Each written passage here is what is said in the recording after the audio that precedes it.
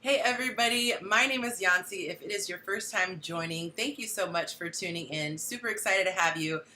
I wanted to find out who's watching. I want to find out who's watching. Sorry guys, I'm always trying to do a million things at once. Let me know, by the way, if the video is frozen because I've been having that issue occasionally. So let me know if it's frozen because it's frozen on my screen and it looks super weird. But hopefully we'll get it figured out. In the meantime, drop your city and state, and I'm going to try to figure out what the heck I just did over here, you guys.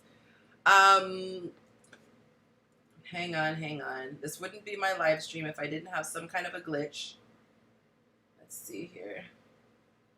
And I'm trying to use two screens this time. All right, it's looking like it's frozen. Yep, it's frozen. Okay, thanks, Akira. Let's see. And last time I never figured out what it was. It just went away on its own. So I'm not super sure why it's doing that.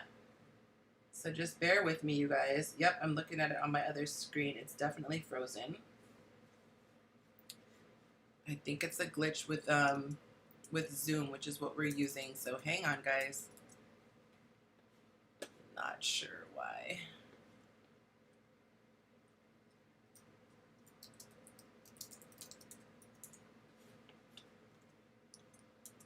All right, let's see if this is any better. And thank you for the likes. You guys know the drill. I appreciate that.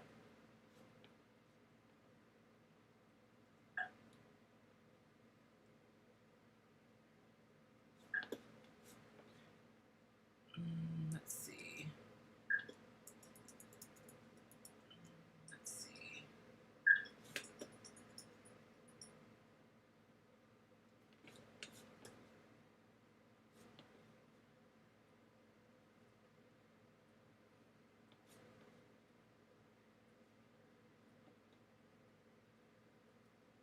Okay, there we go. It looks like we're having a little bit of movement.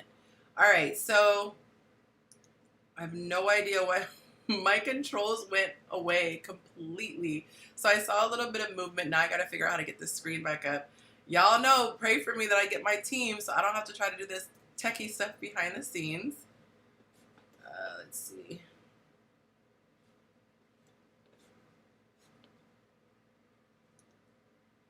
I am flying completely blind. Let me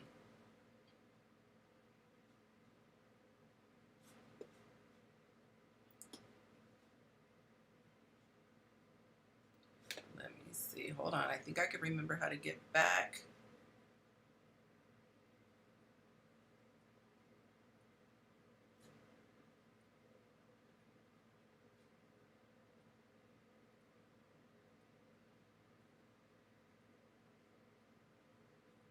Okay, there. I think I figured out how to get back in here. All right, so it looks like it's still frozen again. All right, so I'm going to keep continuing, and hopefully it'll just fix itself because last time it just suddenly started fixing itself. I don't know why, but I can see it's frozen. Okay, I think what it is every time I click away, it takes a while to get back on. So you're so sweet, Ian. Thank you. All right, guys, so let me know if it's working on your end. It looks like it is on mine. Drop your city and state. Unfortunately, whenever I click my panels, it looks like it moves away. So I'm going to try to click my panels as least as possible so we don't have to go through that again. All right, so I'm a little scared to hit the button, but I'm going to. All right, it looks like I'm still moving. Nope, it froze me. All right, well, it is what it is. I can't really help it. We're going to have to just go with the frozen screen and just keep up with it. Instead of having my little graphics, I'm just going to leave them up because apparently that is what's causing the issue is every time I change screens. So give me just 1 second, guys, so that I can just pivot here. All right, so I think if I just sit still, it's going to be okay. So I'm just going to go from here. Please drop your city and state. Let me know what city and state that you're watching from. If you haven't done so already, please subscribe to my channel and hit the notification bell so that you can be notified every time a new video drops. Thank you so much to everybody who has been sending me their well wishes, their prayers, their words of encouragement. I have actually missed 2 weeks, which I have not missed a live stream in, I want to say like 7 months. But I hurt my back. I actually herniated a disc, and so I was physically not up for the challenge 2 weeks ago. And then last week, I was just being lazy. I was out of town. I was hosting a meet and greet in Dallas. So it's good to be back. It's been 2 weeks. It felt like forever, but I'm glad to be back. Thank you guys so much for being on time. We've got some people here from Atlanta, Georgia. Hey, oh, what's up, Mark? I know Mark. We have Al from Mobile, Alabama. Awesome. John is watching from Virginia. Chastity says hi. We have Chess from Union, I can't speak. Union, New Jersey. And then Rude Boy, ooh, wow, he said he's about to listen while he hits the shower. Well, well. We've got Immortal Minds, Conversations with the Soul, listening in Dallas, Texas. Just came from there. And, of course, Canada for Rude Boy. Did I miss anybody? New Jersey. Oh, Akira from Long Beach. Hey, shout out to the West Side. All right, thank you guys for sticking around. I want to let you guys know I have merchandise, and unfortunately I have this thing set for mirror. Let's see if I can move this around so you guys can actually see it correctly. Video settings. Okay, that should fix it. Okay, there we go. Now we can see. All right, guys, so these are my shirts. I actually closed pre-sale on Friday. But I'm going to give you guys, because I'm really putting the order in tomorrow, I'll give you guys today. If you want to order today, this is literally the last minute to do so. There are 4 designs, and I was taking pre-sale orders because, y'all, I did not want to get stuck with inventory, so I'm only making whatever people purchase. This is the 3rd one, and then we have the 4th one, Be the Light. So if any of you guys want that, you can go to my website, chasingyancy.com, and purchase it. It goes for a good cause. The good cause is my child eating. So anyone wants to make that purchase, your money is well spent. So these are the 4 designs. I went pretty quickly, but they're all there on my website, chasingyancy.com/shop if you want to just get right to the shop. Otherwise, you can just click it. Anyway, guys, let's see. I think that's about it. I usually have other spiels, but I don't have my little prompts, so I'm just going to get right into it. We're going to have an interesting conversation. I have a bunch of people that I want to introduce to you guys. We have some newbies for the first time coming in. I guess newbies first time would be the same thing. But I'm going to bring them in. You guys go ahead and unmute yourself. Like I said, I'm going to be trying to do my controls from this side. So bear with me, guys. Y'all know how it is. It'd be a little ghetto sometimes, but I do what I can. All right, so we're going to be frozen for a second. Like I said, for whatever reason, Zoom is glitching with my broadcast software and YouTube. What's up, Monica? And so it just is what it is. I'm loving the jersey and the curl.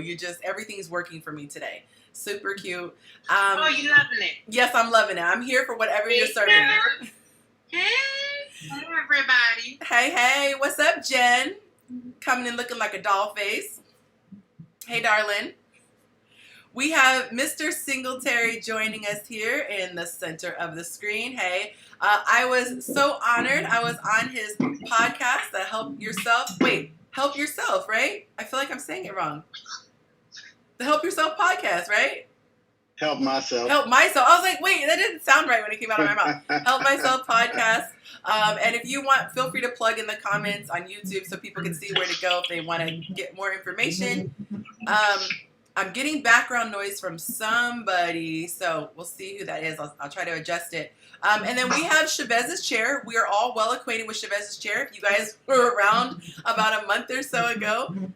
I don't know why I'm getting weird feedback. Are you guys hearing that feedback? It's like some weird echo. There he is. We're well acquainted with your chair, Chavez. And there's the man himself, Chavez. He was caught eating. Look, I'm not even going to blast him out. I was chomping right before the cameras started. I didn't even get a chance to finish my slice. But that's more than I usually get to eat right before the show. Cheers. Yes. Cheers to my water. We also... Grape juice. Grape juice. Praise the Lord. Having your communion over there on Sunday. We have Raymond joining us for the first time. Hey, Raymond. Thank you for joining in. You are from Instagram, I do believe, if I'm not mistaken. Actually, I'm on both Instagram and Facebook. That's what's up. So we have the diehards here. This time I opened it up, you guys, to people who wanted to join in. And last but certainly not least, we have Ian joining us from Instagram as well. So thank you guys for chiming in. We might have a few people who join in as time goes on, because not everybody is available at the top of the hour. So if they are, don't be startled if you see someone pop up mid-conversation. All right, so y'all ready to get to it? Let me put these shirts down. Okay, so shameless plug. Buy some shirts, y'all. I would absolutely love for there to be some orders before the end of the night. You know, Black folks, we're on CP time. We'll go to like the final hour. So on Friday, I had so many orders coming on Friday, even though the shop had been open for like a month. But I'm not judging. I'm the exact same way. So. Hey, I don't appreciate you talking about me. I'm on camera. Oh crap! I forgot he's there. Right. I didn't even. I just put the order in and had no idea that there was a deadline. But that just goes to show how we don't really listen. Just wait. Reading is fundamental. But you know what I have to say? We are bombarded with so much information on a daily basis that. I remember, I think it was John actually who told me, I was like, you know what, I don't want to bug people and be harping on this all the time. But he reminded me, like, half the stuff people don't even see because, one, you know, the way the platforms work, they literally make it so you can't see it. And then other times it's like the chances of somebody seeing it, it's a percentage. So, you know, you got to harp sometimes. So, all right, guys, we are going to get right into it. I know all of you guys' status except the two guys who are here for the first time. If you're comfortable, are you willing to give us your relationship status? Relationship status being either married or not married. You don't have to go into entangled, engaged, dating, all that. But if you're comfortable, and you can plead the fifth at any point. So That's funny. That's funny. Well, I'll go first. Okay. I am single, as in single.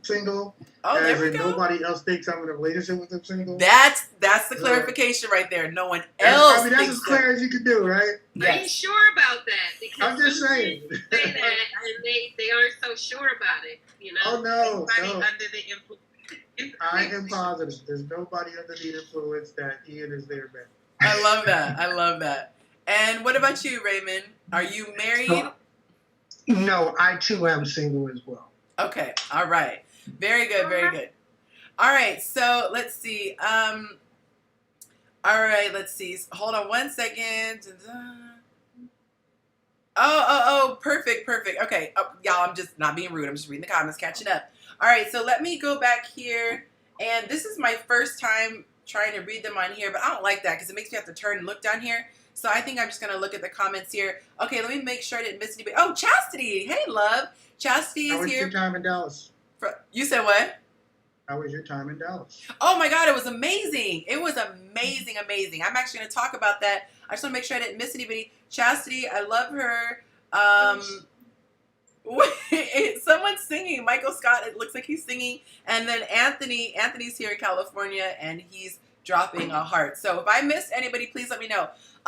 But no, Dallas was amazing. So I got an opportunity. There's this podcast called the Dear Future Wifey Podcast, and it is produced and hosted by Lateris R. Whitfield, who has become a friend of mine.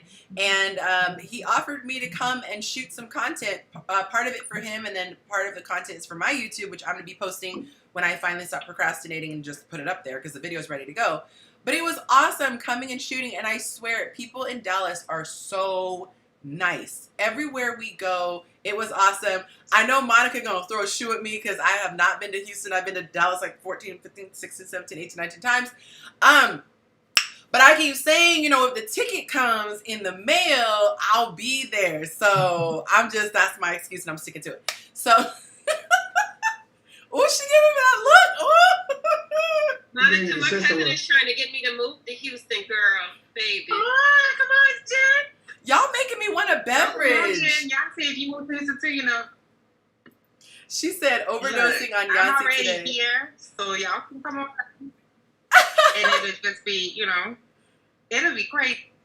I might come visit a weekend and try it out. See. I like that. Try it out. You should come when I come, Jen, and we can have a proper turn We up. should go next month.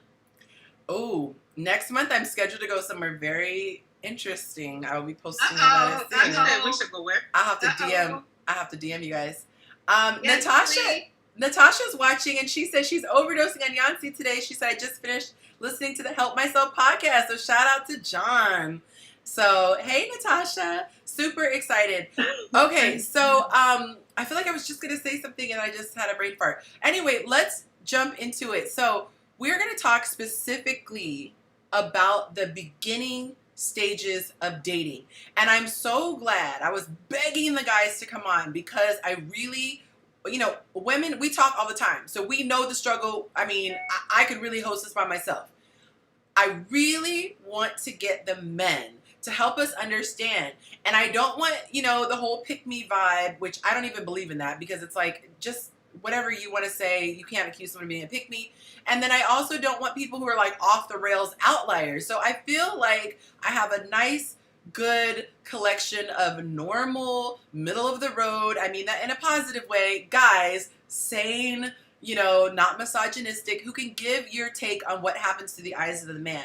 Now, the reason why I want to go through this is because it's not about pointing the blame. I feel like the more data we can have on the opposite sex, the more equipped we are to maneuver successfully. At the end of the day, if you have information, what's up, Mr. Watts? Hello. The more information you have at the end of the day. What'd she say? Oh, she You know, said, he got those fake backgrounds, girl. He ain't Oh. over there. I was like, oh my He's God. in New York. put your sunscreen on, man. I don't want you, getting burned. I know the top of your head. Oh, that would Right, I hurt. don't want them to. You notice it's real bright daylight for me. So, yeah. So anyway, I want to talk about that. So I want to talk from the beginning, initial stages, so that women can understand what to expect and how to maneuver. So I would say, you know what? I'm going to start the very first question as an open-ended question. And in the comment section, you guys, because I love the interaction in the comments. If you guys have a specific question, put that in the comments. Also, you guys, if you haven't done so already, oh my God, you guys are already on it. I was going to say, please smash the like button. It looks like everybody but one has already done that. So y'all already know the drill. I don't have to be mean like Kevin Samuels and threaten y'all. But please hit that so that YouTube knows this is the kind of content that people want to watch, okay? All right, so open-ended question, which guy wants to go first? And ladies, I'm not going to neglect you, but I am going to favor the guys a lot in this episode. So you've been warned. Guys, what is your initial reaction when you think of the first week or so of dating, okay? I don't mean a new relationship. I mean you just met. So let's just say, for example, Ian's in a bar. He sees Monica. They chop it up. They had a good conversation. Towards the end of the night, he says, hey, I like this vibe. Can I get your number? She gives it. Boom. So the next day is day 1. So day 1 through 7, what are you guys thinking of? What is your normal experience for that first week?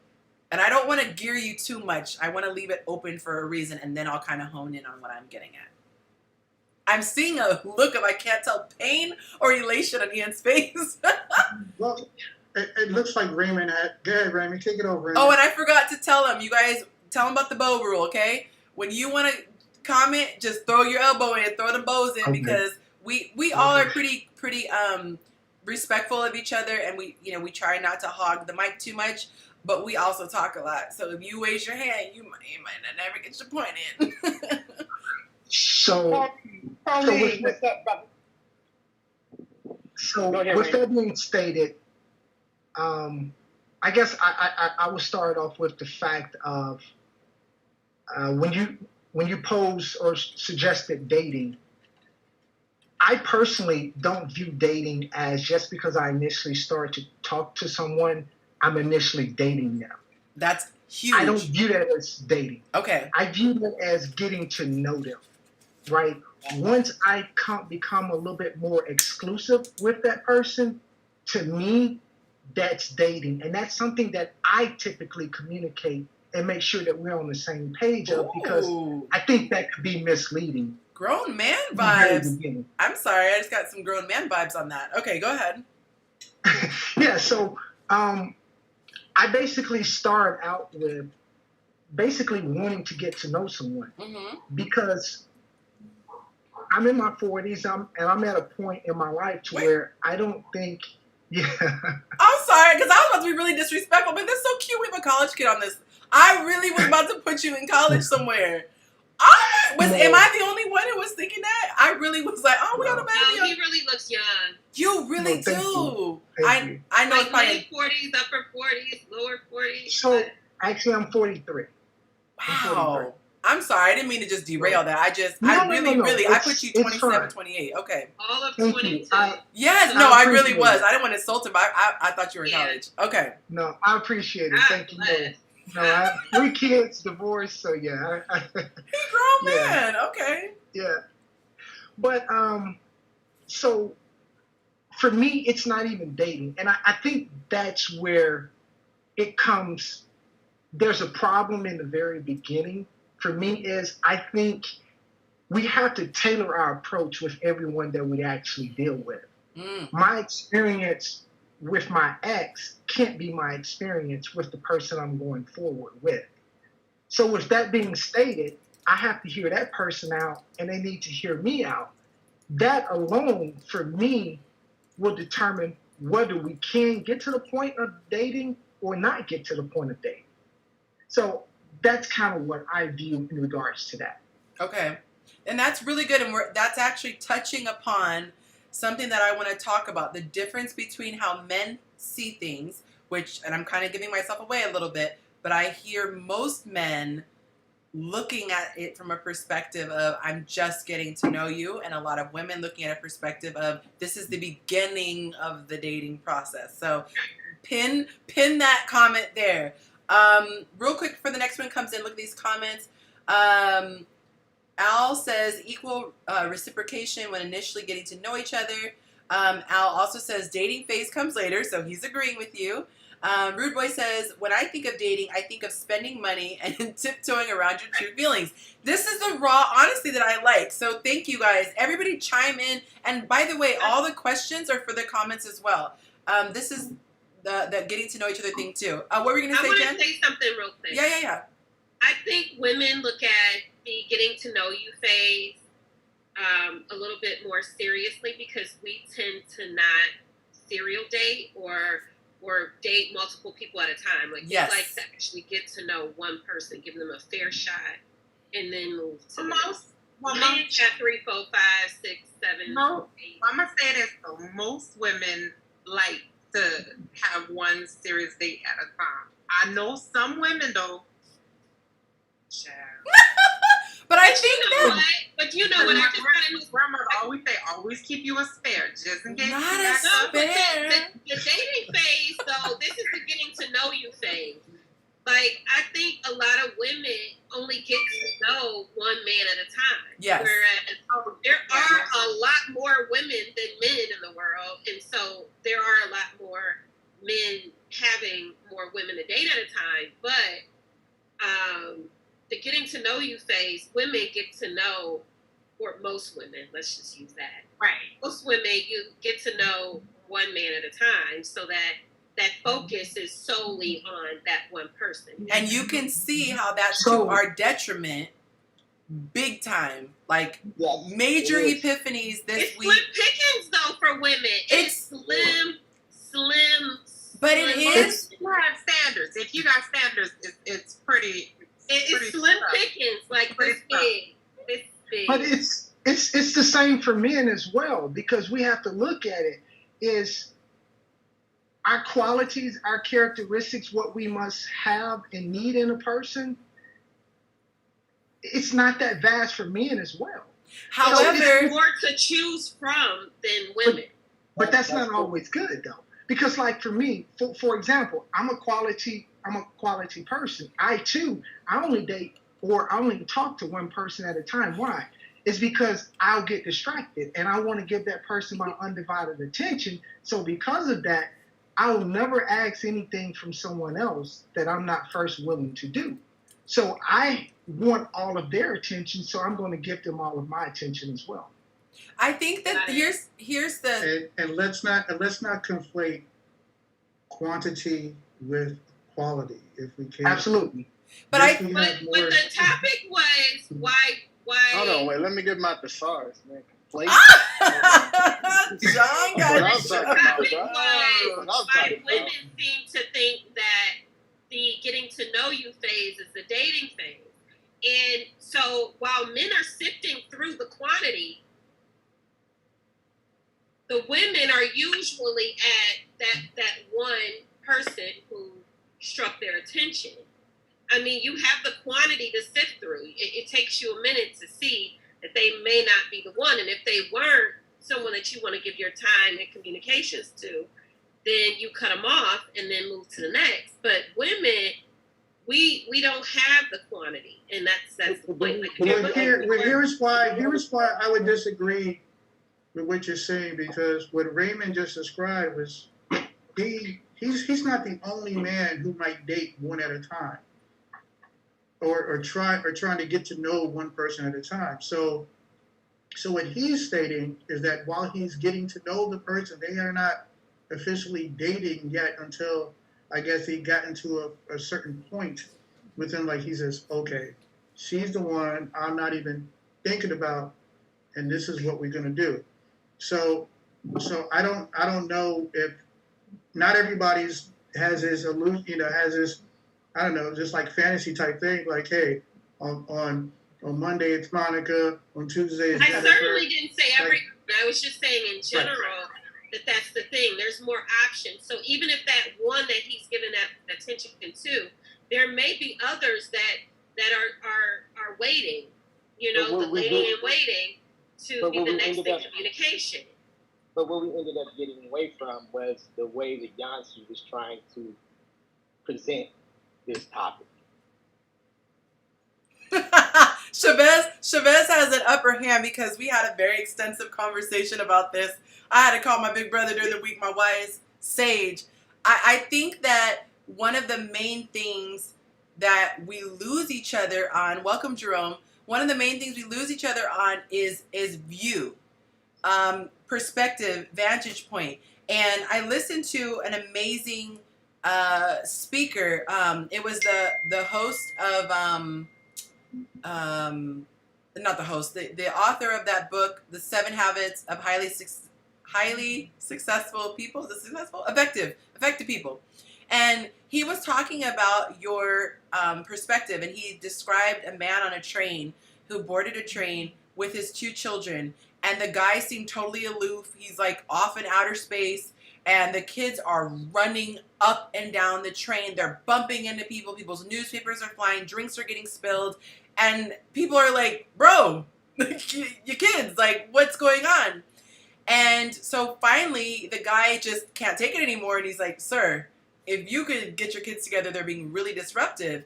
And the guy's like in a fog. He's like, oh, I'm so sorry. He's like, I'm not even my head. He said, we just left the hospital. My wife just passed away, and they just don't know how to deal with the loss of their mother. And I'm kind of, he says, instantaneously, your, what is the word? I just forgot. Your,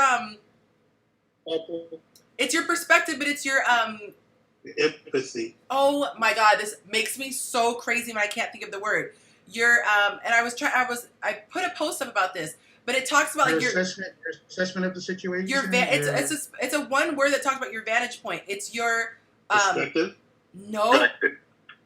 It's your, oh, I know I'm being so anal, but I'll think of it when the word comes. But it's basically like, this is how you view the world. And so it instantaneously changes when you have this different perspective. And so I think that with dating, a lot of things that we see as women as highly offensive, if we then look at things differently, it's less offensive. And we go, oh, that's why things are the way that they are. And so I'm going to share my story, a little bit later, what happened, which was kind of an eye-opening moment. But I want to hear Ian's perspective. Raymond, thank you for sharing yours. Ian, what is your thought when it comes to dating? Like, what's your initial thought when it comes to that first week of contact, we'll say, since then Raymond, said he doesn't call it dating? Well, it is an interesting... I guess I'm a little bit of where Raymond was describing, but also it really depends on how you initially connect as well. I think that would determine certain things, just like some people have this love at first sight type situation, or everything clicks and you finish each other's sentences. So I think it is tailored specifically to an individual. And and I would still, yeah. So I'm gonna kind of leave it there. I'm gonna because we have a big panel here, and I definitely want to share because like yourself, I can talk all day. So yeah, absolutely, John. I mean, I laugh at me too. So so yeah, that's pretty much how I feel about it. I really feel it really is it is tailored specifically to the individual, and I would think that. Um, I would think, for the man, when she is the first person you're thinking about, as soon as you wake up and are going to sleep, at that point, you're ready in that moment. I'm dating this woman, and that's where your main focus is. So yeah, I would kind of put it there. And by the way, it was driving me nuts, that word. It was paradigm. You have a paradigm shift. Oh, it was driving me insane. I was like, you're talking about Stephen Covey. It's is that his name? The author? Yes. Okay. Yeah, he shared that, but it's like a lot of times we feel offended, like, the person that trained would feel offended because it's like how rude. But when you understand that other person's perspective, your paradigm shifts. The other example that he gave, which I thought was really profound, he said there was a woman sitting on the front row of one of his speeches that he was giving. He was the keynote, and his mother was sitting about 2 or 3 rows behind her. And this woman talked the entire time. He said not a little bit. She talked from start to finish. And he said his mom wanted to just take her little purse and whop the chick upside the head. So, she's mama. So after the speech was over, she just was fired up. She said, "Oh my goodness, this lady, she wouldn't stop talking." And he said, "Which lady?" She said, "The one on the front row, with the such and such, da, da, da." And he said, "Oh, the translator?" So she said, "Oh." It's the exact same situation, but when you have a paradigm shift, it makes things easier. So this is what I'm hoping will help, at least with women, because it helped a lot with me. And like I said, that's the reason why I'm doing this right now. But Jerome, welcome. I haven't formally welcomed you. Thank you for joining the conversation. I let everybody know you could casually come on, casually leave as you want. Nobody is held hostage, so contribute as much as you want to the conversation. No need for formalities, raising your hand. Just jump in there when you have something to share. Would you like to share what your thoughts are of the initial communication process when it comes to women? I use the word dating, but Raymond was saying dating has more weight for him. There's just the getting to know me phase at the beginning. But day 1 through 7 of I exchanged phone numbers with somebody, and then the very next day is day 1. So how would you describe that process? When you just think of it, what's the first thing that comes to mind when you think of that process of that first 7 days of having a woman's phone number? And I'm purposely leaving it really wide open. There's no wrong answer.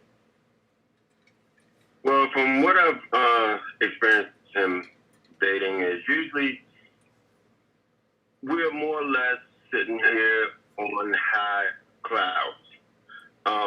We're basically thinking, "Oh my God, I finally got her phone number. We can actually now sit back and talk." And things are going pretty smoothly. But you're not thinking about, what happens later on down the road once we get to really know each other. Yeah, there's going to be problems, bumps in the road, and you're trying to gather as much information from whoever you're trying to date, whether it's female or male, whatever. So you're basically on cloud 9. You're really trying to find out everything you can possibly find out. But somewhere along, somebody may catch feelings. There's a miscommunication in there to where we are, somebody might be a little bit more into you than you thought that was going to be.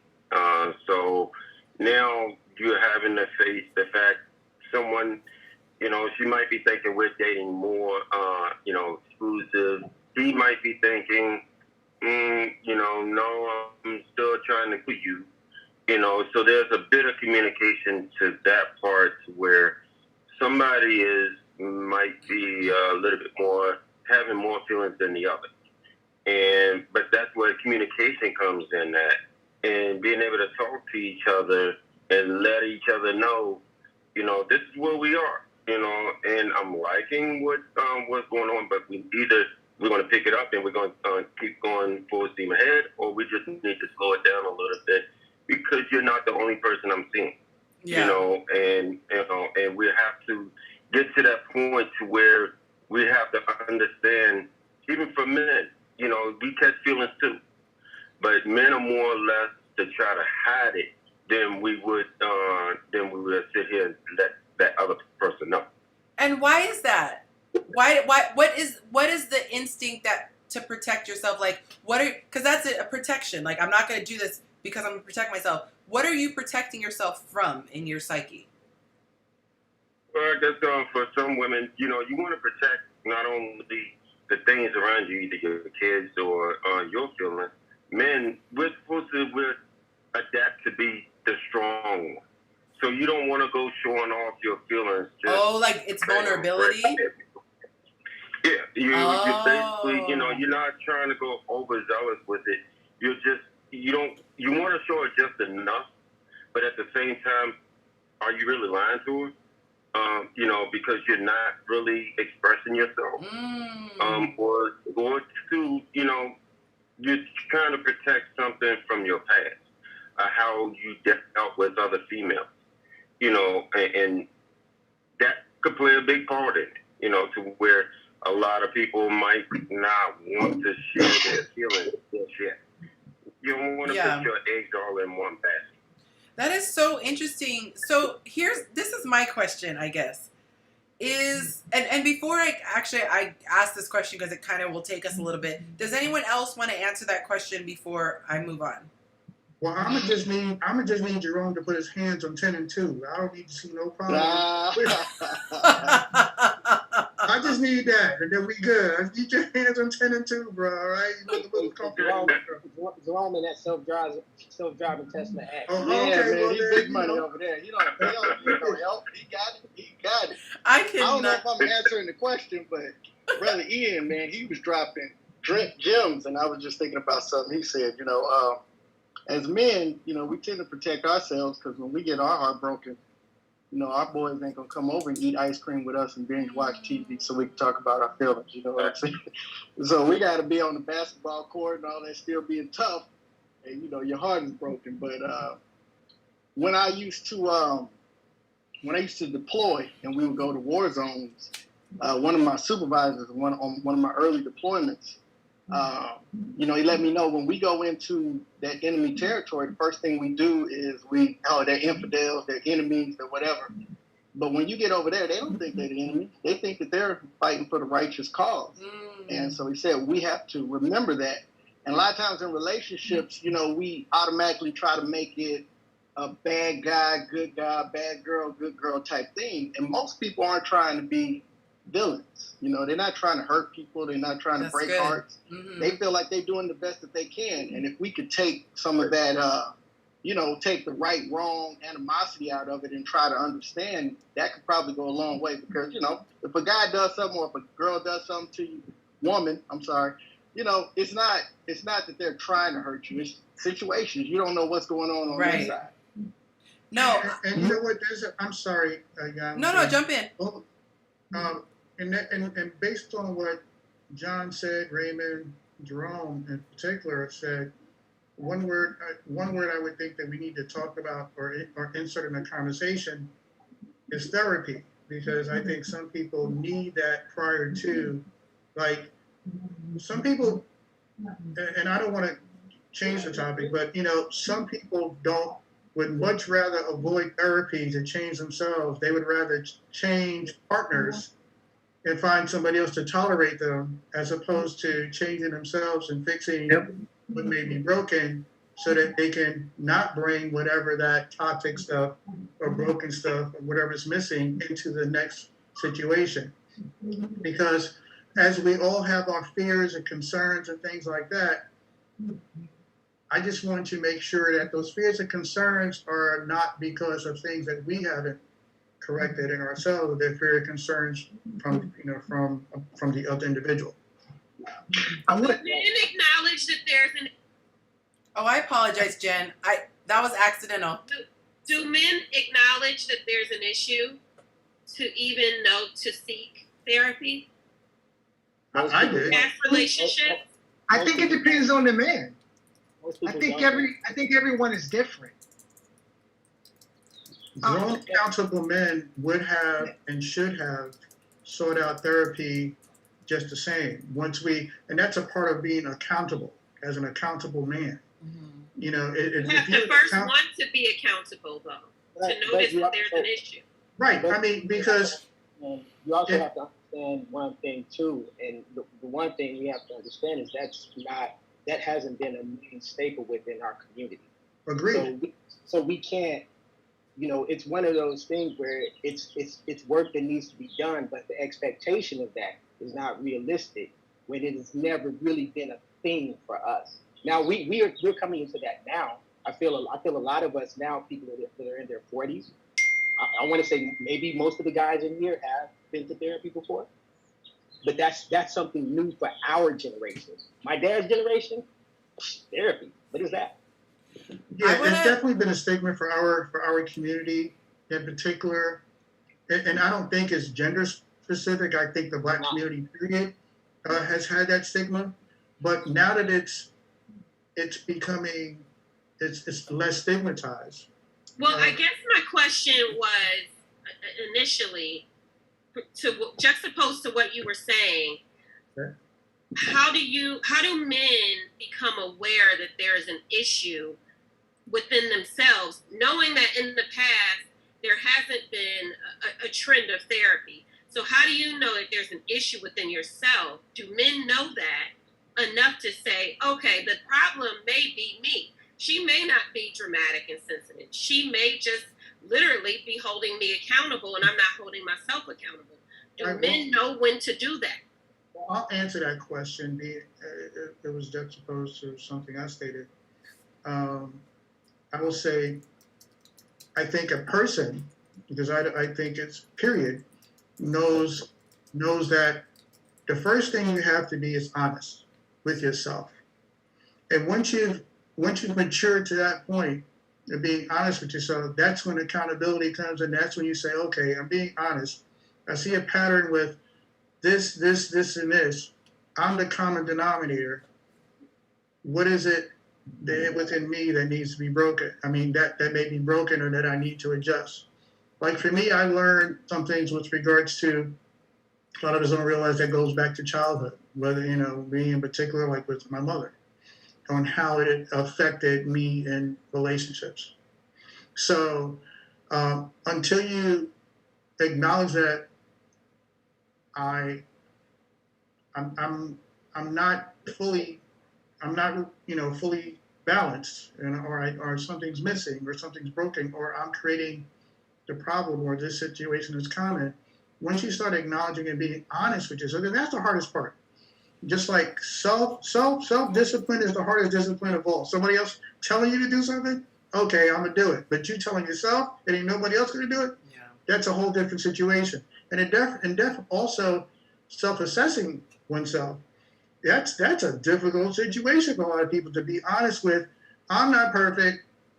What is it that I need to, fix about? I want to jump in on that. Sorry, and I want to jump in on that. I think that is huge when people can self-assess, because I so often see people point the finger at the other gender and say, if men would just do this, or if women would just do this.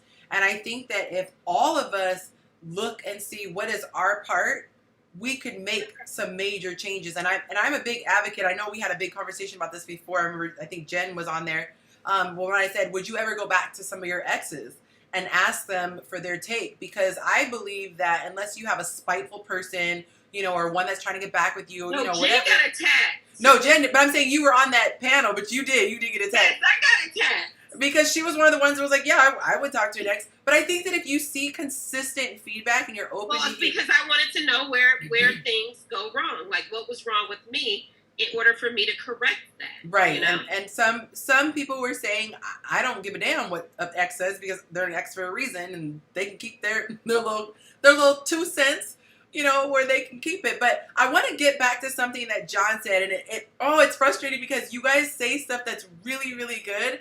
And I'm half of me wants to keep going with it and let it go organically. Write it down. The other half, look, I have so many notes. The other half of me wants to, unpack some of this stuff. By the way, guys, we just had a bunch of new people join us. If you're watching it and you're enjoying the conversation, please take a second and hit that like button. It really lets YouTube know that this is the type of content people want to see. And it also makes YouTube push this content out there. So, we're trying to have serious conversations that can help generations to come. So help us compete with the world stars and all the little, shade room videos that are out there on YouTube. So just hit that little button. And if you want more, hit subscribe. And I'm going to get to the comments. You guys. Yancy, time out before you do that.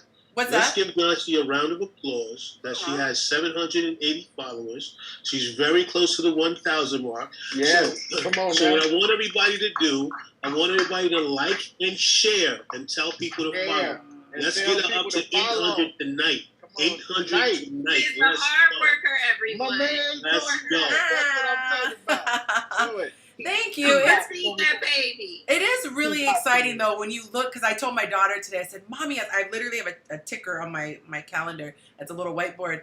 And I said, Mommy's at 776, when I told her. And she's like, yay! Because she does kind of understand subscribers.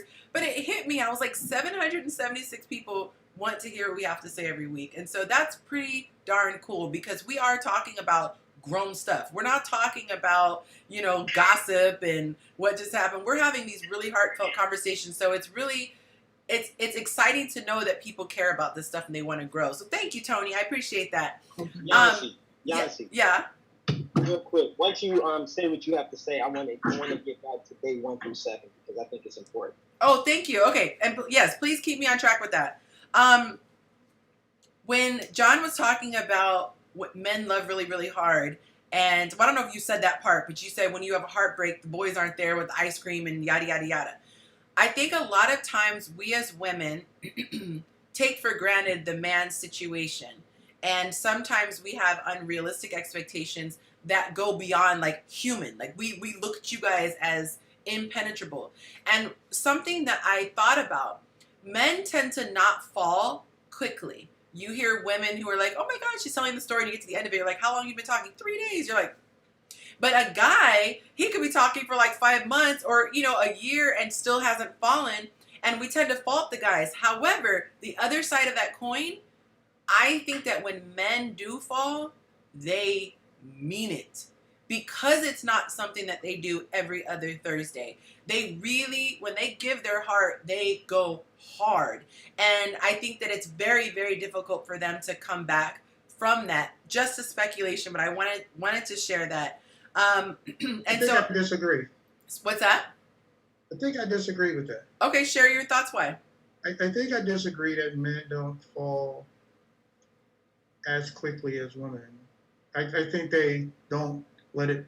I don't think that we let it be known as quickly necessarily. Some of us don't let it be known. Show of hands. Men, do you agree with that? That you guys fall just as quick? You just don't show it? I don't know if that's. I don't know. And again, it's a case by case. But I think that.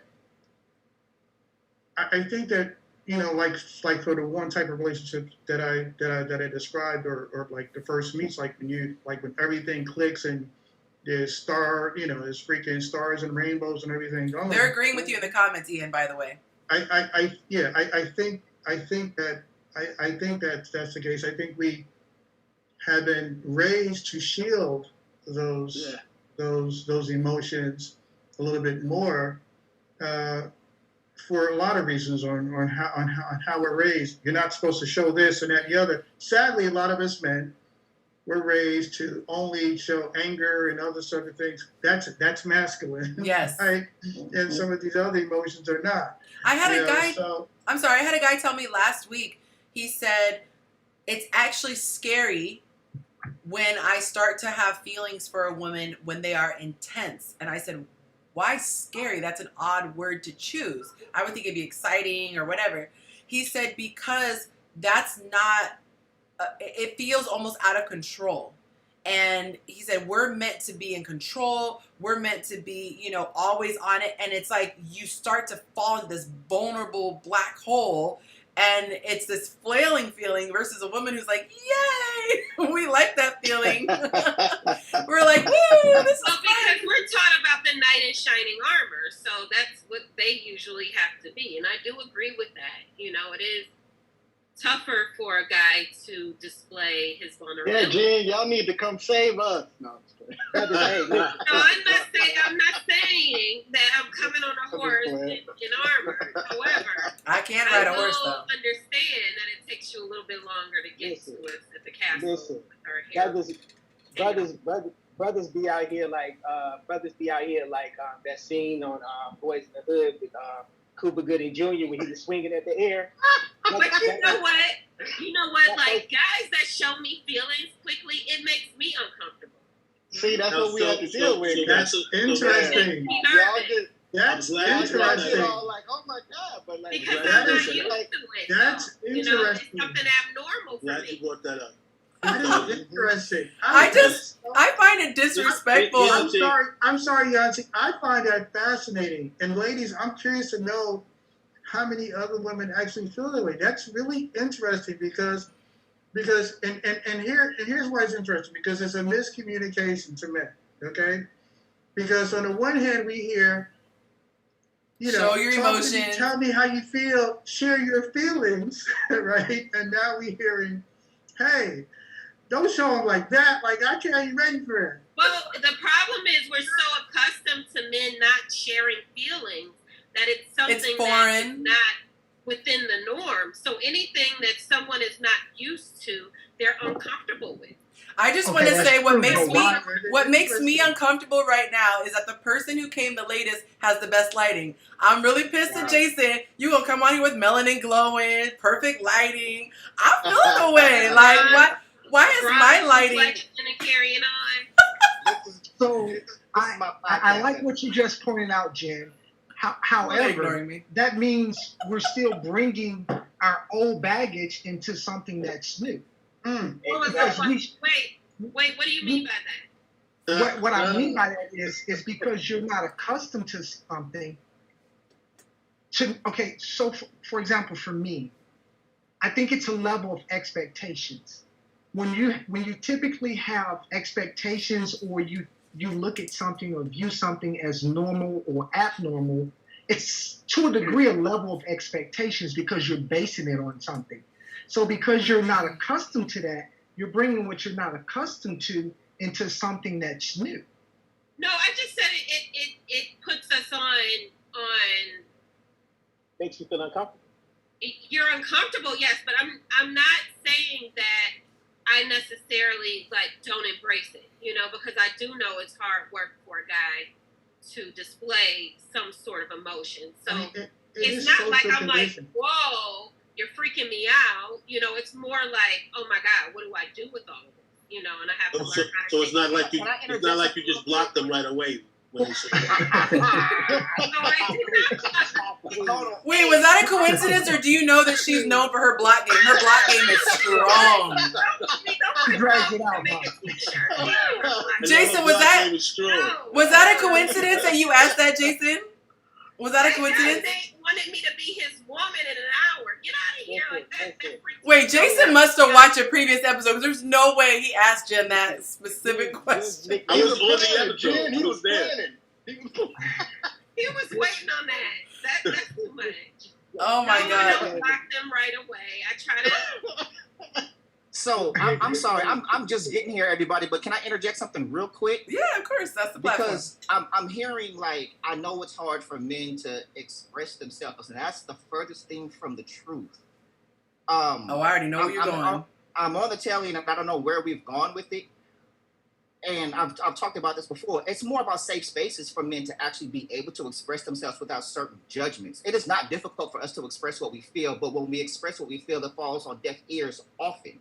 And so there's certain environments that we don't express ourselves. And I always say this, if you ever want to know what a man really feels, go to the barbershop, right? That's where we go amongst our peers, amongst men that are experiencing the same things, is where we're the most vulnerable. And so when we often hear men don't know how to communicate, also False, very false. What we do though is we cater our communication and what we want to say based on previous reactions to what we said in similar situations. So when you act adversely to something that we've said and it's not received, we no longer communicate that truth or that feeling to you anymore, right? Because all it's going to bring fight or whatever. And contrary to popular belief, we have emotions, we have things that we're going through, but we're not given safe spaces to be able to express that, lest we be called a bitch, weak, sensitive, or whatever, anything but a man. But then when it's convenient for you to want those things to fit your narrative, then you want us to be sensitive and compassionate and empathetic. So you can't have it both ways. Either you want us to be, we don't show emotion and we're just about provision and protection, or we're going to express what we feel. But just like women, when they express what they feel, it comes with a lot of shit because I'm sorry, I'm cussing. I don't know if we can cuss. I was just going to say YouTube will ding me, so thank you for asking. Yeah, so I apologize. But men come with trauma. Men come with baggage. Men come with experiences. Men come with past. Men come with heartbreak. Men come with hurt.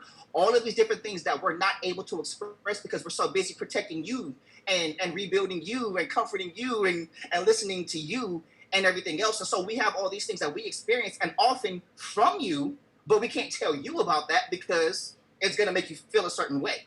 And so that level of equity and reciprocity is often missing for us. So we're not connecting with you. We'll go talk to our boys. We'll go to the barbershop. We'll go with other women that's listening. It's not always about sex, but that woman that's listening to us. And men often, if a man is cheating, it's often with a woman that's listening to us. And the first thing that women do is they talk about how she looks when that's the very thing you don't want to be judged for. Like, don't judge me for my looks, but when we cheat, it's, oh, he downgraded. No, but she's listening to us. And then, because we're 90% ego, she's telling us those things that we're not hearing. You're awesome. You're great. She don't know what she got. She don't know what she's missing and all this other stuff. So we communicate and we communicate well. We just don't do it in one sitting like that. Baby, we got to talk to this. Oh, wait a minute. He said not in one sitting. I like that. It's like before dating. Shots fired. Someone becoming vulnerable in that stage of dating. Before the dating, someone's being vulnerable and sharing this information. We're not talking about a month or two and okay, I like them and now we're moving forward. No. Not even then. It's communicating. Yeah. Even then. Like, because the same thing you said, the same thing can be said about women. The same thing can be said about women, especially Black women. Because as much as y'all want us to be sensitive to y'all emotions and let y'all talk to us, when we speak and we speak with passion, we're looked at as angry. We're looked at as bitter. We're looked at as, oh, here come the drama. No, but then when we stop talking to you, then it's a problem. Well, I'll tell you this. You need to know the woman that you're dating. If you're dating a woman that you can't get a word in edgewise, that's your fault. That's not her fault. Between what Jason and Monica is saying, the foundation of that is trust. I think when we're talking about the ability to allow oneself to be vulnerable, there has to be a certain level of trust established at that particular point with that individual, and also knowing and trusting that that individual won't then utilize what you've exposed. Boom. That's important. Right. As like, especially down the road, something else pops off, you're having a discussion or a disagreement, and all of a sudden it was like, well, that's why. So, whoa, wait a minute, you're not supposed to use that bullet to shoot me, Right. So that's so what we're both saying, or what you both are saying, is I think essentially, my opinion, the foundation of any significant relationship, regardless if it's business or personal, has to be trust and respect. If those are established, then the communication, I believe, will open up and will come about once that's there. So I have something I want to put on the table. Okay, and then Maybe after that, it's Tony, time. we're gonna come back to that day 1 through 7. Okay, just marking that. All right. Okay. Yeah. So this is part of the day 1 through 7. Mm-hmm. Maybe it's time, right, to begin to date with the understanding that if I express myself or she expresses herself, it's not a red flag that there's a problem. Maybe if we can come to the table fresh Everybody comes to the table fresh. We maybe can move on to some positive things. Because what I'm hearing is, right, that two people come to the table with these expectations of their past relationships, and then they start hearing these past things, and they go, oh, wait, no, duck and dodge. But if you come to sit down and go, listen, you know, I've been through a lot, you've been through a lot, I'm going to be honest with you of how I feel from this point on. Can we do that? And if the person agrees with you to do that, then you can move forward. I also think that if you just out to get to smash or to have a couple of dates, then make that known as well. We're grown. Because then that takes everything off the table. Nobody's losing their mind. And then we can you guys can begin dating as grown-ups. Yes. And stop, because I keep hearing, point the finger over that way, point the finger over here. Guys don't show their emotions. Women, when they start talking because they're frustrated, they're nagging. Let's stop all of that. Listen, if you're over 25 years old, stop it. Well, can I respond to Monica real quick? Let me respond to that. And Jerome, unmute yourself. Men shut up. Unmute yourself, Jerome. Walk in the barbershop. Right. Yes. Yeah. Yes, So I wanted to respond to tell Love Tucker she's 6'2". What do you want him to do? Right. Jerome, So you're muted. Jerome, you're muted, so you gotta unmute if you want us to hear you. I'm gonna let Jerome add his, and then I'm gonna reset. My question to the ladies is going to be this: if you want a man to really show his feelings, when is it going to be the best time for him to really show his feelings? I That you're don't. gonna feel comfortable. That you're gonna feel comfortable with him being able to express his feelings. Yeah. Me That happens personally, for women stuff. I don't have a problem with a man expressing his feelings or being emotional. Me personally, I don't. It doesn't bother me. Between days 1 through 7, you don't? So that's what I was gonna say. Like What I know. exactly are you gonna go through? What exactly are you doing in days 1 through 7 that's gonna require him to be? Exactly. So we're speaking of one. That depends on the level of comfort that you create. That depends on the level of comfort. In my personal experiences with it, I've ran into men that were like, oh, I want to marry you. Yeah, all right. I've ran into men that they just wanted to smash. That's not gonna happen. It just depends on whatever. So Monica, let me ask you this question. Hold on a second. I respect the man telling me exactly from jump what you want. What are your intentions? Now, on the flip side, you don't really know what you may want when you start talking to somebody. However, there is some sort of intent. Now, if you look at me, it's like, okay, look, I don't know where this is gonna go. However, I want to get to know you. If it builds into something, cool. If not, then it won't. If you just want to have sex, say that. If you just want somebody to talk to, say that. If you want somebody to go to dinner with, say that. Give me the option to say okay or no. When you take my choice, that's when it becomes a problem. See, what happens is what we do for men, we tend to want to guard our feelings because we don't know when it's going to be best, because it's always going to be looked at as like, oh, he's being too overbearing, girl, this ain't going to work. He's doing this, he's showing it a little too fast for me, this and that. And to go back to what Jennifer was saying. That was my exact point, that men usually don't share those emotions initially in a first meeting of a person. So that if they did, I would be a little... Well, yeah, How many days for you? So once that happens is that he will then turn his attention back at you. He would shut down himself, but then he's trying to get the answers out of you to figure it out. Because now, if we show our feelings, now and we're that's the ones. Totally fine. I was just saying. I was just stating that men normally, the norm, that men don't initially respond to emotion.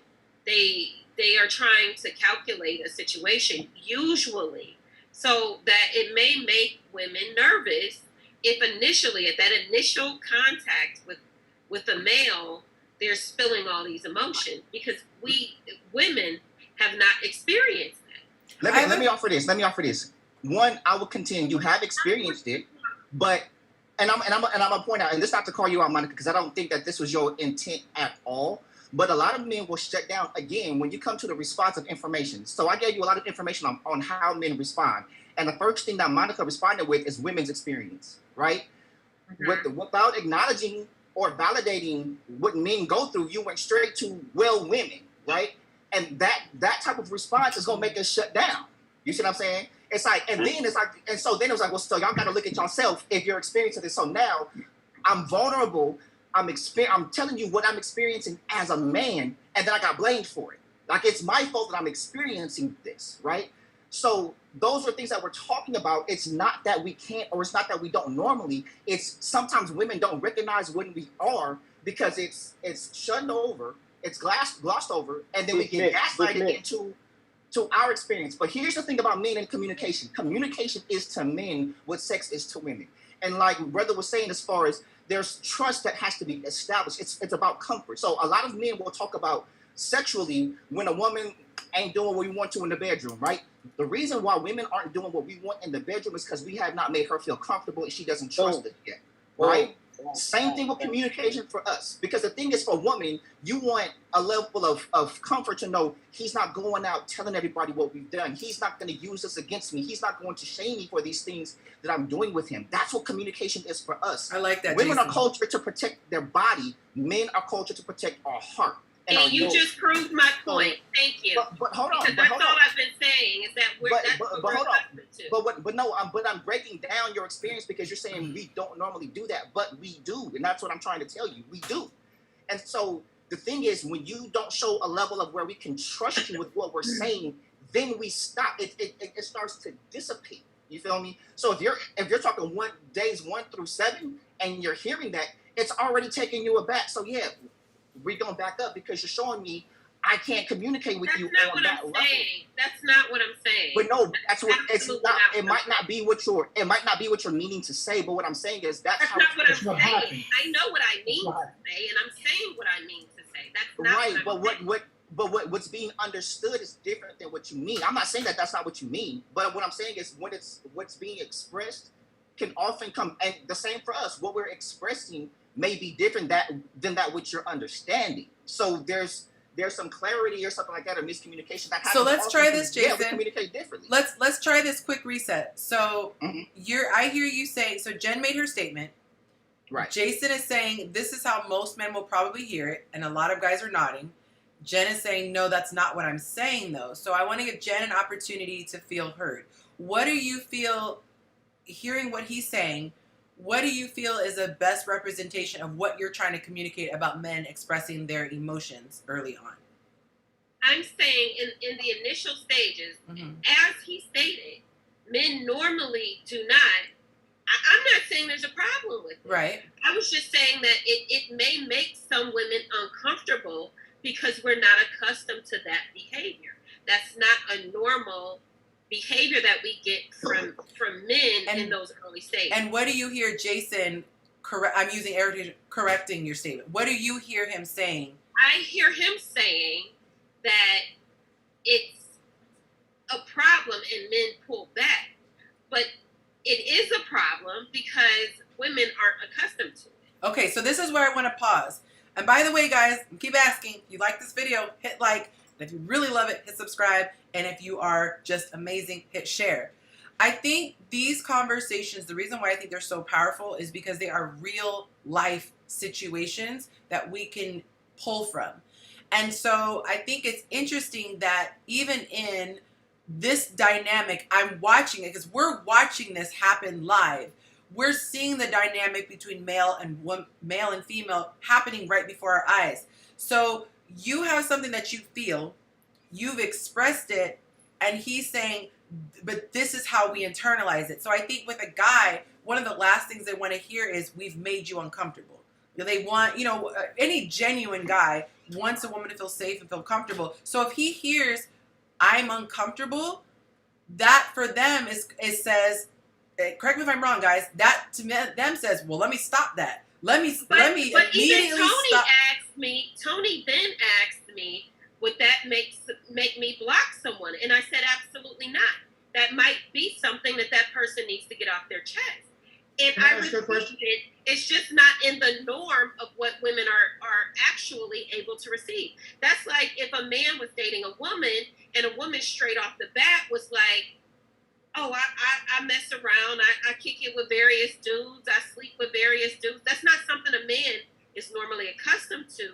So they would be like, whoa. But here's the thing. This is where hold on one second. Let me just make this one point.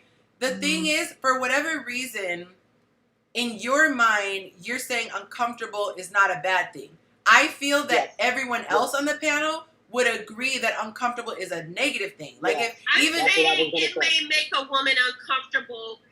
I'm not saying I'm on a date right now. Mm-hmm. Right? We're having a general conversation about feelings and how to get through those feelings and what one side may convey against the other side. I'm not saying I'm sitting on a date right now and he's giving me these feelings and I'm like, whoa, that made me uncomfortable. That's not what I'm And doing. I don't think that he thinks you're going to say it to the man. I'm saying that may make a woman uncomfortable, not necessarily stating that they'll make that man feel uncomfortable in return. Right, but I think this women are nurturers. This is where I think the guys are trying to take it to the next step.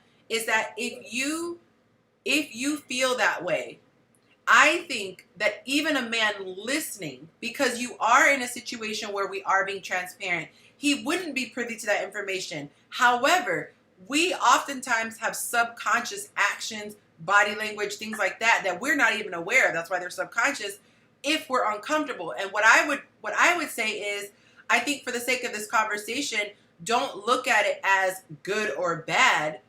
You're just speaking your truth. And if that's something that makes you unsettled or uncomfortable, it's okay. But just understand that for every action, there is a consequence. So a man listening to that might hear, oh, shoot, if I express myself right away and it makes a person feel uncomfortable, there's a chance that other people are uncomfortable, what have you.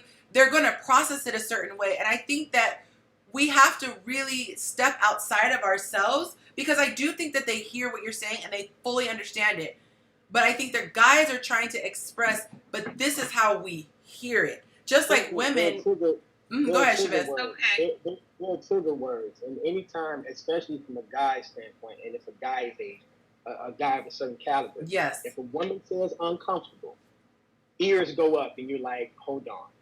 Like, and you can say it in the most casual of ways. You can say that. I said it last week, and the guy about like almost ready to you can lose say, my number. You can say a guy doing that is different, but when you say uncomfortable, we're taking that like, whoa, like that's like an angry black woman to a passionate black woman. No, not And Jen, I said to a guy, and the Me Too and all this other stuff. When you say words like uncomfortable, unsafe, like, I used the word unsafe with a guy that I was talking to recently. And the reason why I used the word emotionally unsafe, I purposely said emotionally because he didn't make me feel physically unsafe. What it was that his communication style was all over the place. And I translate all over the place as you don't know what you want. You're not even sure that you want to pursue this. So I communicated because he begged me. He's like, cut to the chase. What are you feeling? I can tell your energy is different. When I use those words emotionally unsafe, it was like, I may as well said rape. It was like, whoa! And all I was trying to do was let him know, like, it's making me pull back. It didn't mean that I'm uncomfortable talking to you. I'm not physically scared. But I learned that word is huge for men because they want us to feel safe. Because the fact of it is that what it comes down to is inside that conversation within the first week that you've been talking, he already asked you basically, what is it that you look in for men? You are so basically I'm asking you, what do you like? What are your likes, your dislikes, everything like that? So okay, now I'm interested. Now I want to see where the conversation else can go. But then when I start to show you my feelings, now I'm wrong because you told me this is the type of guy that you look for, and yet I'm displaying the same thing, and yet we're at this crossroads. of where you're starting to feel either uncomfortable or you're not really sure. So now I got to pull back. If I may, you know, and one, it does tie into what I mentioned earlier about trust and respect, because if a man does respect you and he hears uncomfortable or something of that nature, he's going to respectfully pull back. Yes. And that's out of respect. That's just a respect. That's a respectful reaction. But now I would like to ask, only because we're talking about days from days 1 through 7. Is it, and this is not gender specific, I'm talking about Black people, period, or couples, period. Is it a sign that the person who is readily willing to communicate, is it a sign that they are emotionally available and ready and maybe have gone through the necessary therapies, etc., to be able to feel comfortable to express themselves? Or the listener not readily feeling comfortable to hear that? Is it an indication that they aren't emotionally mature or ready to date yet because they're not ready to hear that? Because I understand, this is my definition of communication is, you know, the purpose is to be understood. So if you're trying to understand somebody and then understand you, you would want to convey a message to them and giving them as much detail as possible and being open and honest. So in that communication, if a person's willing to convey certain things, they are showing you that they trust you enough and they respect you enough to give you this information. Are you going to receive it in a respectful fashion and then appreciate it if that's going to be the case or not? So and if so, then things would continue to flourish, you know. And I'm just curious, and this was a general. This wasn't specific to you, Jennifer. So I want you to understand that this was a generalized question of whether or not, if we feel that it's a sign for one or the other of being mature enough to and ready for a relationship, and is it a sign for the person who's not ready, prepared for that they're not mature enough or ready for a relationship? And I just wanted to interject that into this course of the conversation, because we're still talking about days 1 through 7, and I think we would all agree on some particulars in certain individuals. Day 1 might be a day 7 for somebody else because y'all just vibe in a certain type of way. So I think we would agree with that. So is it between days 1 and 7? Is open dialogue and communication expected for somebody sharing that? It depends on how many dates you go on, or how many hours you spent on the telephone. I mean, like, what is it? You know, what are the determining factors? I'm just curious to that, and kind of wanted to give it back to the hostess with the mostest, and let her do what she do. I want to say this really quick, you guys. You guys, especially the regulars who are on here all the time, if any of you wants to, and I'm not sure if you can even do it as a regular comment if you don't want to get it lost in the live chat feed, but feel free to put your social media handles. If it's Instagram, put instagram.com/ let's see, it's mirrored, so it's / your name. If anybody watching sees somebody, they like what they're talking about and they want to follow them on social media, I do want to give you, because I know some of you guys have platforms of your own. Others of you just come on, just for the conversation. But feel free to do that, because I do want to share my platform with you guys. And a big shout out to my girl, Ashante. Hey, girl. Oh, get your water, because it's about to get spicy in here. Hey, y'all. Hey. Oh, my God. I appreciate Ian for bringing it back. I want to ask this question. Okay, for the very first dates, day 1 through 7, like I prefaced at the beginning of this conversation, we talk a lot on this live chat about love, dating, sex, and relationships, but we haven't talked a ton about the very, very, very beginning stages of dating. And so that's what we're going to cover for those of you who are just tuning in and watching. I want to talk about those initial dates. I want to try really quick rapid fire questions, and if you agree, just respond putting your hand up so we can just visually see who's in the majority, okay? Because we know everything is not a general rule. Everything is up to the person, but it's still interesting to see. When you meet somebody and you're vibing with them, do you like to communicate with them daily? That means you got the phone number on Friday, you communicate Saturday, Sunday, Monday, Tuesday, Wednesday, Thursday, Friday. Do you like to communicate daily? So we got 1, 2, 3. Wait, let's see. 1. We got some slow responses half the time. All right, so we have a 1, Wait, 2, 3. Wait. Can you repeat like the stipulation? Yes. We're dating, So you- period, or No. So I'll use me and you. So let's say I met Jason. Oh, that's super smart to change your name to your IG. There, so smart, Jason. Okay, so if let's say me and you meet, it's Friday night. We met somewhere out and about. We exchanged numbers. Do you want to then communicate Saturday, Sunday, Monday, Tuesday, like every single day? Do you want to communicate? That could be a text. It could be a call. But is there communication?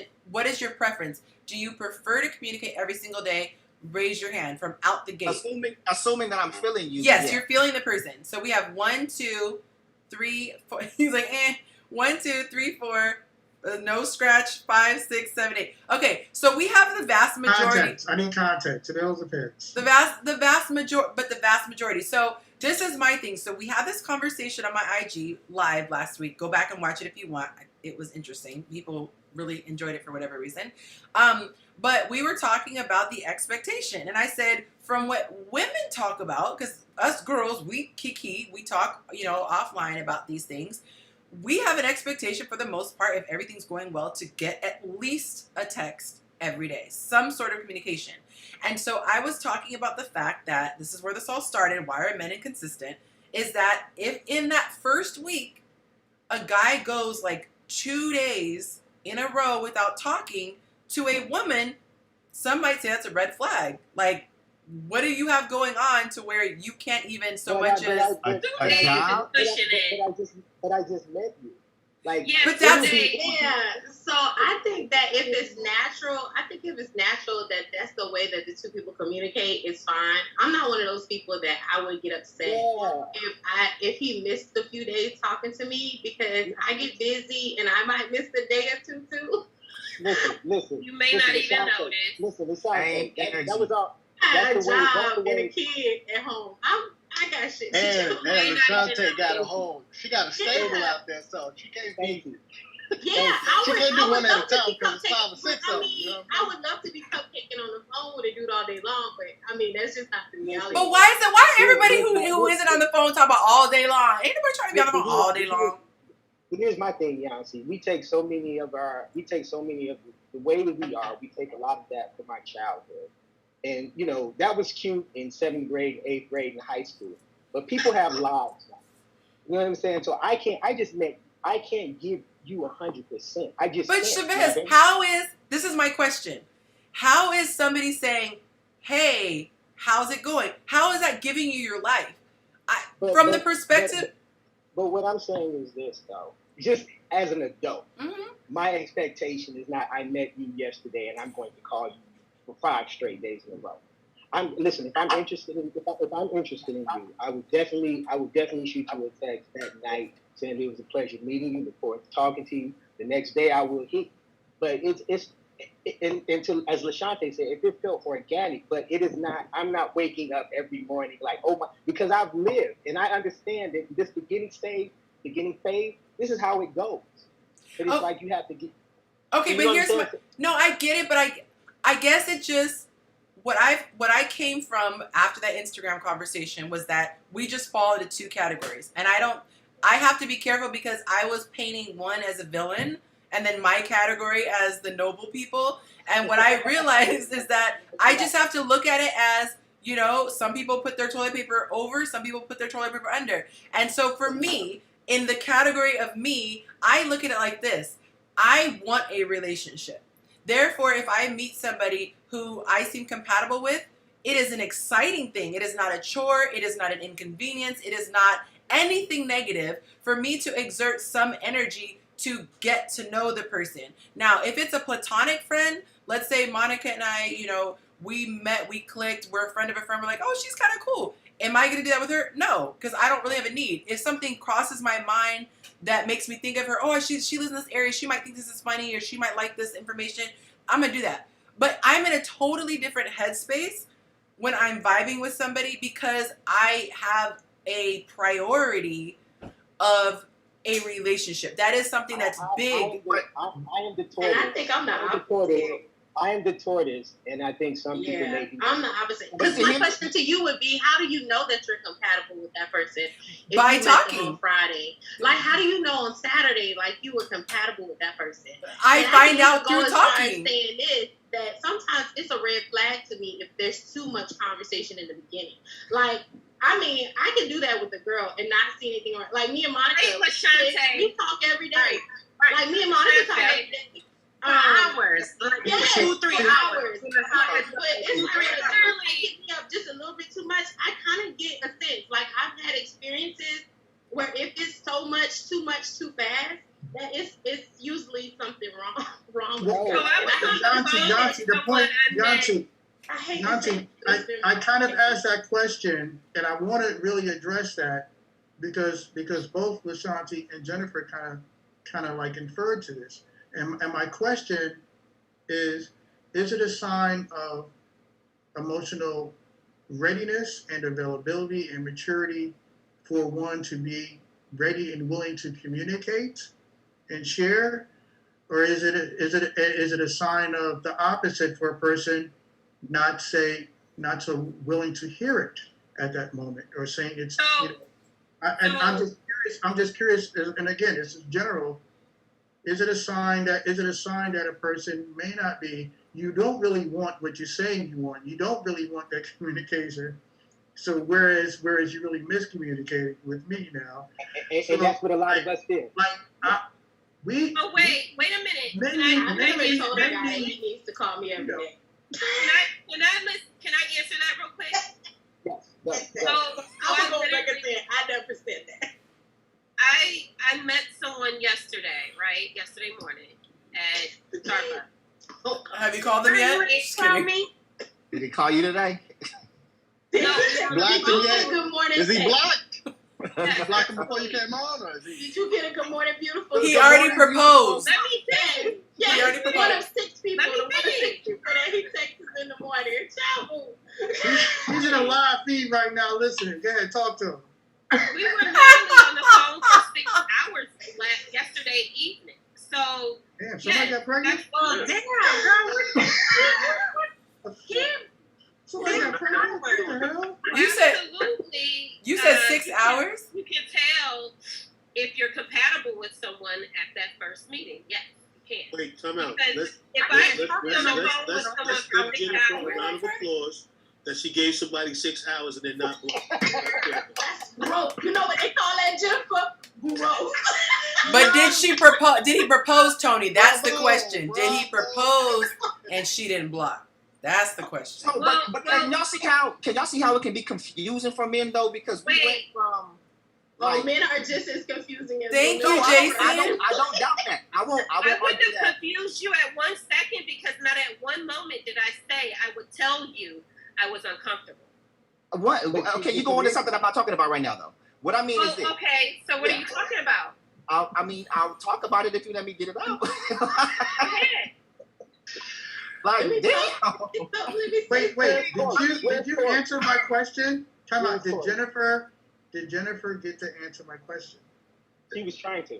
I was trying, but God. I would like to hear. I would really like to hear from Jennifer, Johnson, Monica. Let's do a reset. Let's do a reset. For men, we really, because we need, we need to coach. Okay, coach is this, run this play. We need to understand what the play is. We don't. I'm confused. Oh, so you want me to say about I think I'm confused. And you know what? Like, I figured it out. Like, I think we all put too many expectations on initial contact. We don't let anything happen naturally. So if you're vibing with someone, that was my point I was trying to make.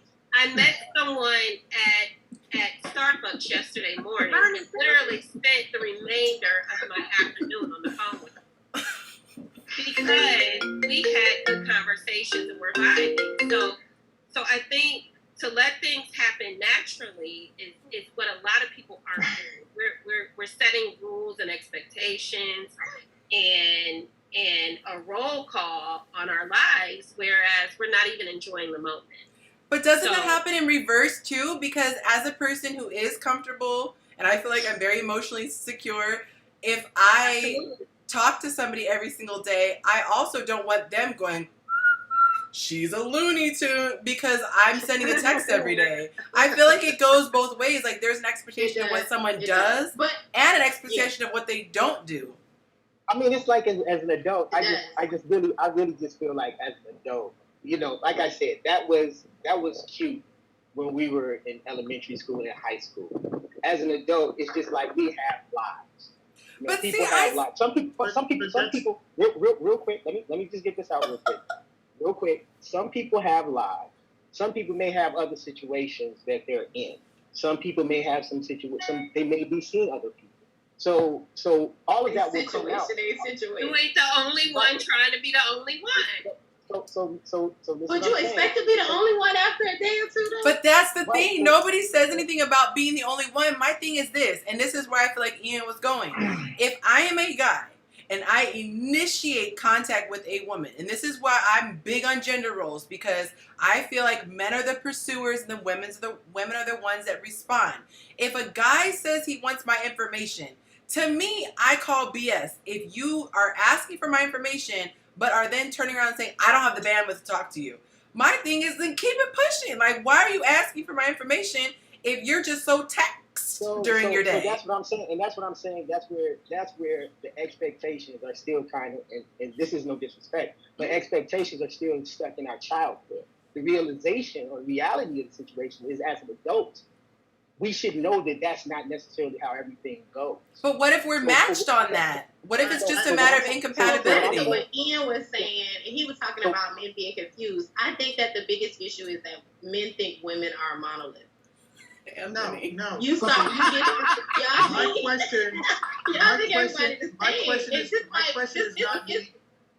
My question is being brought into another topic. My question specifically is it a sign of emotional readiness and maturity for a person to be ready and willing to share? I'm not talking about, because I'm talking about specifically what Jennifer mentioned earlier and what you came in with, Alashante, when you came in, kind of saying the same thing, is when a person is sharing too much of themselves initially, that you're like, hey, my question is it a sign of emotional readiness and maturity on their part being willing to share, or is it a sign of emotion or of the opposite, for the person not being willing to or ready to receive it? That's what I was saying. My question has nothing to do with every single day calling, and not specifically about that, whatever that point is. When you said that men get confused by women, that's what I was responding to. When you said that it can be women can be confused. Only because what we heard from Jennifer, what we thought we heard. I'm going to say that. What we men thought we heard from Jennifer did not tie into when she was talking about later on. It was like, wait a minute, now I'm confused. Are you saying it's too much, or I'm confused? I did not. So in that conversation from earlier that Lashante wasn't on, there was a conversation of if a man is vulnerable in his first sittings with you, would you be receptive to it? Or I said it would freak a lot of women out because we're not used to that. We're used to men being guarded and having all these brick walls built between their emotions and getting to know someone. So I said it would make a lot of women nervous. Now I'm saying, so there is a scenario where if you are vibing with someone and that vibe is correct, and Ian, you have not been on the past podcast of Yancey's, but the block situation is real because someone told me within 3 hours that he wanted me to be his woman. And I blocked him because it made me nervous. Like, what are you talking about? You don't even know me. You don't know me. We go together. You want me to be your woman. but you don't know if what I smell like, how tall I am, if I can wear heels with you, none of that. We don't know each other. So that's What did his wife look like, murder? Huh? And did he murder his wife? Oh yeah, and then he told me that no, I thought he did. I don't know if he did or not, but his wife and son died on the same day, and that was like, wait a minute, okay, this. Did Oh, we can go I ask straight a to question? murder? Did we go straight to murder? Like not a car accident? Murder was You the saw case Scott that- Peterson. Murder was the It's case Scott that- Peterson's fault. Not But COVID. my point being, when you have a good vibe with someone and the energy is correct, that you know that there's something there, I think it's natural. You don't freak out because you feel comfortable with that person. So, yeah, it is a bit confusing because not everyone vibes with one another. So the energy that you may put out might actually set off PTSD in me. Like, wait a minute, like I saw the Scott Peterson trial and he, and that was like a red flag for me. So I blocked him. So it is a slippery slope when it comes to meeting people and actually knowing who you are compatible with. But I think when you know you're compatible with that person, it makes sense. But it takes time. Like you Is can't. it a sign? Is it a sign of that person being ready and willing to share? Is it a sign of emotional maturity on that? No, I still because want to get to. I still want to answer that question. so Is it I'm a sign? answering that question subliminally. I'm saying that in some situations I would be uncomfortable, but in others, I see that there is a connection there, and I am receiving that. No, I'm So not. no, asking- it's not a sign of emotional. Is Well, it that someone was looking a at double My answer is homicide. no. I My can't answer stand is no. that. No. It's no. It's no. Absolutely, no. There you go. So we got to know. I think it's a lot deeper than are you emotionally mature or not. There's so many different variables. Number one, nor men or women are monoliths. One, especially women. Anyone who thinks a woman is a monolith hasn't met a woman. Let's say, that's the furthest thing from the truth, right? I don't think anybody on this panel is saying that. I don't Wait, think- Jason, she's not a monolith within A herself. lot of men think women are monoliths, and I'm like, any man that thinks a woman is a monolith hasn't met a woman. She's different on Monday than Tuesday there's than a Wednesday than billion-dollar Thursday. Industry dedicated for women trying to understand men, and men typically understand you're never gonna understand fully women. You just gotta roll with it. And we're not trying. And we're not really trying to. It's like married with children. Al Bundy, Peg Bundy. We're not trying. We get our groups called No Man and we hang out. Like you do what you're instructed to do at that point. It's like, what am I allowed to do and everything else? But I think it was mentioned earlier, a problem on both sides is we have too many templates when it comes to dating, right? And so much unspoken rules, and it's supposed to be like this, even though I never said it. And if you talk too much, it's a problem. If you don't talk enough, it's a problem. If you text me every day, it's a problem. If you don't text me enough, it's a problem. And we don't know which rule applies to whom. You see what I'm saying? And so, to Yanci's point, I thought about this a while ago too. She said she's in a different mind state with a platonic friend versus someone who you just met. And to me, that's problematic in the sense that we are literally trying on last names at hello. Like you meet somebody, and just because we exchange numbers, because we're attracted, you are literally looking at somebody as a life partner. Now, you have a best friend who you most likely cannot trace the date to where you became best friends. Never in the history of friendship has someone ever walked up and said, hey, you look nice. We should be best friends. We should get to know each other to be best friends. We never do that. No, I can't. I can. On average, we can't, though. There are some that can, But what I mean is, you don't approach somebody for friendship, though. You don't approach somebody for friendship. You're saying you don't come in. Into women. What Jason is saying is that you don't come in with the motivation. But I think I'm going to say where he's going with it is that But The thing is, that when let me we, go. Let me go. Because we know where he going. Go.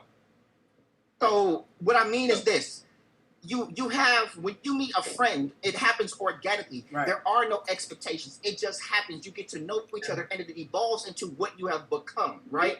But you expect a life partner to behave in a certain way at hello. You don't know this person. You don't allow it to be organic. You come and because you've exchanged information, you automatically have expectations on how you should behave if you want to progress in this thing. And it's not even communicated. It's supposed to be understood. And Right? and Jason, what's confusing, and I can only speak from the men's POV, is that you have one side where Yancy was like, if I'm feeling you, I want communication every day. Where Lashante is like, I got a life, I got a kid, I don't need to talk to you every day. And we're supposed to know who was who. And we don't. You know what I mean? But this that is- a man knows that. this is about what I me wa- when in the beginning. I'm a full-fledged person who thinks I need to communicate my thoughts and what I have going on. Right, So, but I mean, in general, it's not spoken. You do get someone like you who will express that, but in general, we don't know. We And don't know. Jason- Like, if we go from hello, this is the plight of men, and I'm not saying that it's not hard for women, but I've never been a woman trying to date a guy. But from hello, it's like you see this woman, you're expected to approach. To Yanti's point, we're expected to approach. We're expected to have the right approach. We don't know if we need to buy a drink or not. We don't know if we're supposed to stay around and have a lingering conversation or get out, holler at her later. We don't know if we need to call the next day or get a 48-hour customary rule so we don't seem thirsty. Then we got to talk to you enough, and then it's like, don't talk to me too long and not ask me out, but then don't be too quick with it. And then when you want to ask me out, you got to plan it. You got to pay. You got to pick me up. You got to open doors. You got to pull out chairs. You got to be interested. You need to pay. Like all of these things. And then I need you to do this often enough to want to do it with me exclusively, all while other dudes are taking me out too, so I can choose among the best of you. But then if I choose you, you need to do that and to behave a certain way long enough to one day get on one knee and ask my permission to take care of me and everybody that comes out of me for the rest of my life. you have definitely thought that through. No, What is that? I was gonna say Jason and I have had these. I agree with him though. It's really basic. I agree with him though. I do too. Jason and I have had these conversations Right, but at the end of for. the day, and that, but knowing all of this, the expectation is we're supposed to prove ourselves worthy of that. Like, you know. But women don't So- have to prove themselves worthy. But here, I don't want to get too far. You should. If you ask me to take care of you for the rest of your life, we should be proving it. We all should. Okay, but hold on. I don't want to get too far. I think we should treat others how we want to be treated. Okay, but I don't want to get too far past this, you guys, because we there's. learned that in kindergarten. Okay, there's. Johnson speaking. Thank you. Johnson. There's a couple things that I want to unpack because there's a lot of really good stuff that Jason said. First of all, can we give him an applause? This is why I like Jason. Okay, Jason and I have been having these conversations for over a decade. I mean, just that's why I jokingly put I didn't warn you all about Jason. Okay, but here's the thing. You absolutely nailed it, and you were all in my notes. You cut it into point number 4. But when you talked about, I said it earlier before you got on, that I had an epiphany this past week, and that I wanted to share it, and I was trying not to give it away when I asked the guys about the 1 through 7. I realized that, and Jason will tell you, because I was going to say, out of everybody on here, Jason's known me the longest. So he could tell you I have really evolved. Like, y'all still the evolution in the last 6 years. Jason knew me when I was in a cave.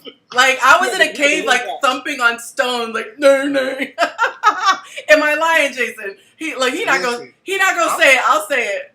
I'm proud of you. I was like a pioneer woman beating on stones with like 2 rocks. I have evolved, okay? He knew me when I had a BlackBerry. The way he just took that breath in and leaned back said it all. Exactly, okay? So he'll appreciate this.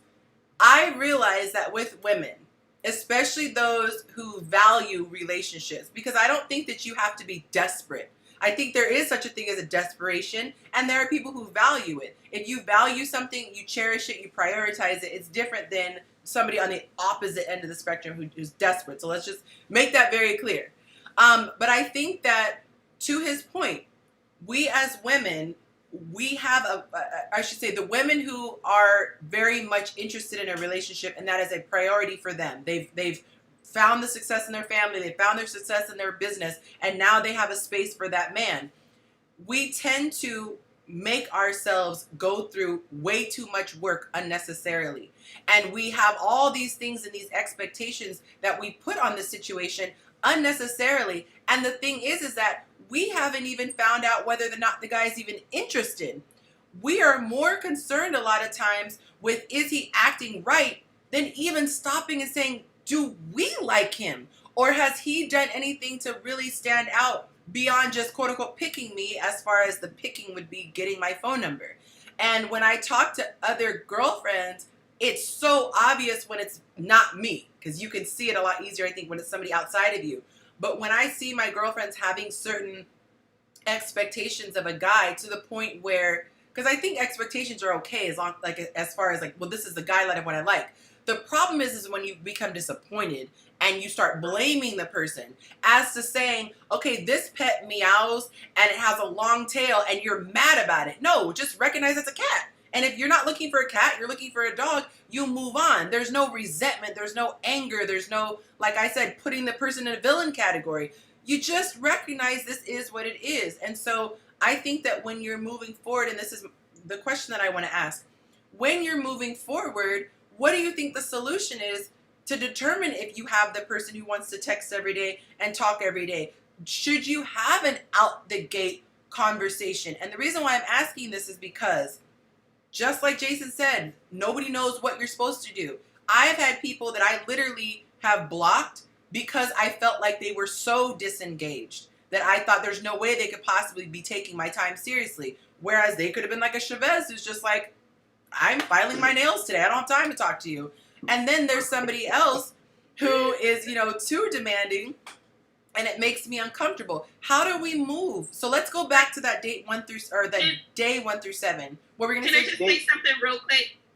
I think a lot of people don't look at dates as an interview. It's like when you're interviewing for a job, you put your best foot forward. You show your talents and what you are able to present to the company, which is the job that you're interviewing for. But that's dating. We are showcasing the representative. We are showcasing ourselves, and a lot of people don't look at it that way. They look at it as an opportunity to see what that person is able to give. So we are the interviewer, but we're not realizing that we are both interviewing. Yeah, I would agree. The question that I want to pose to everybody is this. So we're going to go back to, you met this person on a Friday, okay? And then you have the people who want to talk Saturday, Sunday, Monday, Tuesday, whatever. What do you do to determine if you have an everyday communicator or a when I get to it communicator? What do you do out the gate, or if anything, to determine this? I think it's incumbent upon both people to have outlined that, to have some kind of a conversation to outline that expectation, to either reference, hey, because of my schedule, or because of my previous responsibilities or my current responsibilities, this, that, and I think it should be, there should be some sort of communication. Like if there is a woman, or that says at least a text. At least a text is what I expect. If you don't at least give me a text, I'm feeling this kind of way. So you're saying have that conversation. So I think the conversation needs to be had because when though? I don't mean to cut in, but literally when. So we met Friday. When should this conversation happen? Saturday or. Yeah, I mean, I think so. I think to Jason's point. Jason. Jason, because he changed his name to Barzini. I'm just making sure. I think to his point, because we don't know, I think it's both people's responsibility. If you want to know, you need to ask. If you want them to know, you need to tell. I think it's incumbent upon the two to understand it's 100% conversation responsibility for that conversation to have. It's not going to say 50-50. One person should have asked, the other person should have told. So it should have been stated in some form or fashion. Yeah, I think it has to be stated because Because if Jason, or just as Chavez mentioned earlier, he doesn't want to, and Jason also brought it out, we don't want to hit you up the next day and then because we don't want that to be misinterpreted as thirsty and desperate. We want to communicate, we don't want to miscommunicate. So I think in order to avoid miscommunication, the communication needs to happen of what is expected. Do you expect me to, I expect you to at least text me. I expect, I think, or would it be okay? I just need to know because, I guess the guy has to ask, would it be okay if I text you or call you? Because I don't want it to come off like this. I like you, I want to know you, but if I miss a day, I don't want you to think he ain't even thinking about me. No, I'm just missing. I think that comes with time. Because I might not like you like that on day one. Yeah. I just might be interested. Like, okay, he's handsome. He approached me. Here's my number. He asked for my number. Whatever. I'm not gonna be like, I expect you to text me every single morning and all through the day. No, I'm not gonna do that. Now, but again, if he does it, is it gonna piss you off? I mean, I won't just say it like that. I'll be nice about it. But I'm saying, will it kind of annoy you though if he's texting you 4 times a day? Because you're saying I won't ask him to text me every day, but let's flip it the other way. What if he's comfortable texting you 4 times a day? Is that going to become annoying? No, it wouldn't be annoying. But to answer, Ian. What was him? Ian, the red hat. Ian. I don't think that conversation on how much you should text me or how frequent you should text me should be had on day one. That's just too much in the first week. It's too much because I need to see if I like you. You might be blocked. That's too much. But I think people do that. You can't win. I think people do that anyway, but we just don't kind of consider it. Because I know if a guy's like, I've been asked when's the best time to call you. And that's just like a simple one-line question. After he got my number, like, when's the best time to call you? Or I say, well, I'm going to be busy for the next few days, so just hit me up this weekend. I mean, I think we do that. We just don't classify it. Right. Here's the part. Like that. But this is what's difficult about. I'm sorry. Go ahead, Monica. I will say this. You can't really. I don't like people texting me. I don't like guys texting me. If you're interested in getting to know me, let me rephrase this. I don't mind a guy texting me. I just don't like it constantly being text messages because you can't really get to know somebody through a text message. As opposed to a call, you mean? Call me. Right. Call me. But there's a saying, and my grandmother always says it. It doesn't matter what it applies to, but it's you start out how you hold out. Right. So here's what I'm hearing a lot of expectation, and I think that's what the problem is. For me, I'll say that expectation is a trigger word for me, right? Because to tell me you expect me to text you at a certain frequency, that's a problem. You can tell me what you enjoy. You can tell me like, hey, this makes me feel good, and I can make that. Because for me, I'm like, hey, check it out. It's probably not going to happen, but it doesn't mean I don't like you because all of our lives look different. You see what I'm saying? And you have to ask the question, what would you prefer? A text every day because you requested it or a text every day because this is what you probably want? And that's why I said vibes. You go off of vibes. Right. But also, I'm also like, for me, I'm like, let's be adults. If you thinking about me and you want to text me or call me, just call me. Because a lot of people are saying, I have no problem calling a man. That's dope. But what I mean is, and I'll give an example because everyone is different. So my frat brother, he was telling me he and his wife were having a particular conversation because they have a different communication style when it comes to love. He grew up and they didn't necessarily express love like often in that way, and she comes from a family to where it was weird to him because they'll walk out of a room and say, I love you. And then when they come back in the room, they say it again. And so he was asking, like, why do y'all do that so much? She was like, because like in our family, if you think it, say it. You see what I'm saying? Mm-hmm. And so we are so busy trying to extract from someone else rather than pour in You know, Man, say that, because bro. what you got to Say do, that. like I work in education, and one of our mantras is model what you expect, right?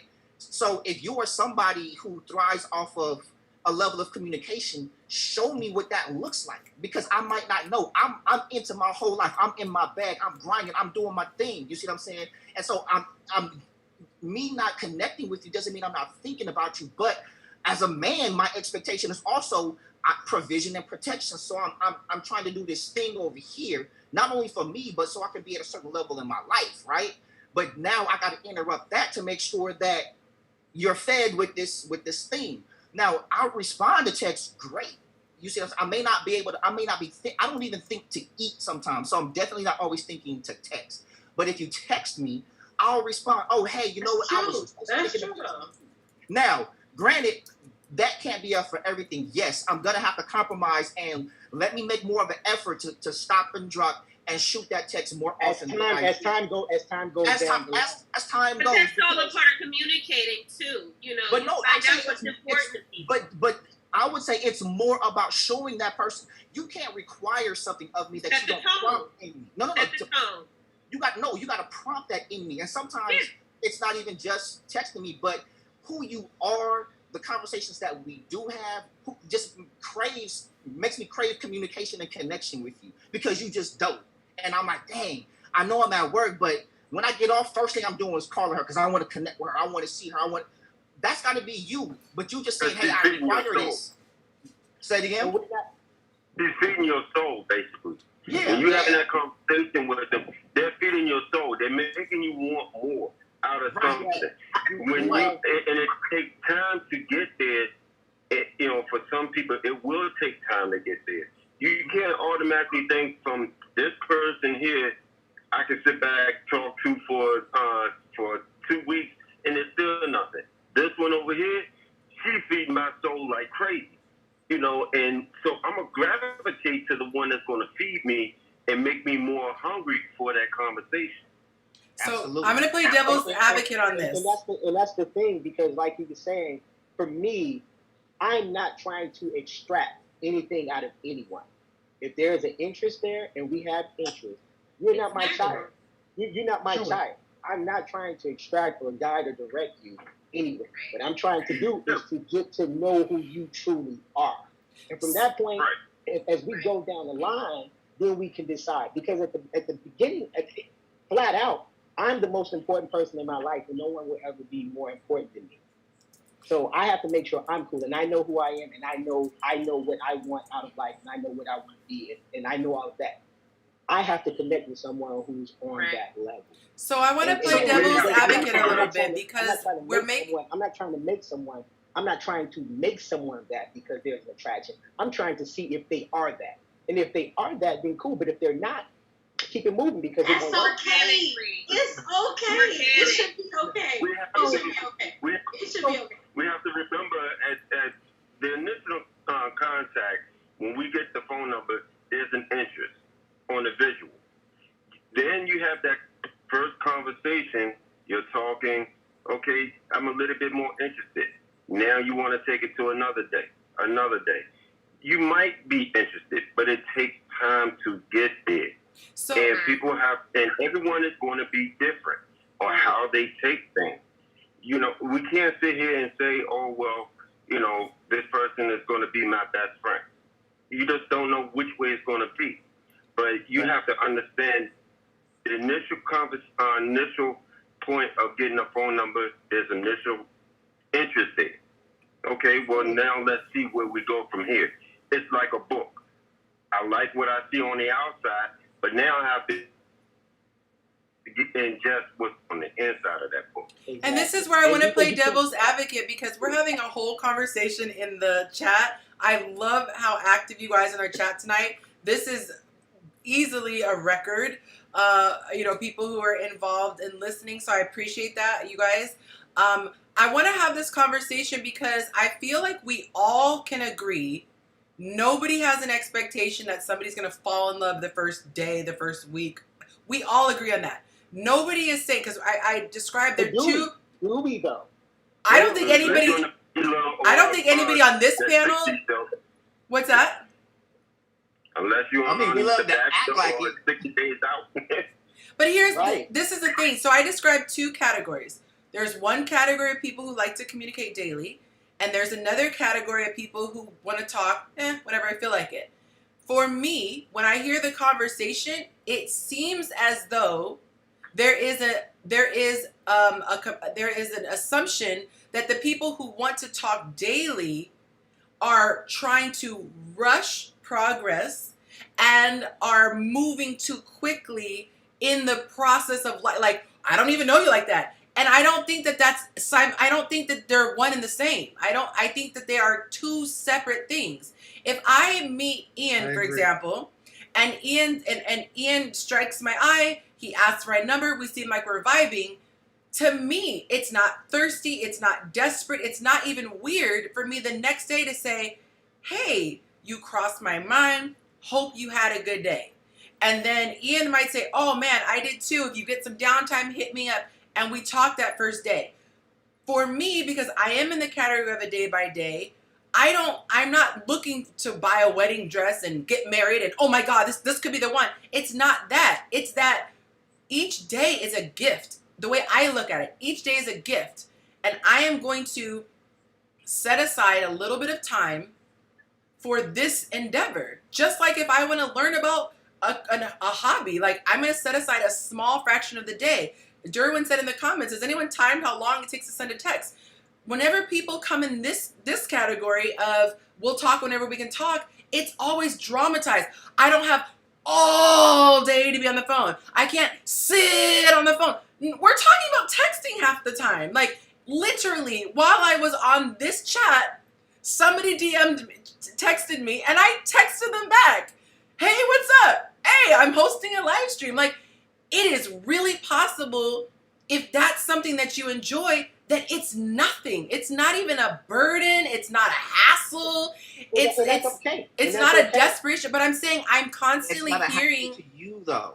But What I'm saying. But what I'm saying is, when I hear people talk about it who are on this column, it's mixed in with this isn't gonna happen overnight, and you got to let the person grow, but what we're saying on this column, because I think Ian's probably with me on this column, we're saying this is what leads to me deciding if I like you. It is having that conversation. So for me, it's hard for me to grow that attraction organically if I talk to you Monday, don't hear from you Tuesday, Wednesday, Thursday, I get a text message from you on Friday, might get a 2-minute, hey, how's it going?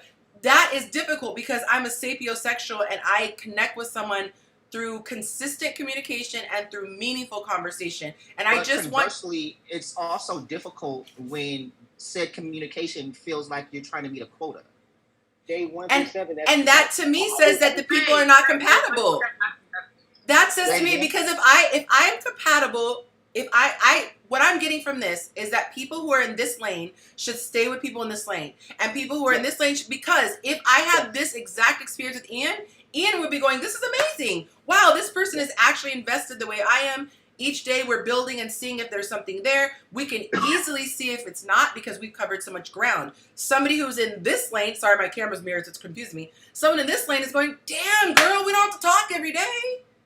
So I think it's a matter of compatibility. I don't think it's right or wrong. I think it's compatibility. I think it's also a person must know who they are and what they want. A person doesn't even know their own love language. Mm-hmm. Yeah. Right? If you don't even know your own love language, if you don't know what that is, then I recommend for those listening to check that out and understand that you should. I think those who have done and are doing the work should know their personality profile, understanding the breakdown of that. You should know your love language and the understanding of that, because in the way that you communicate love, and usually is the way that you want to receive it as well, and you have to know that about yourself. You have to accept, so part of what Yancey's speaking about and what she wants consistently, and I'm sure quality time is high up on her list. Number one. With regards to her love language. So I think we need to know that, and so just recommending for those who are looking to date with a purpose and get into a relationship and make their next, and to hopefully connect with somebody so that it's their last relationship. You should know who you are. If you don't know who you are really going to be confusing to an individual to get to know you because you haven't gotten to know you yet. So, and I suggest, and definitely with the personality profile in particular, well, both, and there's other things to test as well, but you really learn about yourself. It's like, I even, it kind of brings things from the subconscious to the conscious to you, like, holy, you know what, that broke it down. And some of it you might not like. You might be like, shit, really? It's like, I didn't, but if that's really what it is, that's the message I'm probably conveying to everybody else too. And if you don't like it, that allows you to change, because I can say, speaking for myself, once I started doing the work on myself, my personality profile changed over time. And if you're actually evolving, much like what Yancy is talking about, the evolution of herself, your personality profile should change as well. So true. I recommend that look into those things. There's and also only because Yancy mentioned earlier in the conversation about vantage points. There's an actual movie, I think it came out in 2008 with Dennis Quaid and what's that guy's name? The one that plays Harlem. Forrest Whitaker. Thank you, Forrest Whitaker. It's a great movie, not on the subject, but it's called Vantage Point, but it just brings into account when you see things from your perspective and you know you're right. You are not wrong. Yep. And you realize in the course of the movie, you're like, well, from your vantage point, what you didn't see was this, and you didn't see that. And that speaks to what Yancy. That speaks to what Yancy said earlier about the paradigm. Exactly. So I recommend that movie. It was a great movie. Yeah. I think you would really appreciate that in the end. And I just want to thank Yancy for inviting me to the panel tonight. This is my first time, and I appreciate the dialogue. I appreciate it. Let me ask you a quick question. Does anybody tell you sound like Kevin Samuels? Now that you said it. Nobody ever told me that. I did. Now that you said that. I'm sitting here going, yo, why is this voice? What is that thing? Ian, do me a favor. Ian, just say you're average at best. Can you please just say that for us? Come on, just say it. Just say it. Look, wait, I'll get to it. See, now I can't. I'm laughing right now. We'll have Monica say baby I'll first. do it before we close out. Okay. But I did, it's interesting. I've never heard that before, but thank you for mentioning that, Tony. That is true. That's interesting. No, I did host radio. I did host a live podcast for like 4 years on Facebook Live. I did a 2-hour show, it was done 5 days a week, talking about social, political, economic topics affecting the Black and Brown community, from local to international. So I did do that. So I try to, but that's interesting that you said that. I will promise, I will say that before we go tonight. We all gonna fall out when you say it. Laughing. I appreciate Monica's like looking down, like I want to laugh so hard, and she trying not to. I appreciate that, but no, she's just glad it's not her. We always ask her to say baby. I wanted to come off right, Tony. I wanted to come off naturally, and if it sounds like it, it is what it is. Tony has tainted the rest of this conversation now. Right. I was actually going to respond to Ian on that. Love languages, understanding love languages are very important, not only your own, but your partners. But I think even at a more simplistic level is understanding communication styles. And I'm going to go into the exchange when I first came in with Jennifer and I. It's certain things can get convoluted so in communication, we know there's encoding and decoding, and encoding is what one means and decoding is how we hear or receive it. And sometimes when you can hear something like, okay, we heard the trigger, like she said the word uncomfortable, and that was a trigger word. And then sometimes And I'm not speaking for you, Jennifer. I'm just using this as an No, example. I get it. Like everything else meant Right. something different after I said that word. Went somewhere else, and then sometimes someone can feel like, oh, you're saying that I said something wrong, and then it's like, no, we're not saying that you said something wrong, but then it can go. You see what I'm saying? And so I think when you're communicating, there's this level of clarity that you have to get, and sometimes it's as simple as learning certain transitional phrases. Because one that I use all the time, instead of assuming what someone means, it's this is what I'm hearing you say, and I'm asking you for clarity when I say that. So what I'm hearing is, and then repeat what you're understanding, and then give that person an opportunity to clarify, instead of, oh, I heard uncomfortable, boom, right? Because and you won't always do that, especially when it's a trigger word, right? For you. So people come in with a myriad of things in their bag. Like one of my personal triggers, where are you? Don't ever call me talking about where are you. First thing out your mouth. Trigger for me, right? Now, and I'm looking at Monica's face like, what the hell is wrong with that? I'm just asking you. Wait, no, I'm sorry. I was looking at something and I zoned out. Okay. Right. So I really just demonstrated the example that I'm giving now. I looked at her face, the expression, and assumed that it was response. So those type There of it things. is. That's a perfect example. Right. And so what I'm saying is a trigger is because it's coming from somewhere else in a past relationship, super insecure. Oh, like basically, are you with that B? Blah blah blah blah blah. Whereas I can be in a new relationship and she's literally just asking to be asked, like casual conversation, right? Casual, right? But for me, because of what I've experienced, I probably don't hear that, and I might tell her, "Hey, don't ask me that," and she might assume that I'm accusing her of being insecure, like the last one, when I probably just because it literally could be an emergency in my case. Right. I've run out of gas. You know, where are you? Right. So there's so I need to much. call my granddad. Right. So when we learn each other, I might have to communicate. Hey, do me a favor. Don't let that be the first thing that you say to me. You know what I mean? Like if you need something, say what you want. Say what you need.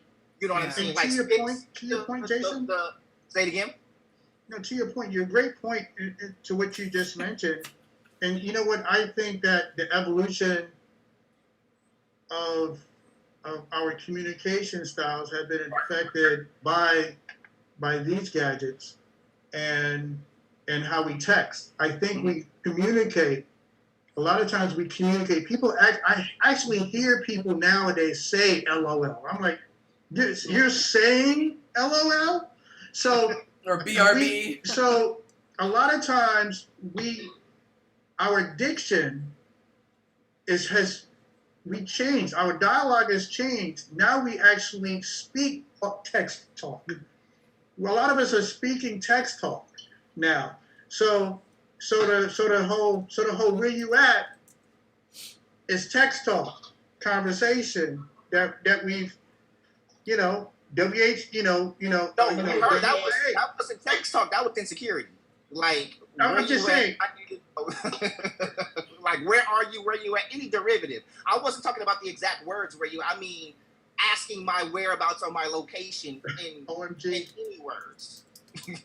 But here's what I like to put back on the table is that there's something that sorry, Kevin, I'm gonna call you Kevin Savage from here on out. Something that Kevin Savage. You ruined it for me, Tony. You totally ruined it. Everybody started laughing again when he started talking. Like literally. Yes, I was like, unhear it. Now you can't unhear it. Thanks. So, I know I can't unhear it. Tony, I would appreciate that. You got it. I was ready to do it. I'm ready. I wanted to be wrong. Go ahead. And you need to say, ma'am.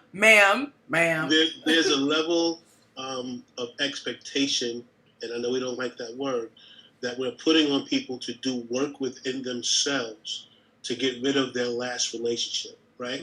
So that when we move into this new relationship, everybody's on par.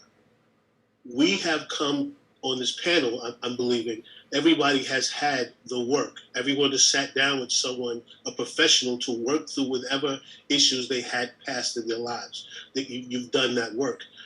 In this current situation, in this current worldview that we have, we cannot have that on other people because a lot of people don't think anything's wrong. They're still blaming the past 18 relationships that went wrong. They have not looked at themselves and said, wait, I do have a pattern. They have lost friends, relationships. That was my initial point that I was trying to make. Remember, I asked that. Right. So they've lost friends, both relationship friends. They've lost relatives because they don't want to admit they are the problem. So for me, when I'm continually hearing in my head, and this is my opinion, that at some point we have to get to the table, if it's day 1 or day 7. We have to get to the table and express how we're feeling. We have to get to the table and go, hey, Monica, I like you. Let me take your number. Listen, should I call you today? Should I call you tomorrow? Or should I call you Monday? Once you say, okay, I'll call you Monday, I'll be like, all right, bet. When we talk on Monday, depending on how that conversation go, then I'm going to go in with, hey, would you prefer to text or would you prefer to talk? Those conversations have to be had because those conversations are leaving people in their past lives and their past experiences, and it's getting real crazy. So I would suggest you guys stop playing with me in the text. Good point. I'm trying to keep it. My poker face is gone now. They put it up there. You know, so that's just what I'm saying. So I just hope that whoever's listening to this amazing conversation that we're having is start taking yourself off guard a little bit and kind of allow your natural self to be there. So when you're talking to somebody new, just be yourself. Stop being guarded. Stop being just waiting for the shoe to fall. And if the shoe does fall, the red flag comes up, say, hey, listen, that's a red flag for me.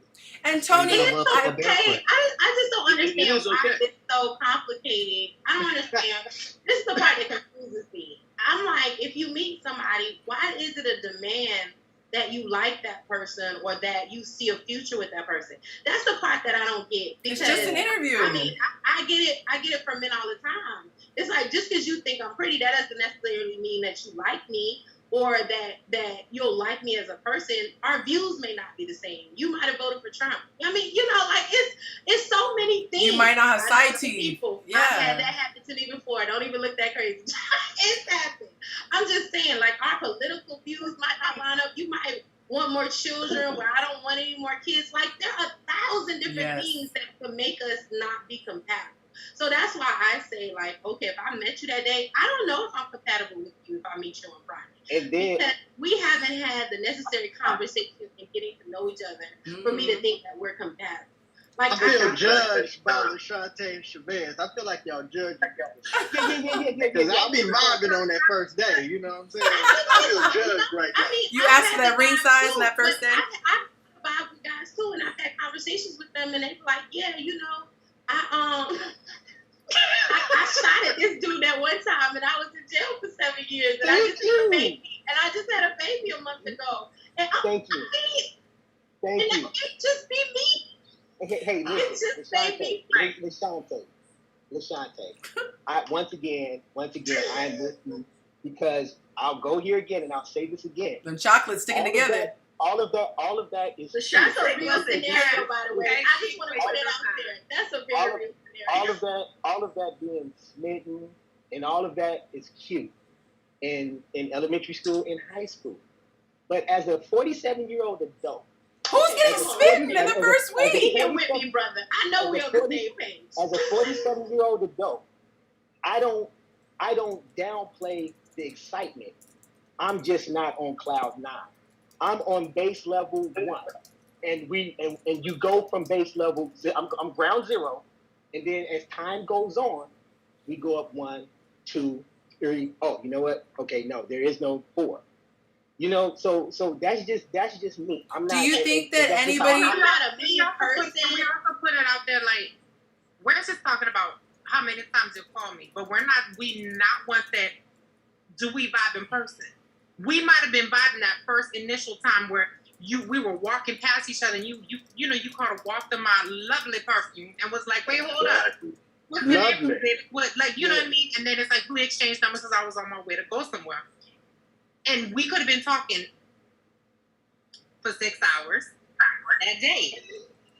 For 6 hours we was talking. and then you're like, okay, let's go to dinner. Then we go to dinner, and it's like, okay, this is awkward. Or it's like, oh, you're a lot shorter than what I thought you were. Or it's like, oh, I didn't realize your teeth is jacked up. Or you're awkward in person. Some people are really good on the phone and a horrible Hey, person. that's why I got off all them dating apps this morning. Like, Yeah, man. You know, and you know, like one of my girlfriends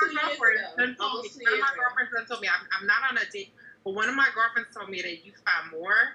What was it I trying to say? You find more married men on dating apps. Yeah. You do. I can believe that. Yeah. Which is like, that's scary. Most of them You know are what I mean? married. So I want them to do a statistic so I know exact numbers of how many married men are dating. So on the other side of that point, though, like I think everybody needs to give themselves permission to be who they are and how they get down. Like Chavez, that's his get down. He's like, I'm not gonna show excitement because whatever. Where you got somebody that might go in barefoot, and what I mean by barefoot, that's a term that one of my good friends and I, she was talking about going into relationships, but she doesn't give her all because she's always waiting for the other shoe to drop. And so I said, well, I just love you barefoot. Then. There's no other shoe that's gonna drop.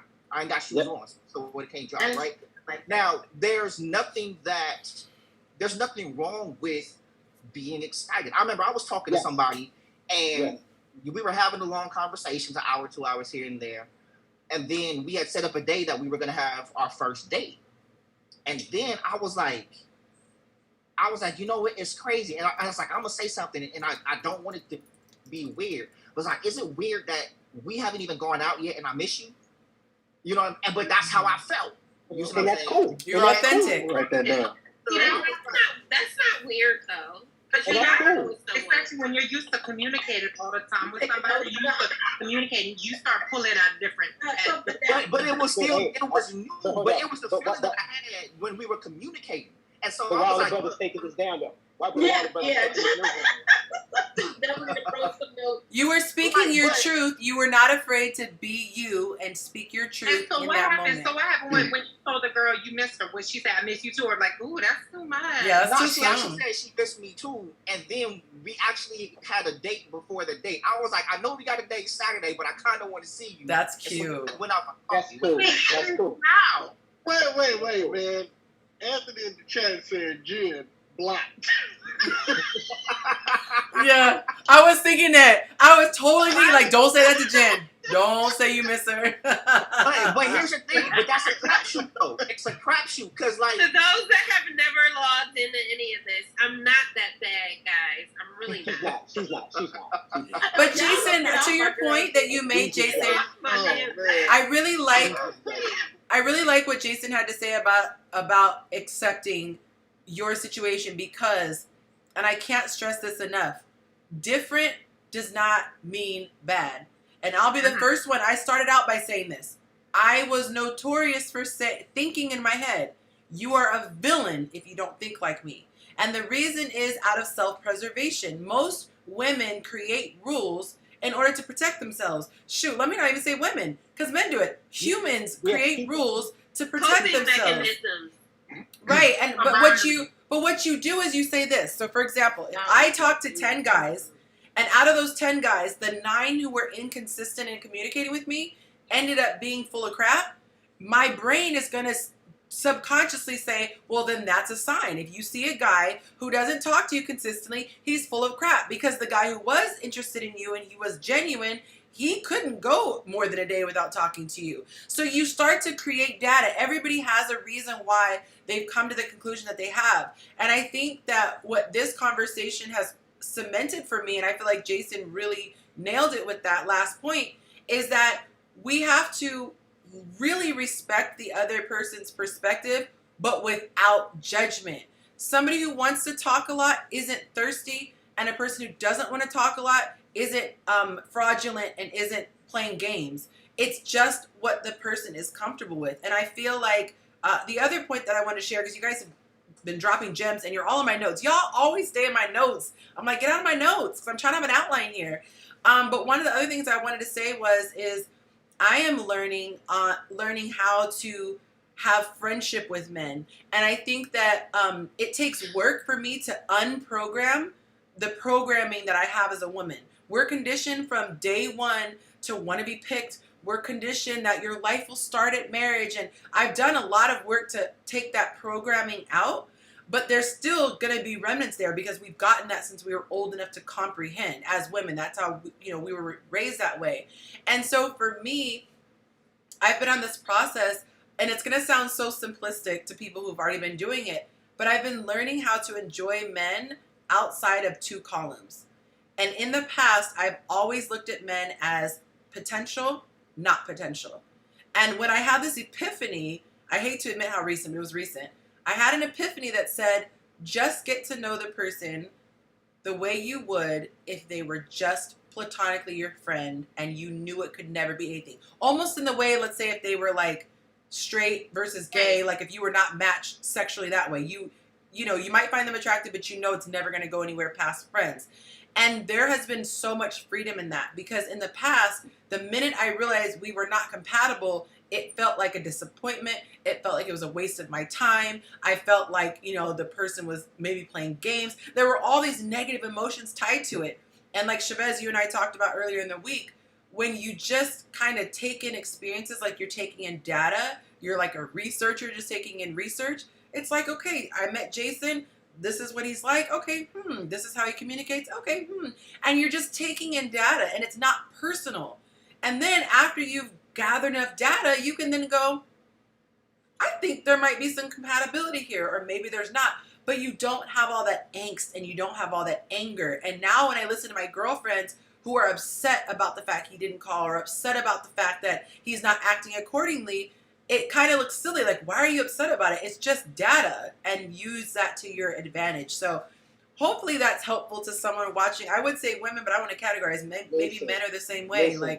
Listen, the Buddhists have a saying, and what they say is the source of most of our suffering and pain is attachment and expectations.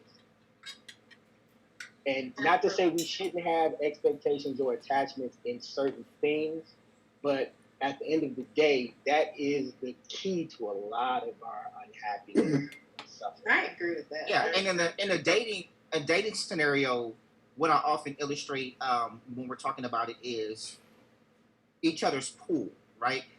We expect an entire gender to change their behavior to fit a narrative because we want the pool that we choose from to be vast, while the pool that we reside in to be shallow, right? So we want to be amongst the few to be chosen from, while our options vast.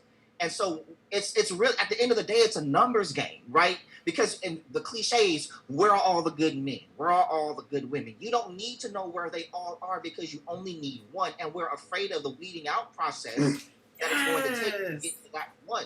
But if we put ourselves in a mindset as when that one comes, it's going to make all the BS that we've gone through worse. Like, where's the one that's going to make everything? Or I don't even think about that anymore. Like, being with you, I can't even remember all of that because you're so much better than what I've experienced. Furthermore, I think there's a lack of accountability that we took on ourselves because we may not exist in the state that is necessary for us to meet our counterpart that we desire.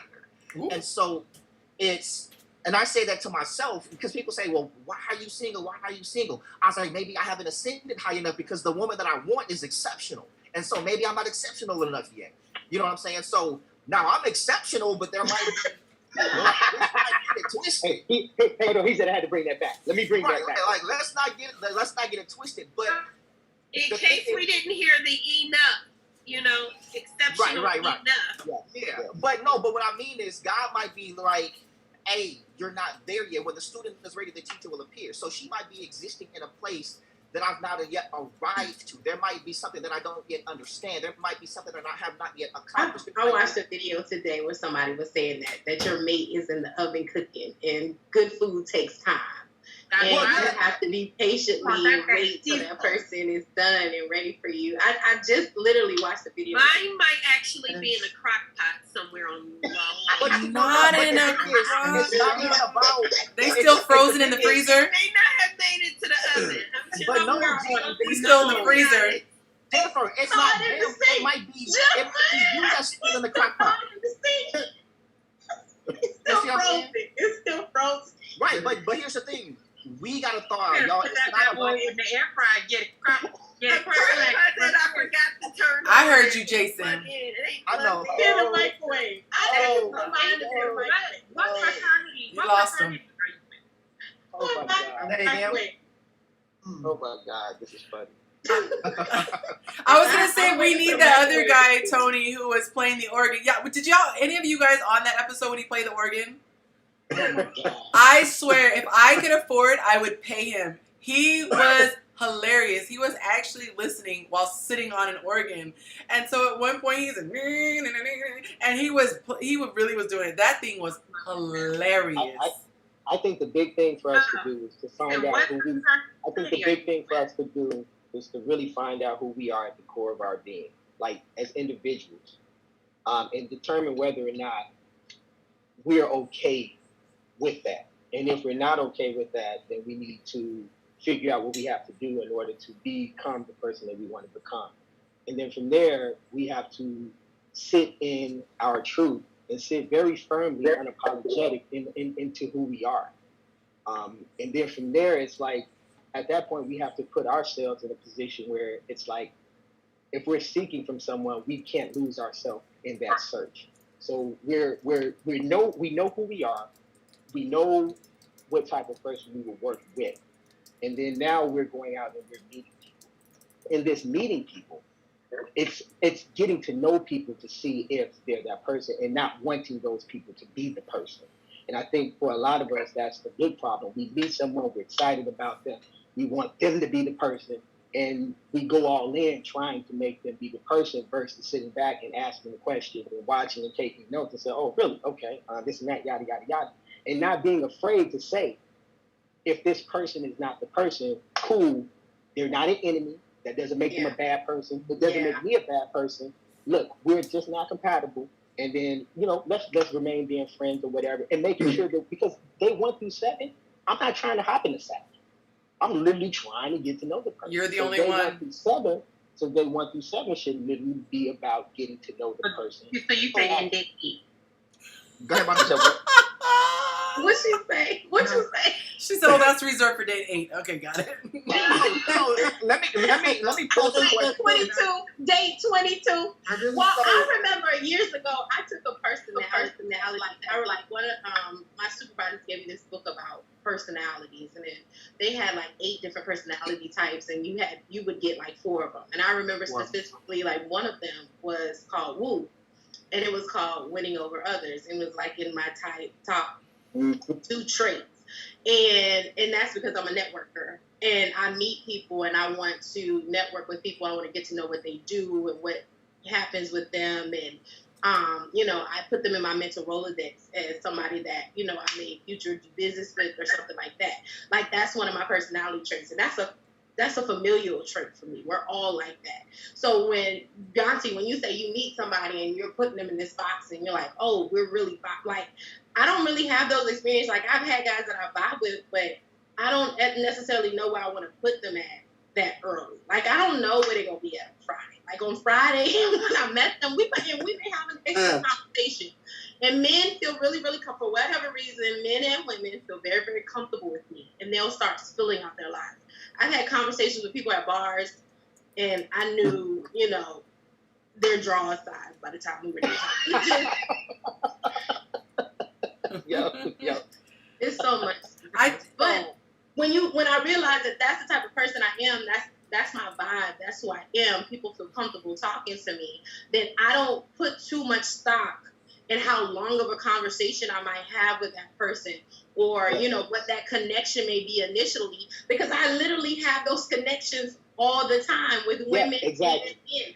I can have a 6-hour conversation with somebody, and I may never, ever, ever want to date them. Like, it's just, so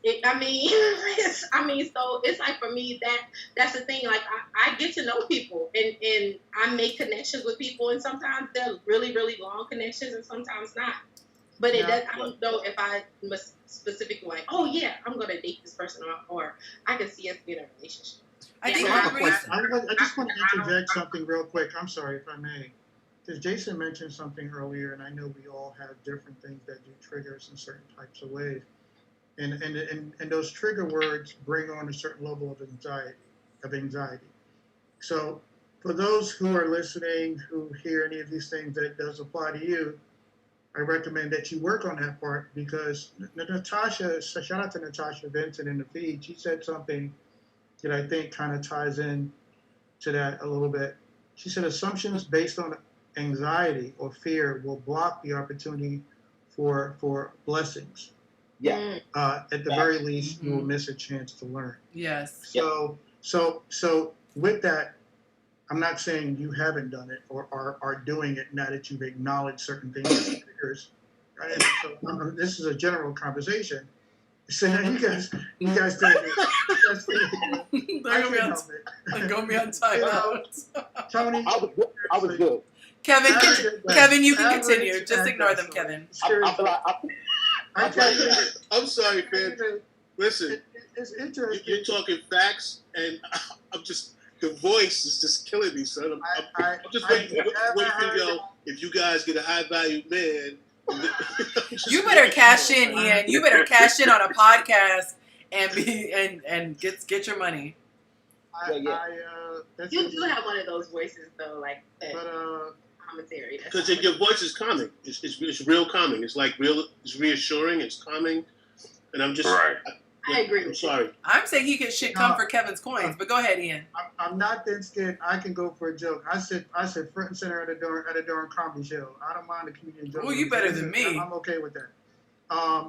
So no, but I just wanted to kind of point and tie that in because Natasha's comment, and a shout out to her for that comment, kind of ties into a couple of statements that was being made because we have to realize, for those of you haven't done the work or in the process of doing, you should.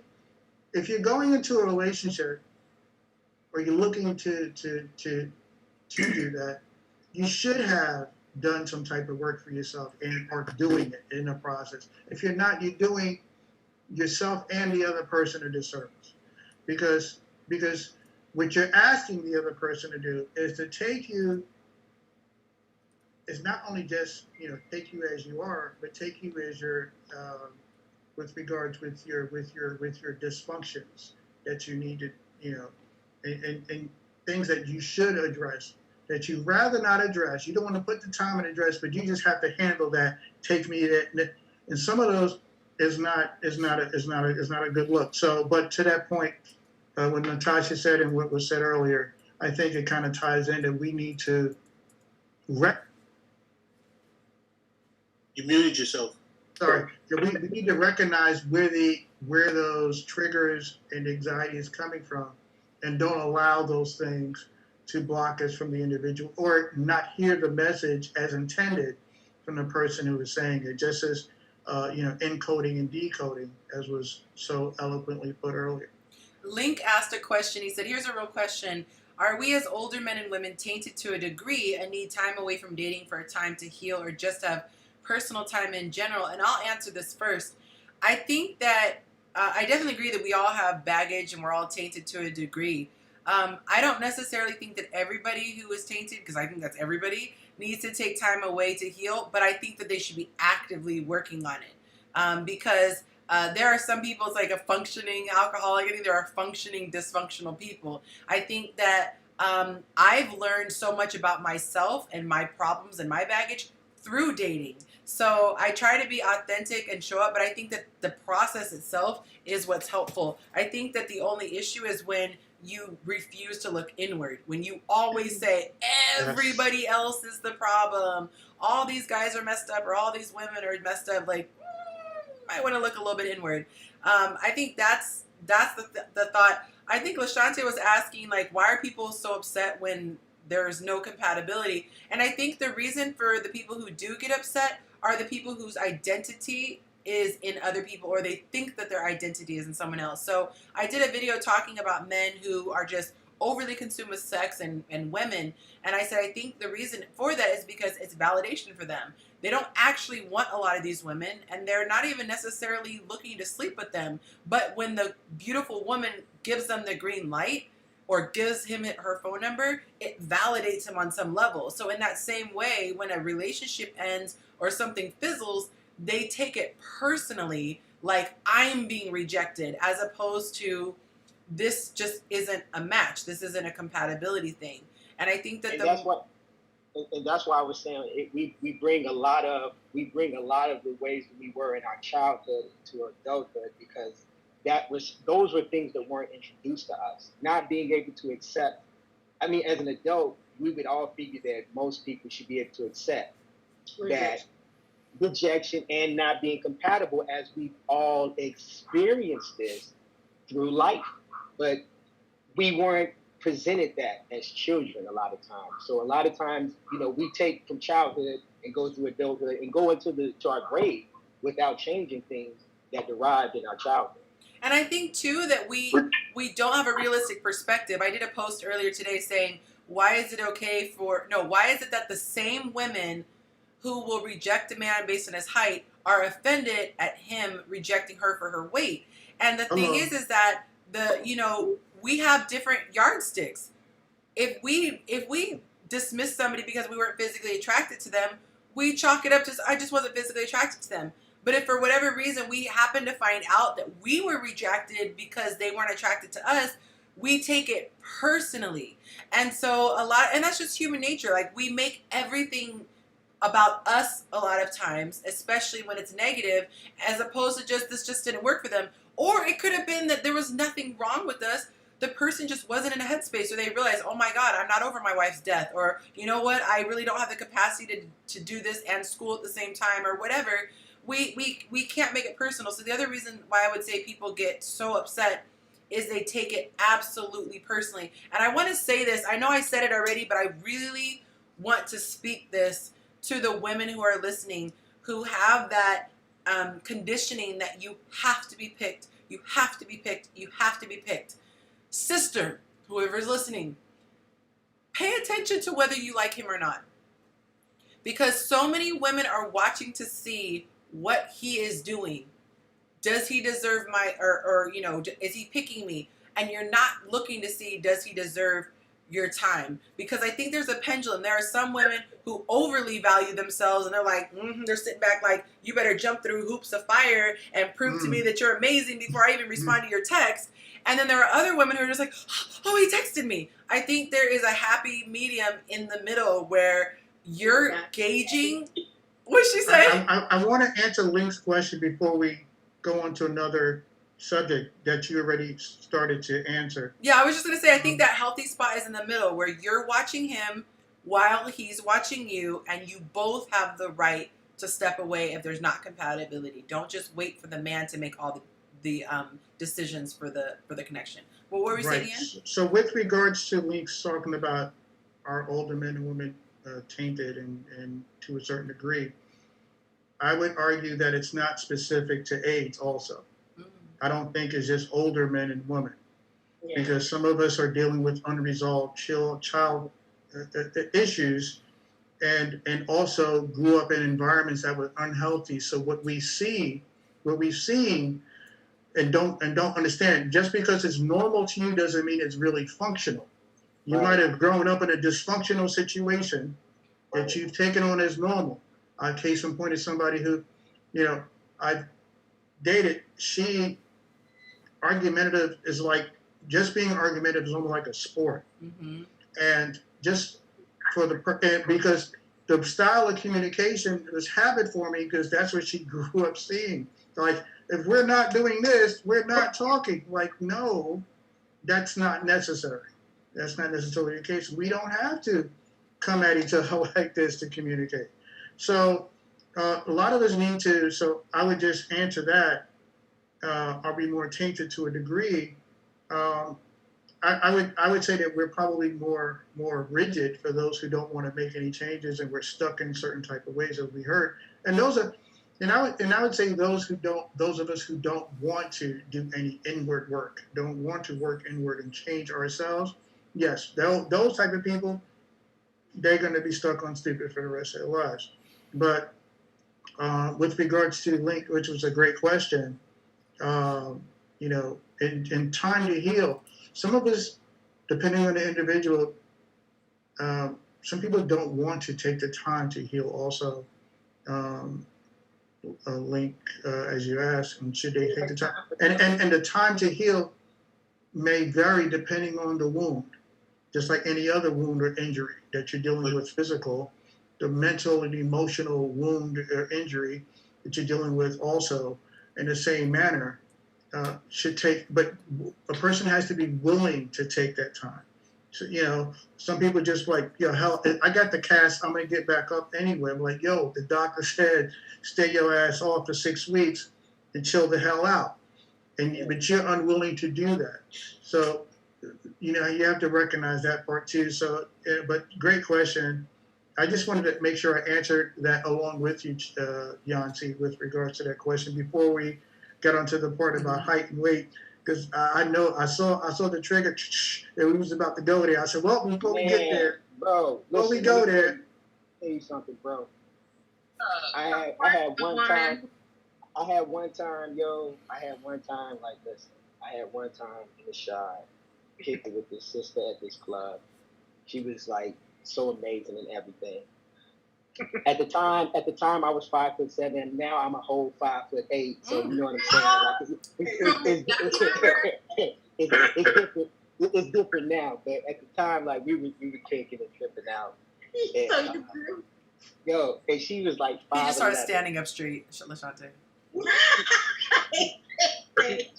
She was like, yo, and then those are my Prince boots. And check this out. She was 5. Listen. She was 5'11", and she said, you know what? She was like, I've never dated anyone shorter than me. And I was like, damn. She was like, if you were at least my height, I could be cool with that because, you know, if I wear heels, I'd be taller than you. But if at least you were my height, I would be cool. All right, though. Man, you're supposed to tell her we all the same height laying I down. think height is a foolish. I think height is a foolish disqualifier. But I don't think it's foolish because at the end of the day, most women, and you know, I'm not a woman, but from what I've heard from my female friends, most women, it's about security and comfort, and women just feel more comfortable and psychological. And it's a so I wouldn't say it's foolish. I think there's a psychological aspect of it where it's like I think it's more cultural.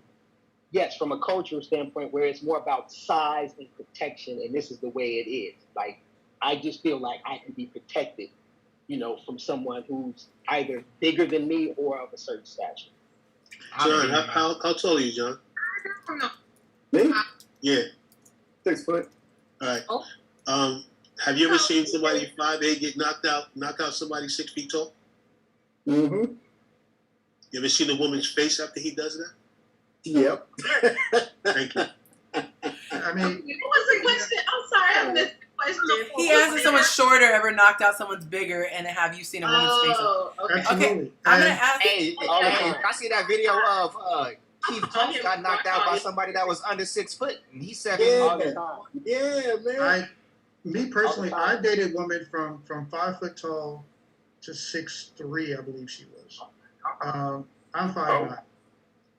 I didn't.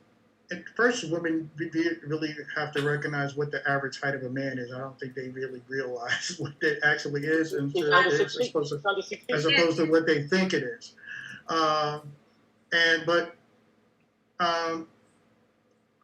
For me, I was always secure. And some of us men, it's not just the women, we're insecure. Some of us have culturally come up with that level of insecurity with regards to height of a woman as well. I never had that issue. The woman that was 6'3", she wore heels when she wanted to wear heels. I didn't give a shit. So I think and to Tony's point, if you can present yourself as a protector and she recognizes that, I guess, you know, regardless of your height, I guess that'll factor in as well. But it's hard to do. It's hard to do that in the beginning. It's like I agree. That's why my opinion. I say I think it's a foolish disqualifier to disqualify somebody because of their height. I have men disqualify me without even knowing. I have men disqualify me that they're uncomfortable that I'm taller than them. I didn't hear you, Yancy. I didn't hear you. I have had men who are uncomfortable with me being taller. They say they were okay with it because I finally said, you know what, let me give this a try.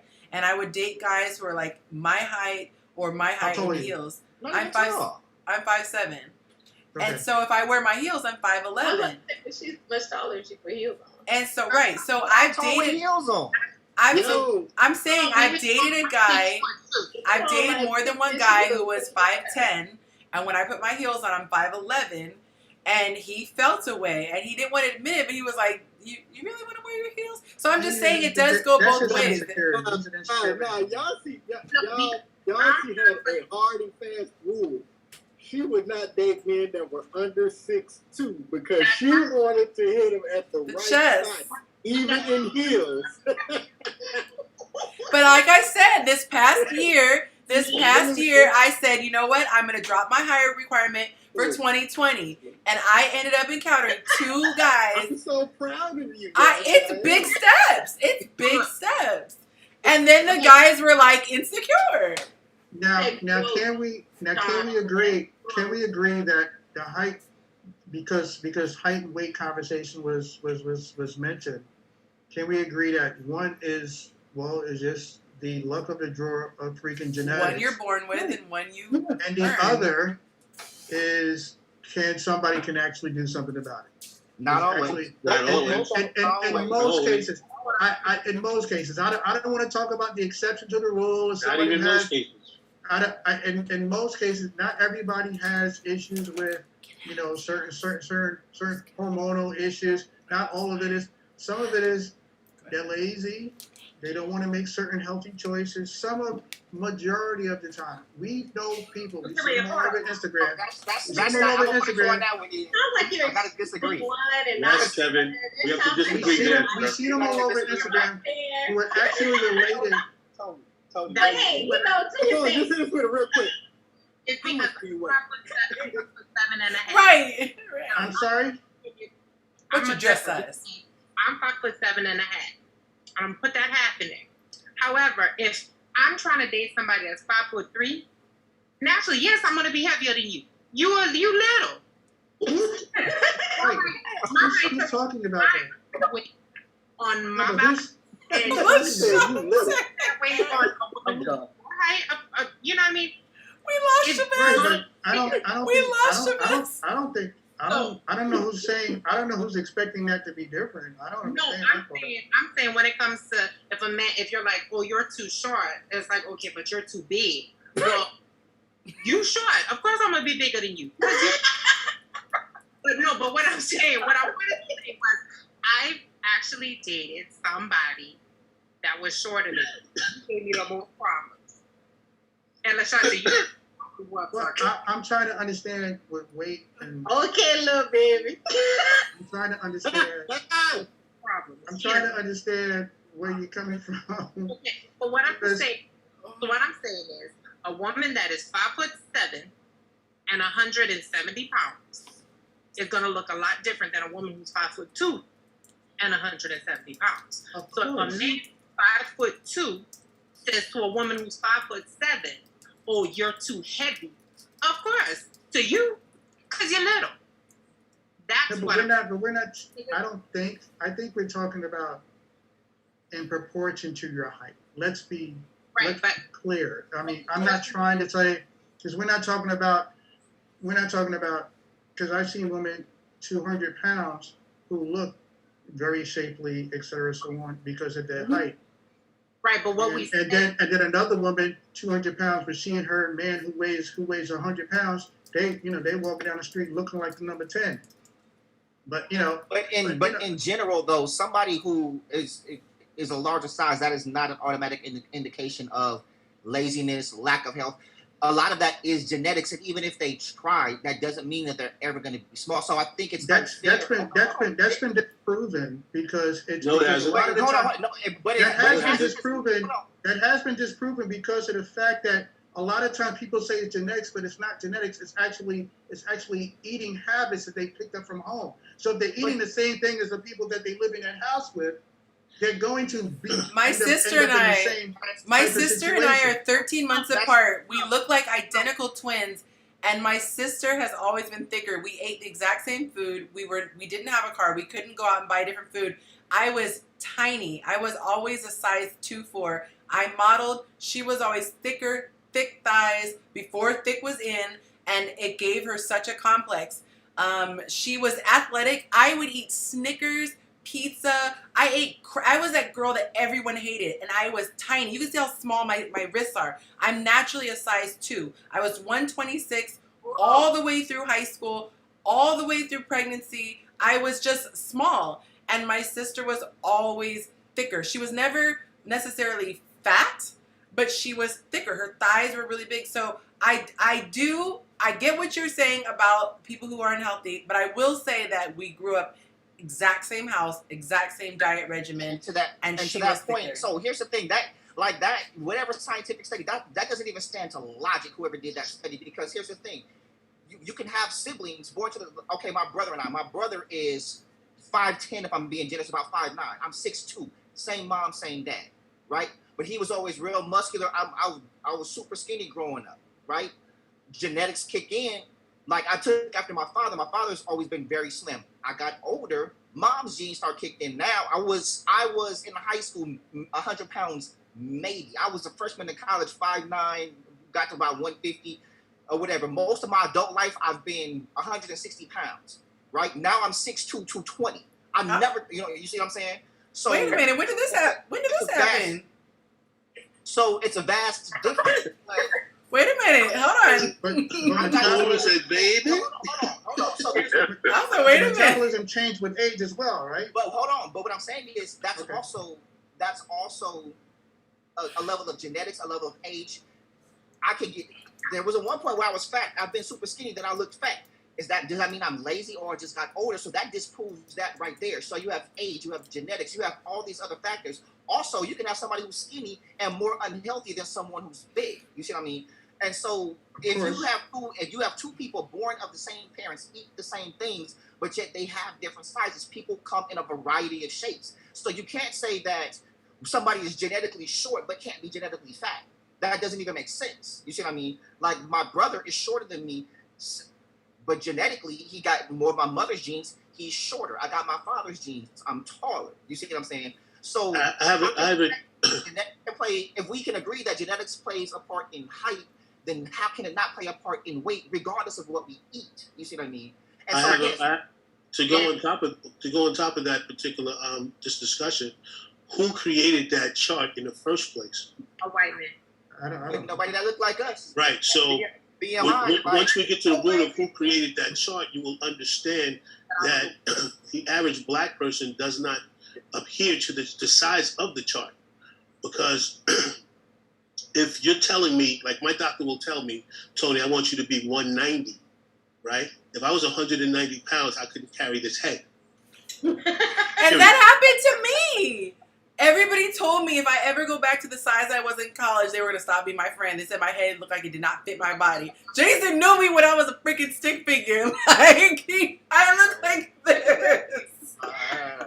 Hey, I mean, you cute, but Very but you also, there's certain things that are at play. To Tony's point, when we consider who created that, they didn't look like us, and so it goes into a level of conditioning that to be beautiful. Like, here are the height requirements that you are supposed to be, and according to these height requirements, here are the weight requirements that you are supposed to be, or you're obese. You know what I'm saying? Or you're supposed to be this. So then you got people killing themselves to try to be a certain size according to a certain height, based on what somebody said they're supposed to be, and if you're not, you're unhealthy. And so now, if we also, there's also studies that eating you have to add in stress factors and anxiety and all these different things that people go through in adulthood, which affects your health. Now that's the and just for the record, I don't subscribe to like that Kevin Samuels charts that he uses in his head from the Eurocentric standpoint. So I know the charts that I was speaking about in the conversation is from an Afrocentric perspective. It definitely was different. It was a definitely different numbers and charts. What I was speaking about, talking about health and overall health and all that. But you have to understand, we were genetically bred to be how we are right now. Yes, we were. We were given the poorest of foods that we call soulful, that we call soul food is one of the most unhealthiest brands of food for us to eat. And we were conditioned and cultured and culturizing that and accepting that as the norm. Just as we spoke about earlier about dysfunctional, growing up in a dysfunctional household, but it was normal to us, and we assumed that's the right way. Just in the same but way. we also adapted to that. So you have to, as human beings, we also adapt to our environments and our bodies adapt to that as well. Right. No, exactly. So the thing generationally. Is, right. No, but soul food, all of that goes all the way back to slavery. So when you're feeding your body a certain thing over time, it adapts. So to say you're eating the wrong things, no, that's the wrong thing for you. We've been outliving white folks since forever, right? Why do you think you got all these old people still eating pork and cooking with lard and everything else? Because our genetics and our ancestry has adapted to that. Now, I'm not saying just go out and eat any old thing, but that's what it is. So when we talk to our grandparents and stuff like that, and they still smoking cigarettes, that's not healthy. Like, boy, I'm 82 years old and I've been smoking cigarettes and they don't never die. You know what I'm saying? I think it's a mistake to always talk about those exceptions, but I understand what you're saying. But that's not an exception. I'm going to tell you this right now. My best friend's grandmother is 100 years old. She smokes like a chimney. She eats nothing but pork. Now, follow me. Her brother, her older brother, one of her older brothers just died. He's 105. He did the same thing. She had another brother that's almost 100 years old. They do the same thing. His family has that long-lasting genetics. And then my best friend's mom died, and she ate totally healthy, worked out every day. So here's what I want to give you as a nugget to hold on to. When you see unhealthy, unhealthy means I am, say, 300 pounds, right? And I am diabetic. That's unhealthy. Then you can have another person, 300 pounds, same height, but have perfect body mass. Like they're not diabetic, they're not doing all these other things, but they're healthy because they eat healthy. Their body's just designed to be that big. Right. So when we automatically assume because somebody's big, they're unhealthy, we're really doing that. That's not a real good thing, fam. It's not a real thing. When you say somebody that's 284 pounds is unhealthy, I would never say it again. Ever skinny. Right. I was saying, would you consider somebody who's 284 pounds unhealthy? I have to understand height, weight, and gender. 6'1". 6'1" gender. Male. Athlete. Doesn't matter. 6'1" male. Sure, it matters. You can. Sure, matters. Sure, it matters. No. It doesn't. Whether they're an athlete or not doesn't matter because if you start to play a sport, you are an athlete. If you no longer play the sport, you are no longer an athlete. So that would give you that condition. So what I'm saying, at 6'1", 284-pound male, is that healthy or unhealthy? Is he trying to ascertain muscle mass or? Yeah, I mean, no, we're just talking about because a person's weight is not just fat. So exactly. I don't. So when I'm speaking about when I speak about overweight, I'm not speaking about muscles. You're talking about stuff that jiggles. Like for example, when we're talking about height and weight, the sister that she's 5'1", 135 pounds. She's on the football team. I forgot her name. She's in the women's football league. She is perfectly, stacked for her muscle, all that stuff. She got abs galore and all that good stuff.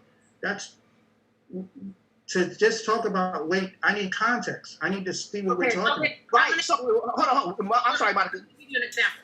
I'm 5'7.5". I've been 5'7.5" since I was like in the 9th grade. I was a cheerleader.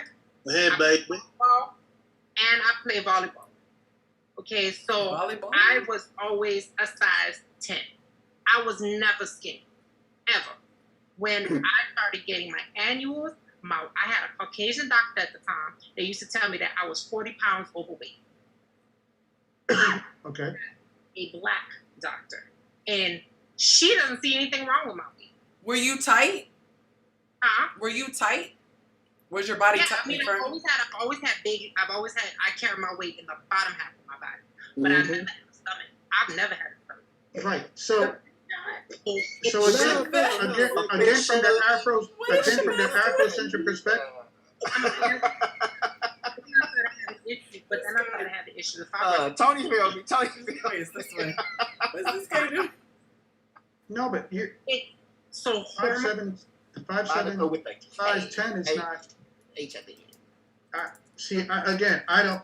The problem, like I know that the joke with regards to Kevin Samuels, when he talks about the women on his show, he is using a Eurocentric model. Is he? He is. When he talks about height and weight. He's using a model that he created because he was an image consultant, right? No, but he's using a Eurocentric model. No, he's using his model. I'm saying he's my frat brother, so there was discussions and like we unpacked all of this. But I'm gonna say that to say you actually. But I'm talking about the source. Regardless of it, the source of this is a Eurocentric model. But just to Monica's point, when she had a Black Doctors Matter, they understand because it's foolish to think, for example, a woman 5'7" with a with a size A cup breast and a small butt is going to weigh the same as a woman who's 5'7" with D cups and wider hips and butt. It's ridiculous. A lot of times when he's speaking on that, he's not talking about the Black woman's right. body frame. Let's He's using a Eurocentric. But back up from there. Whether or not he's wrong. He's using that. What I'm saying is this: because you killed your own argument. How did I do that? I'm about to change. Because at first you made the general statement that the average person who was overweight or whatever is unhealthy. But then when I gave you specific dimensions, you said height and weight. Wait, listen. Okay. You specifically said that you need context, and you need context with every single individual to know or ascertain their health. You can't make a general statement to say they're mostly unhealthy or lazy, as you said, and then in the next say I need context. You see what I'm saying? So that's what I'm saying. I'm talking about height and weight. If I'm meeting a person, I'm seeing them. I have the context. I'm talking about the weight of the individual that I'm looking at. You only have a context of how they look. It doesn't matter. Just because you're looking at them does not make them lazy, unhealthy. You don't know that because you can look at somebody who actually looks fit, high blood pressure, hypertension, high cholesterol, anxiety, stress, and you can't tell that by looking at them just because you need, like you said, your words, I need context. So you got to keep that same energy when you look at somebody. And with that same energy, if the person if I'm looking at a person, and again, when I'm talking about weight and when I'm talking about height and weight matters, when I'm talking about weight, I'm not just saying pounds. I'm not just saying 100 pounds, 200 pounds, 300 pounds, 400 pounds. And with relation to muscle, fat, et cetera, so on. So for me, when I'm looking at that, we can't discount to say a person somebody's body fat by looking at them. We can't say a person with that has one ab actually goes to the gym and works out. We can't say a person with one ab, no ab muscle, just a big old round that health is a priority. You can look and see that. That's not the case for them. They're not looking at that. What you said, the part where we agree, I need context. Those are your words, not mine. Absolutely. So, all right, guys, you keep that energy. Like you can't look at somebody and ascertain their level of health. You just simply can't, because you might have somebody that looks fat or whatever and probably outrun you. You see what I'm saying? Outlift you, outlive you, and do all these different things. They can probably eat healthy and do all these different things. It doesn't necessarily mean they're gonna lose weight. It doesn't mean their body is not functioning properly. You can't look at someone and do that. It's not fair to them. But because the same, energy, you can see somebody that's smaller than them and assume they're healthy. So it doesn't speak to their lifestyle, potential lifestyle. Yanti, were you about to interject with something? I was gonna say, as much as I want to weigh in on this topic, I'm gonna switch it up. A little bit. I want to move it on just a little bit because I wanted to ask the guys a question. I wanted you to give the ladies watching some advice, okay? No pressure, but I want you to speak for all of mankind on this one. So no pressure, guys, okay? I want... That sounds like a whole lot of pressure. I would like you guys to give some advice to women on what she can do to let the man who is talking to her know that he is on the right path, she is interested. And also, what are things that she can do to show her worth? Because we know that we as women are always, programmed to say, okay, prove to me, guy, that you're worth my time, prove to me. You guys have stated before, not just here, but in other platforms, that you want to see also she's worth your time. Her physique caught your eye, but now you want to see what's between her ears. So I'm going to go around. I'm going to start with Jerome, and I'm going to go with the order that's on my screen of Jerome, then Tony, then Ian, then Jason, then John, and we'll end with Chavez. But Are we still talking about within a 7-day context? Are we still talking about that, or we just it could be within the 7-day context. Just something that she can do. I like to call like the airplane directionals, that she can let him know he's going, the right direction. She likes that. And also what she could do to add value. One of you guys said something like, instead of just waiting for him to call, pick up the phone and call him. So we'll start with you, Jerome. I'll put you on the spot. And if you want to pass, you can go to the next person to give you more time to think. Okay. Be yourself. Don't do anything different, because if we can't be ourselves in this whole thing, then we're lying to each other. Point blank, period. There is no way that I can sit here and tell you how to act. I should be free to be who I am, but be respectful at the same time. Understand where I'm coming from. I need to understand where you're coming from. Be able to communicate. We have to be able to talk to each other. Understand, if I say this, it affects you in some kind of way. Or if I say that, I have to understand where you're coming from. So I need you to be yourself, but also be able to communicate with me and let me know exactly, am I on the right path of trying to be that man for you, or if we're just going to be like a brother-sister type situation or what have you. Just be yourself. I like that. We want to sit here and put stipulations on this and on that. Be yourself. Once you do that and you achieve that much, then you will know if you can go to the next level. You know where you're going with that person. So just be yourself. That's the best way that I would look at it. I appreciate that. Okay, Tony, you're up next. Well, he took the words right out of my mouth. Be yourself. Point blank, period. Stop worrying about if I'm going to get my feelings hurt, if this guy doesn't continue to call me, if he really likes me. I got to be this. I got to be the people that I see on TV and Instagram. Be who you are. If your core values is, I'm not giving it up until 90 days, then that's your core values. Stick to your core values. Stop allowing people to make you go out of who you are. If you don't want to go to the club, don't go to the club. Go to movies. If you do what makes you happy, period. And the person that I think somebody said it earlier. I think we lose our blessing and block our blessing by trying to imitate what we think other people's expectations should be of us. Be yourself. That's it. Perfect. And Sai says that she also has learned from this episode to not ask, where you at? Okay? She said, boost mobile voice. Where you at? Where you at? My J-Hub.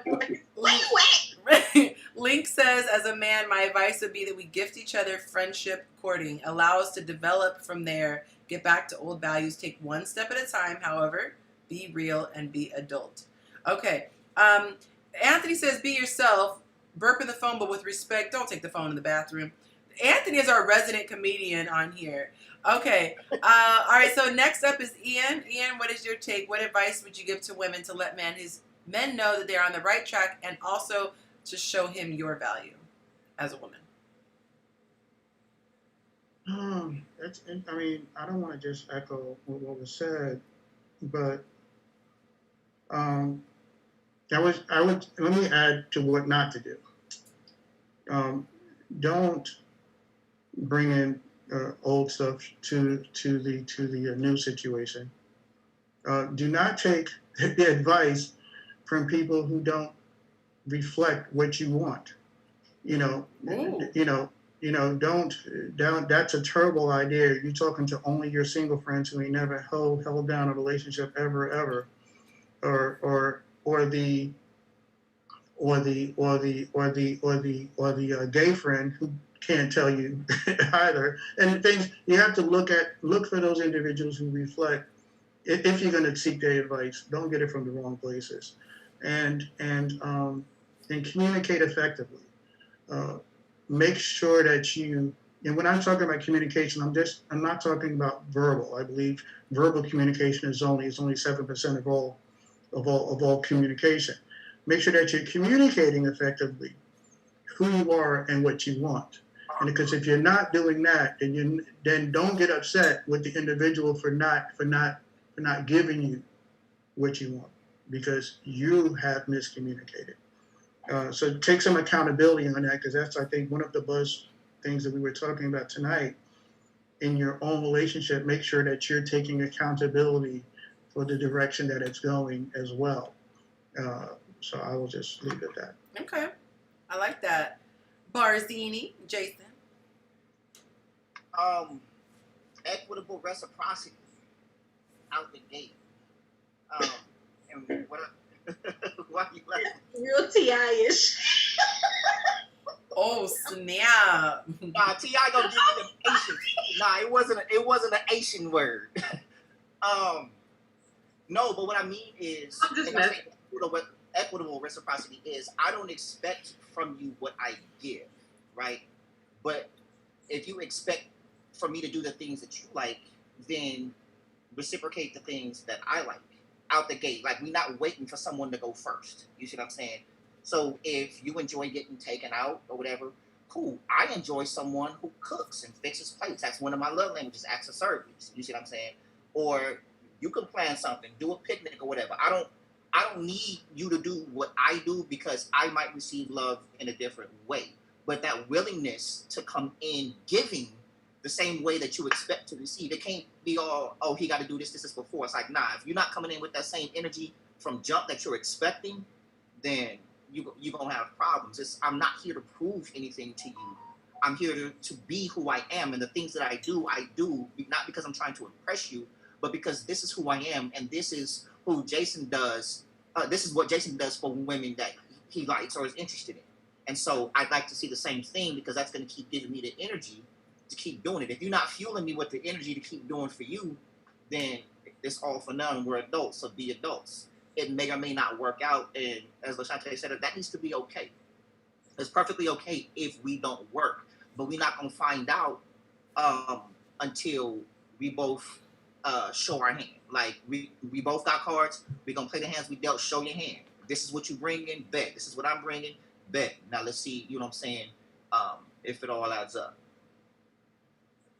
Okay, good stuff. John, you are up next. Right. Third thing they said, it's over to you, Shavette. Thank you, Shavette. No, just kidding.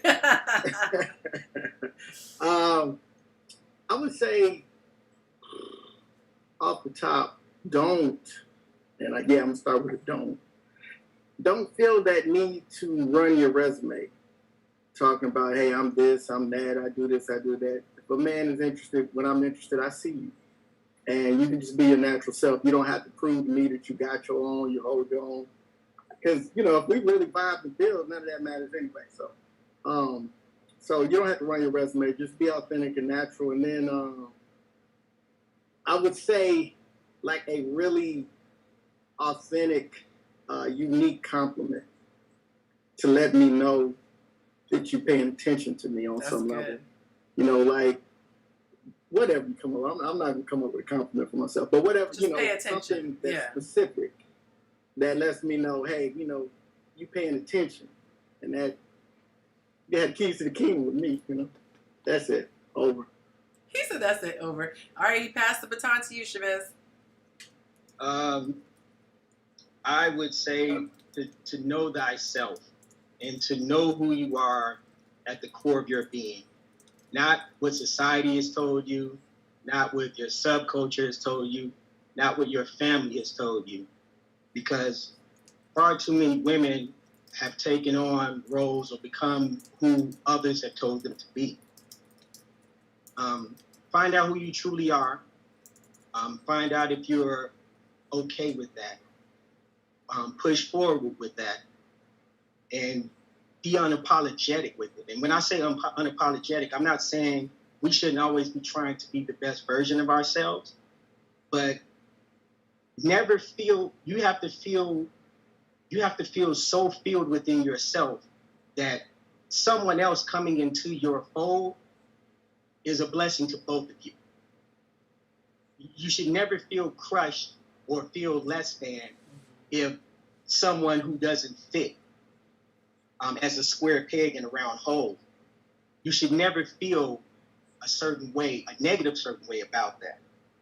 So that would be my suggestion in regards to that. And in regards to sharing or how to let a guy know, I'm with John. Like, it's just a unique something letting you know that letting him know that you're paying attention to him. Right. Like letting him something that's unique to him to let him know that you're paying attention. That's really good stuff. I'm going to turn it over to the women. I know Jen has already left. But ladies, what would you say? What advice would you give both genders for those first couple of days of conversation, seeing how we are all over the map when it comes to what we're comfortable with?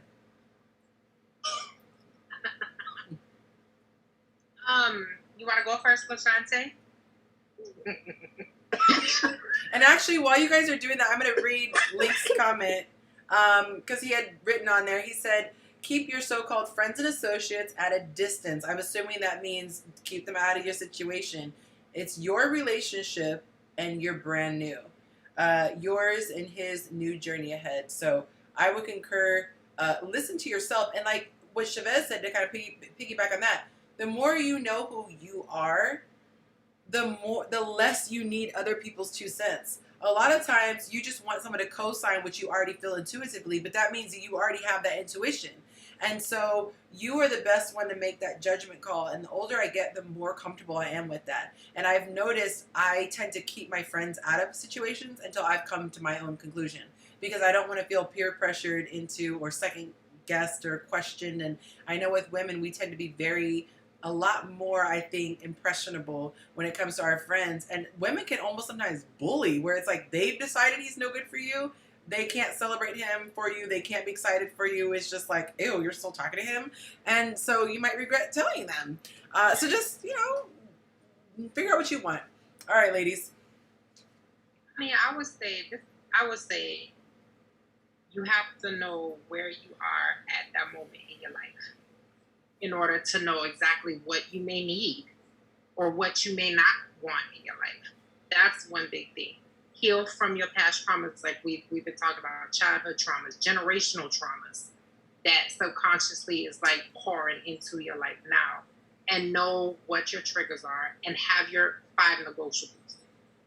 If you know down the road that you want to get married, you want to have children, or you're done having children, you need to make sure that that's something that you're not seeking or entertaining conversations from someone who wants the opposite, because you're not going to get anywhere. So that's one big thing, is know yourself, know what your non-negotiables are, and enjoy the ride on the way. Don't jump. Just enjoy every part of the dating, the courting process. Court the person you're supposed to you find interest in. If you have feelings for him, tell him how you feel. Look, me personally, if I want to call you, I'm gonna call you. If I want to text you, I'm gonna text you. If I don't feel like talking, I will not talk to you. That's good. You'll know. With me, I'm an open book. You'll know exactly how I feel. And if you don't, my face will tell. And it will. And it will. And like my close girlfriends that I talk to, they know. They definitely know. And keep certain people out of your business until you know that, okay, this is something that I see a future in. And still, at that point, still keep them out of your business. I love it. I appreciate it. LaShante, anything you would like to add? And by the way, before she answers, for those of you who are diehards and you have been around since day one or you've caught every single episode, if you would like to see this panel, this cast, play a round of Who Am I, let me know in the comments. Type Who Am I if you would like to have us play a round of that. Remember, dead or alive. Know that. All right, LaShante, y'all will get that if you watch. Okay, LaShante, go ahead. Yeah, I don't know what that is. Oh, I'll explain it. Okay, you ready, LaShante? You got some knowledge to break off for folks? Oh, sure. I would, my suggestion is always just be open and honest. I think that half of the dating follies or issues with dating is that people don't want to be open and honest because they think that the person's not going to like them. And they have strips and, all these things put together. There are these one-liners and phrases that they feel like they need to say to garner this person's interest. But then, and I think it was said before, you get down the line with this person and you've met their representative this whole time, and then now you guys are way down the road and you're figuring out that you don't really like each other because you started being honest with each other after 3 months. So I just think that everybody just needs to be open and honest and be really transparent about what they want, what they're looking for, where they are in their lives, what they're struggling with, and traumas. And I'm not saying to say that in the first couple of days, but I mean, those things need to, like your common core beliefs, what you believe in, who you are as a person, where you see your life going, where you see yourself. Those things need to be discussed pretty early on.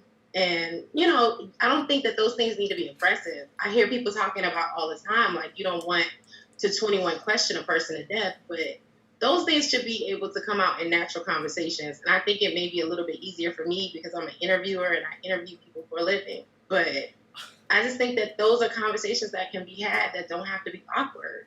And I don't think it has to be a battery of questions. I think you could legit have a relaxed conversation on the first date that'll garner all the information that you need to know if you and this person is in the same place in your life. And I think that people put that to the side more often than not. Just like somebody said earlier, like, oh, I like you. I think you're attractive. And, we figured out that we want to be physical with each other long before we figure out if we want to be in the same room with each other for more than an hour or two. So it's like, for me, that stuff comes first. Like, and I guess that's weird to say, but I'm not physically attracted. I'm not like there attraction wise until I kind of know who that person is and what their ideologies are and who they are as a person. Like it takes sapiosexual. And I feel like that word is so overused and I hate to say it. But I think that everybody is like that. Like I want to get to know you first before. There be people just making out on sight. I was like, ooh, I don't know, I'm like that. Yeah, everybody's definitely not that way. That weirds me out. It does. Like I don't know you like that. But somebody else was saying this about love languages and stuff like that too. And people evolve and change because I read the love languages book when I was like probably 30 years old. And it's like years later, I read it again and I took the test again and it changed. And then, 5 years after that, it's different. And today, it's different now. So I think that people evolve and change. And as long as you know yourself, then you're able to have those open conversations and just be completely clear. I think that that's the issue that a lot of women have with men. And I think men have the same issue with women. Yeah. Like, we just don't tell it like it is. Like, where are you?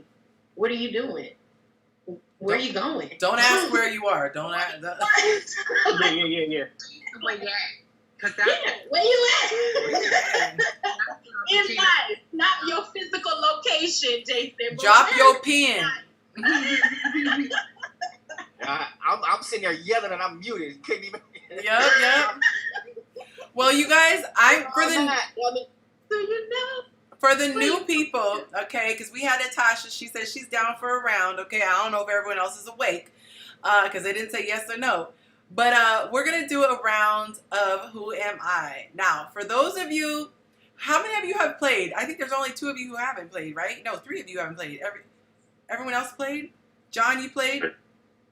Okay, LaShante, you played. Monica, you played. I know Tony's played. I know Chavez has played. Okay, So for the other three of you guys, basically this is what it is. You can only, if you were the person who is it, this is just for fun, you guys. This is not deep and it's not psychological. It's just a little fun break. But you can only ask questions that elicit a yes or a no answer. And I jokingly said, ask if you're dead or alive, because you want to start out the gate with questions that are the most divisive. You want to eliminate the biggest portion of the population. Am I a man? Am I a woman? Things like that. All right? So what I will do is, normally I would put it up on the screen, but lately we've been just putting it in the chat so that the people in the comments could participate as well. If somebody in the comments gets it first, they will actually beat you. You guys just have to beat the clock. There's a 3-minute timer if you guys are up. And so you're playing against yourself and the audience. So the audience could take it, all right? So do those rules make sense? Oh, you're I don't know. I'm confused on. No problem. So what it is? I was listening attentively. I'm trying to get it. No, it's late. So here's. I sat in the back of the little yellow bus in school. So that's okay. I didn't give the most important part. I am going to give you a name. So I'll give you. You'll have a person's name. I'm sorry. Everybody but you, if you're it, will have a person's name. It's a real person. It's not a fictional character or whatever. It's a real person who either has lived or is living. And you, if you're on the hot seat, you have to ask questions, but they are questions that result only in a yes or a no. They cannot be, what color is my hair? And we say blonde. You have to say, is my hair blonde? Is my hair black? Am I alive? Am I dead? Okay? So you want to try to ask as many questions as you can to narrow down the options of what they could be so that you can make an educated guess on who you are. And so you're going to try to guess who you are within 3 minutes. That's why the game is called Who Am I? And then the people in the comments, they don't know who it is, so they can also guess. Make sense? All right. So you're the only one that knows what it is? No, I'm going to put it in the chat, but you guys have to be on. So whomever's in the hot seat cannot look at the chat. Yes, and so you have to be honor system. You have to just look straight ahead. Don't divert your eyes to the chat because you will obviously see it, okay? That's the part I was missing. That part right there. Got it. Okay. All right. So I'm going to put Tony up first. I'll put a veteran so that you can learn, y'all, the newbies can learn from the vets, okay? So Tony, honor system, God is watching. I'm going to put the person in there. And when you guys have all seen it, give me the thumbs up because that means I can start the clock. All right. Chavez has seen it. Jerome has seen it. Anyone else seen it? Since you say God is watching, I can't let you do the Stevie Wonder. No, he thought. Like he didn't divert his eyes or nothing. He was like, dang, and that was a good one. Okay. Tony looked directly at it and leaned in. Nah, it just popped up on my joint, so Oh wait, are you on a cell phone? pop it up, man. On my computer. So it shouldn't pop. It does. Can you? Yeah, it popped up. No, but I realized why. Because you must not have the chat sitting open. If you increase your screen to a certain size, it will actually force the chat to be on the side. Mm-hmm. It comes like where the little chat button is. Yeah, it goes at the bottom. Yancey, Stevie Wonder. So how about this? Do you see if you click on the chat, it'll open, and then you'll make its own text box, and it'll stay open. Oh, so nothing. Okay, let's try that then. Yeah, because it'll either be a small pop up or it'll be the whole screen. That was a good one too. I want it. That was a good one. Man. Okay, did you get it to pop open?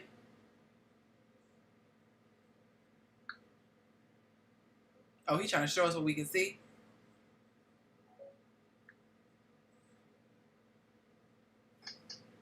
Wait, you're too close. Pull back a little bit. Is that YouTube on the side? No. Oh, yeah, that's not. It's the chat on the side. Oh, that is the chat on the side. Okay, so you're good. You're good. Okay, so that's how it should look. Mine's not black. That's why I got confused for a second. All right, is everyone else able to put their chat on the side? So it doesn't pop up? Okay, because that happened last time too where someone popped up. All right, so here is the next person. All right, so look away. All right. Is everybody should look away or just one? Only Tony person? looks away. Only the person guessing. Tony needs to look away. All right, so when you've seen it, give me the thumbs up so I know I can proceed. Because you guys have to know who it is so you can answer yes or no. Okay. All right, so go ahead. Your time starts in 3, 2, 1, go. Am I a man? No. No. Oh, Okay. Well, the generation we live in now, do I have a pronoun? Not a. yes. Everyone has a pronoun. Yeah, everyone has a Everyone pronoun. has a pronoun. I guess so. Am I dead? Yes. Yes. Not a man and I'm dead. Not a minute. I'm dead. Narrows it down.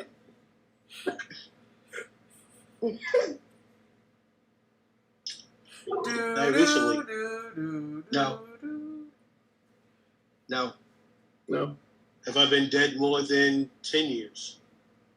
Yes. Yes. Yeah. Yes. More than 20 years? Yes. Mm, Oh, I'm answering so quick. no.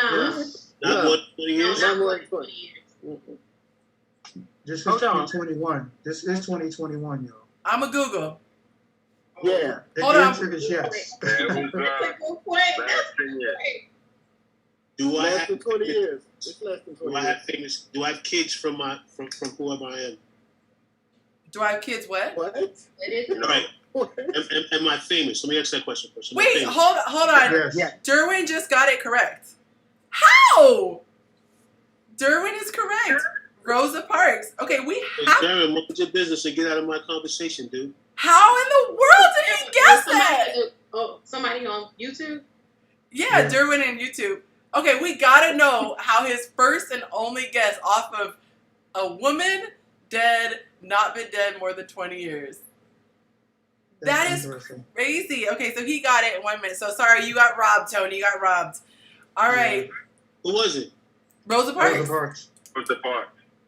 That's nuts. Okay. So Yeah, I don't know how he got how he got that out of. I don't either. I would have sworn he was like on here lurking. Okay.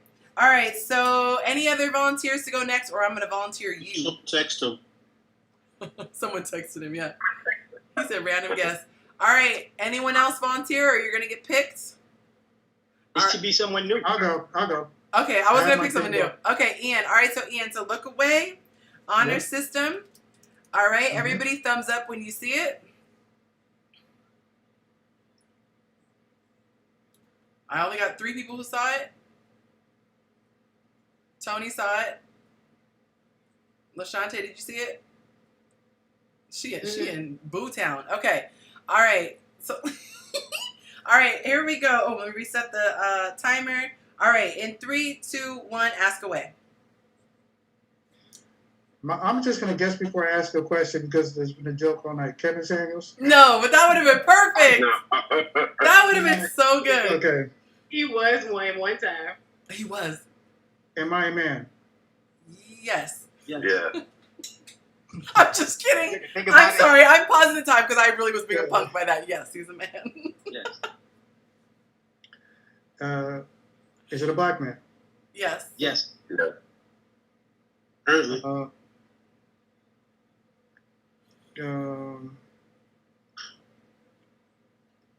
Am I alive?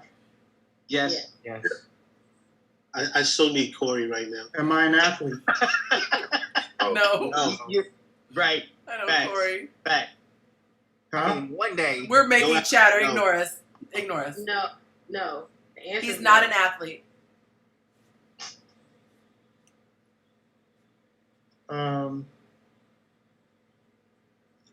Am I in entertainment? Yes. Yes. Yes. Am I a singer? No. No. Yes. No. No. Am I a rapper? Yes.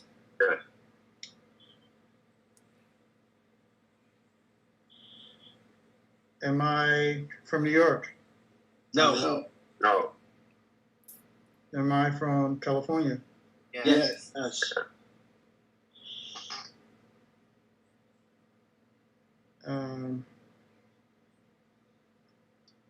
Have I done movies?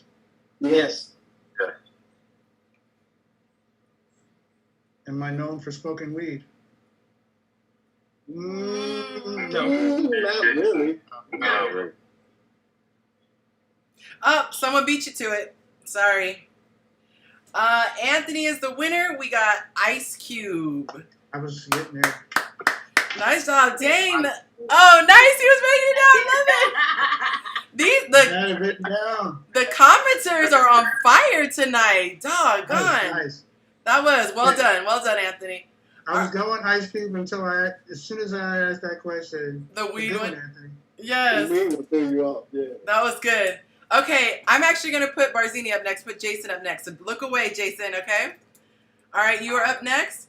Let me know when you guys have seen it. Give me the thumbs up. Let me reset. Got the time. All right. All right. And 3, 2, 1, go. Am I alive?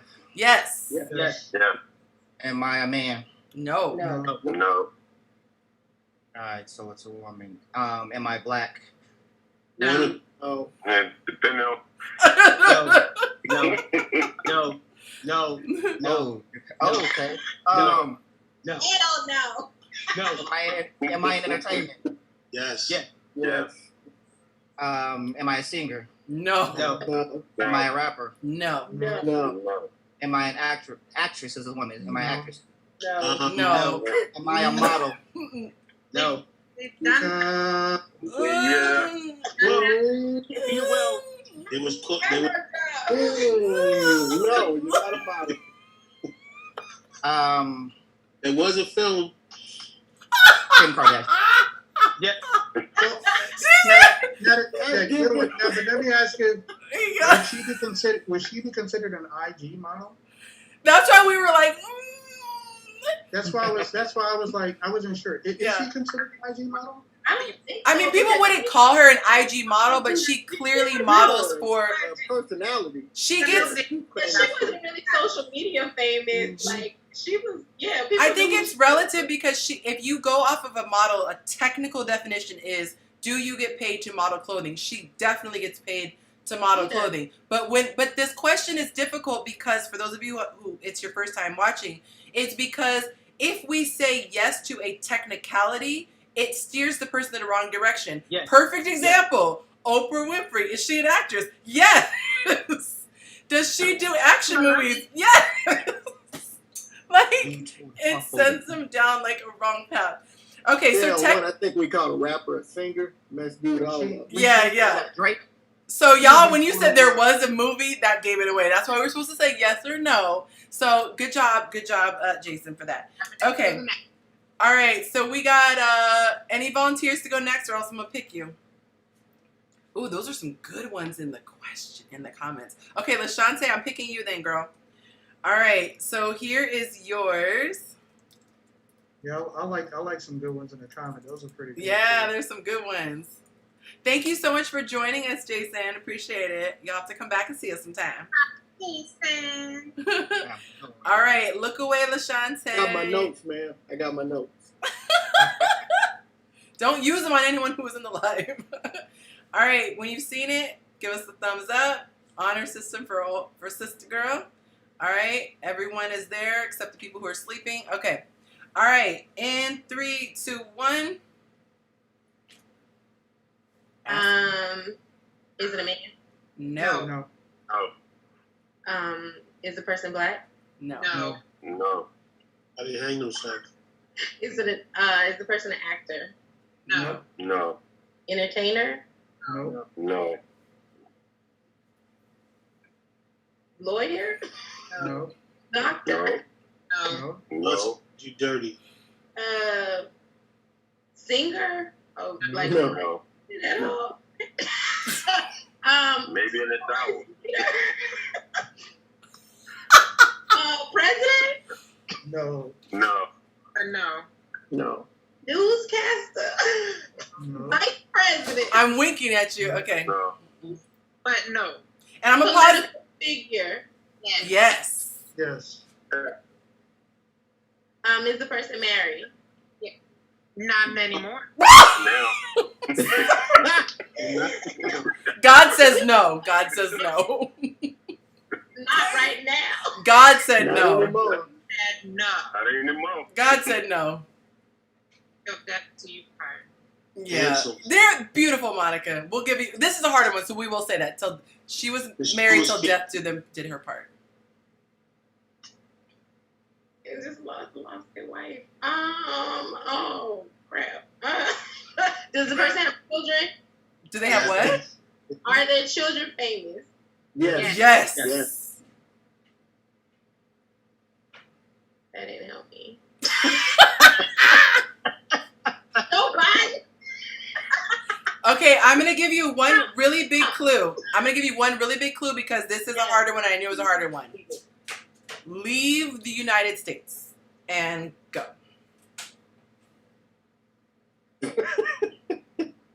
How's somebody come up? Politics and leave the United States. He was close. Oh, that just made it harder for me. So the person does not live in the United States. They do not live in the United States. No, they don't. Oh, okay. So the Oh person. my God, y'all the worst. Elizabeth. What is the man? Prince Philip. You just said it. Queen Elizabeth. She got that supplement. I said no, she does not live in the United States. We'll give it to her because that was a hard one. I gave it to Queen Elizabeth. Okay, so all right. Okay. Adele did you dirty. I did. Yeah, All All right, so Right. so because I'm gonna give John, I'm gonna put John up next. Okay, y'all, this could be anyone. So open your minds. I don't know. This might be too hard. Let me know when to close my eyes. Okay, close them now, and I'll let them vote to see if we should give you this one. Okay, because it might be too hard. Okay, here we go, guys. What do you think? Yes or no? Should we keep it? Oh, that's a good one. No, keep Oh Yeah, crap! that's a good one. Did I don't know when they guessed Queen Elizabeth, so I don't know if they got it earlier at the same time. I don't know. Bummer. I'm sorry, guys. I forgot to look. Okay. Someone said when it was Kim Kardashian asked, is she a garden tool? I'm so mad. Okay. All right. So we're going to keep this question. So I'm gonna fall asleep. I know, John. Don't look. All right. So I'm going to put 3 minutes on the clock. Whoops. Oh, is that what we were going with? Yeah, they said that was fine. Okay. I don't know why. Oh, there we go. Look Okay. like you're going to sleep. 3, 2, 1, go. Ask away, John. All right. Am I alive? Yeah, you alive? Yeah. Oh yeah. Am I a man? Yes. Yeah. Yeah. I'm a man. Am I an entertainer? Yes. Yeah. I'm an entertainer. I wasn't specific enough. Let me see. Mm-mm. Am I in movies? No. Oh, no. Have been. I've been. Have been. Really? Yeah. No. I've been in movies. Keep moving. Yeah. Am I on television? Yes. No. Television? Yeah. Yeah. Yeah. Okay. Somebody in the comment section, get it for me. Take me off the hot seat. Right? Who was there? When I was- Am I a rapper? No. No. Oh. Nope. Am I a singer? No. No. No. I've been on TV and movies. Politics? No. No. Reality TV? No. Mm. No. No. Hmm. Am I educated? Yes. Yes. Yes. Depending on who you ask. Go Yeah. with looks, John. Go with looks. Narrow in Yes. on the looks. Looks. Okay. Am I white? No. No. No. Am I black? Yes. Yes. All day. Yeah. Am I tall? Yes. Yes. I'm tall and black, and I've been in movies. Do I play sports? No. Don't No. focus on the movies. That should have been no. Yes, you played. Well, I mean, but he was actually in movies. Focus on the- Yes, I understand it, but that's Right. Don't focus on movies. Let movies go. Don't focus on movie. That's not gonna So, put you. in do I the- play sports? Did. Huh? No. Yeah. He No. did. Well, He did. He did? It is a he's That's not what he's known known for that, for, so though. move That's on. not what he's known for, though. He's not known for No. that. The Rock? No. No. No. No. Okay. no. So since we're under a minute, I'm going to give you a clue. Okay. Notable hair. Go. Oh, that's a good clue. That is a good clue. Thank you. That's a very good clue. Very good clue. Mr. T. No. That's a good Again. guess. That was a good guess though. No, That's it's one. I'm looking at the comments. Come on, guys. I'm looking at the comments too. I'm like, help me out. Ask any questions that will narrow down your field. with the hair. Noble hair. Oh, Don Link got King. it. Link got it. Good job, Link. Don King. You drawing a blank on who that is? With the- Don King. No, I know who Don King is. I'm like, Oh yeah, I gave you a tough one. I swear, I think we are comment section 3, panel 1, if I'm not mistaken. Y'all are killing it. And the same person keeps answering. And whoever said he played sports, please tell me what sport Don King played. Yeah. It was what? Boxer? No, Yeah, he's he was a boxer. He was He's a promoter. He was a boxer. he's boxing. He was a boxer. But here's the He thing was a though. boxer With before, Oprah, he before boxed with married Oprah her. Winfrey. Remember in her action movie? Tony. Here's the problem. Never Here's the known problem. for it, but The he problem did. is most people don't know that. So it's like, it's a weird game. Yeah, because it's like, it gears them towards. It's like Oprah in her action movie. You know, it's just it takes them down a dark rabbit hole. He actually was boxing when he murdered that guy out in Ohio, Yes. I believe it was. Yes. Yeah. Mm. But I think in the game what we could say is Kill somebody in the ring? We should ask: are they known No, for this? that's what we could say. They're Ask not if known we're for that. known for this, because yes, there might have been one time they ice skated, but they're not a famous ice skater. Okay. Right. All right. So who has not been a victim? Jerome, right? Are you the only one who hasn't gone? That's the good. Oh, description. and Monica. I'll take it. Okay, thank you. Okay, so Jerome, look away, look away. All right. I'm gonna be nice. All right, everyone seen it? Give me a thumbs No. up. Oh. Okay. All right, everyone good? All right, in 3, 2, 1, go ahead. Ask away. Am I female? Yes. Yes. Have I done movies? No. No. Remember, say, are you known for? Are you known for politics? Yes. Yes. That was a good question. He said Michael Are Jackson. you black? Yes. Yes. Are you known for And there's a slight delay, so the comments have a disadvantage. California laws? No. No. It's very specific. Maxine Waters? No. Oh, they got it. They got it. And they're on delay. Good job, Mark. Michelle Obama. Man, these people in the comments, I'm telling you, and they're on a delay. They are good. Ooh, Kamala Harris would have been a good one, too.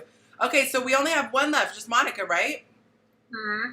Okay, and then if you guys want, you guys turned the tables on me last time. That was actually kind of funny. And you got me, so we might have to close on me. All right, so let me give you a good one, Monica. I'm going to give you... Ooh, I know who I'm going to give you. Okay, you guys, let me know if you agree with this one. Okay, what do you think about this one? I like it. I like that. You don't I like think that that might be a little hard. Okay, it might be hard for her. Okay, let's do, Give me this one.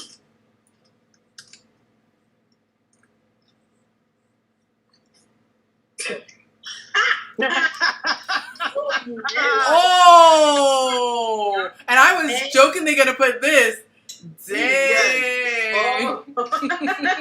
Yes. That's actually kind of funny. That's actually kind of funny. Yeah, good one, Tony. Good Oh one. my God. Okay, we can't do that to our viewers. Okay, let's see. Let's do, what about this one? Oh no, I think we already did him. Did we do this one already? No. Okay, so No, we haven't done we that go with that one? Please no. Yeah, let's go with that one. All right, so Oh, let's set gosh. the clock. All right, here we go. Ready? 3, 2, 1, Hold on. I Monica. thought we did do that one. No, We no. did that in the past. We did? Yeah, remember? That's what I was asking. remember- I didn't remember if it was that one or the counterpart. No, it was that one because we had an issue with On her the nationality. You're right. Okay, so scrap that, Monica. Let me do another one. Cardi B. Yes. She remembers. Okay, let's do okay, how about this one? Ooh. Oops. Oh, okay. Yeah. We're okay with mine? I like that one too, Lashante. Are you guys okay with the person I put? Yeah. All right, Monica, don't look. And 3, restart it. 3, 2, 1, go. Ask away. Okay. Am I a woman? Yes. Yes. No. Oh, yeah. No. Mine that I put. Okay. The one that Yancy put. Yeah. Yes. Or am I a woman or no? Yes. No, she is a woman. Yes, you're one. Am I black? Sorry, I confused everybody. No. Oh, Not black. Am I white? Yes. Yes. Yes. Am I young? No. No. That's relative. not by a long shot. Am I an actor? Yes. Am I a singer? No. No. No. Am I alive? Yes. Yes. Yes. And do I sing? Oh no. No. You said white. Am I Meryl Streep? No. No. A very specific yes. No. Goldie Hawn? No. Nope. No. Someone He's said good. Hillary Quinton. They are good. Was I in a movie in the last 3 years? No. No. No. She said Karen. Actress? Yes. What'd you say? I'm Yes. a walked up actress. Yes. Yes. Yeah. Yes. Not Betty White. Who said Betty White? Betty White is the homie. White. Right, don't we talk about Someone said Betty White won't die. Dang. God. Olivia Newton-John? Dang, that's a good one too. No. That's a good one. But no. A good Yeah, one. no. You have reached 1 minute, so I'm going to give you one clue. Ask body-specific questions. Go. Body specific. Okay, am I fat? No. No. No. Do I have not an actress? You're old. White. This is a hard one. You think so? And the thing is, she gave epic answers too. Like She did. pulled really did. out some. Hey, I got much respect. You were in the neighborhood. But Monica's They face said right Demi now, Lovato. That means they she think killed she's it. old. I was going to say that, Anthony. So Anthony's giving you a clue. Fake boobs. Yeah. And he doesn't even know the answer, so I don't know. Oh, Anna Nicole. No, but keep going. No. 12 That seconds. was a good guess. You good? She's alive. This woman is alive. Go sister. Parallel. Boy, I put RuPaul. Playboy. Take the beach. Ah, Betty White. There you go. she literally Just said it. missed it by seconds. And then Mark said Pam Anderson. And see, there's a delay, so I think he probably would have tied. Dang, that was good. All right, you guys, you have the option of ending the game here or asking me a question. So it's funny. Somebody's name in my email was Vivian. I was thinking I could have put Aunt Viv. Okay. Someone who wanted to join us thought it was a different night. Oh, poor guy. All right, so you guys could exercise your option. Quiz me, or we could wrap here and wish everybody Let's quiz Yonsei, yay. All right, don't make me lose my black card, though, you guys. All right. Well, we'll close your eyes or something, Yancy. My chat is way over here, so I'm looking straight. All right. What do you think about this name, guys? And I'll read the comment section while you guys are doing that. That's too easy. Too easy? Conversity. Shout out to everybody in the comment section. Y'all going strong tonight. Y'all, we are on 4 hours in. I like that one. I like Monica. that. It's I like crazy. All right. And if everybody hasn't hit the like button, please do it I don't now. know who that is, Ian. Oh. I like Monica's. All right, let's Okay. go with Monica's. Yeah, that I was like Monica. Are you ready? Keep your black card. Dang, y'all better let me keep my black card. Okay, should I start it? Yes, And go. Yeah. Am I a man? Yeah, I like that one. I like that one. No. I'm a woman. Okay. Am I black? Yes. Am I Yeah. alive? Yes. Yes. I'm a Yes. black woman who's alive. Am I in politics? No. No. Am I known for the entertainment industry? Yes. Yes. Yes. Am I known as an actress? No. No. Am I known as a singer? Yes. Am I Yes. known more Yes. as a rapper? No. So am I known predominantly for singing? Yes. Absolutely. Yeah. Okay. And I'm alive. Am I Yes. over 20? Yes. Yes. Am I known for ballads? Yes. Yes. I'm over 20. I'm known for ballads. I was going to say Tony Braxton. Tony Braxton? And No. Olivia. No. No. And I'm alive. Yes. Mhm. Black card. Wait, I'm trying to think. There's so many people known for ballads.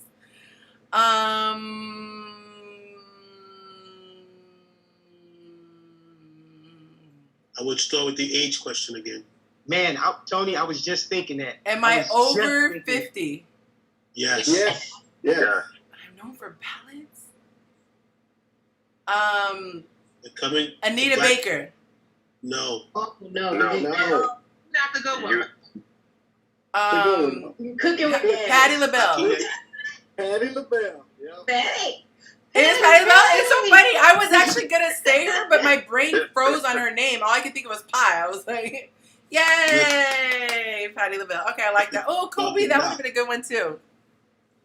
That is awesome. Well, I know you guys. Some of you are on the East Coast, and it's super late. Even though y'all seem to be going strong, I feel like we should wrap here. Lisa.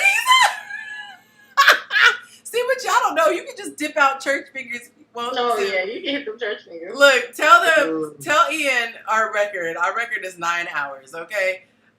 Yes. Oh. This group, you folks just gotta hang up. I think one time, I think Chavez can attest.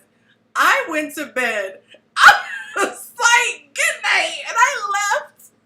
And I swear to God, I think I woke up and y'all ninjas were still on. Right. So when I That's tell Friday, you, yeah, that's this Friday is night. light work. That's Friday night joint. Yeah. That's Friday night joint. We go like 3, 4, 5 o'clock in the morning. I'm telling you, so this is light work. This 4 hour. This is like. was lit. Yeah, that's Friday Yeah, night. but We thanks need to again. bring back- We need to bring back the Friday night. 'Twas lit.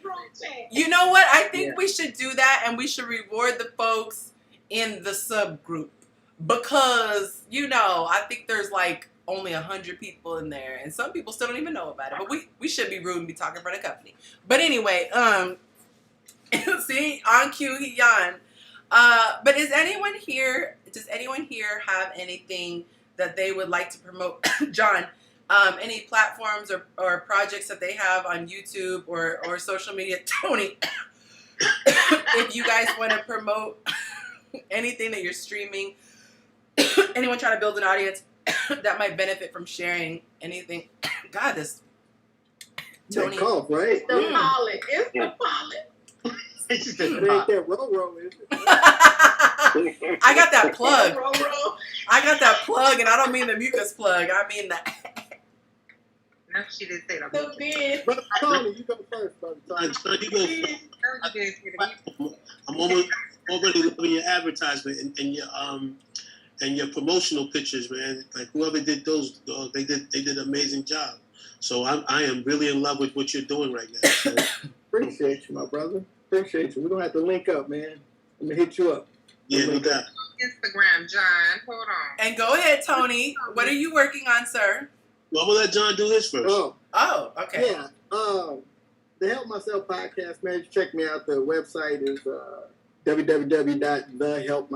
www.thehelpmyselfpodcast.com, and that'll take you to all my socials, contact, everything. So give your boy a spin. Give him some listens. Let me know what you think. Give me some honest feedback so I can keep on getting better. But What kind of person should listen to your show? everybody. What can they expect to get? Why would they want to go listen? I'm put you on the spot. The Uh-huh. hard-hitting question. You gotta get them salivating, man.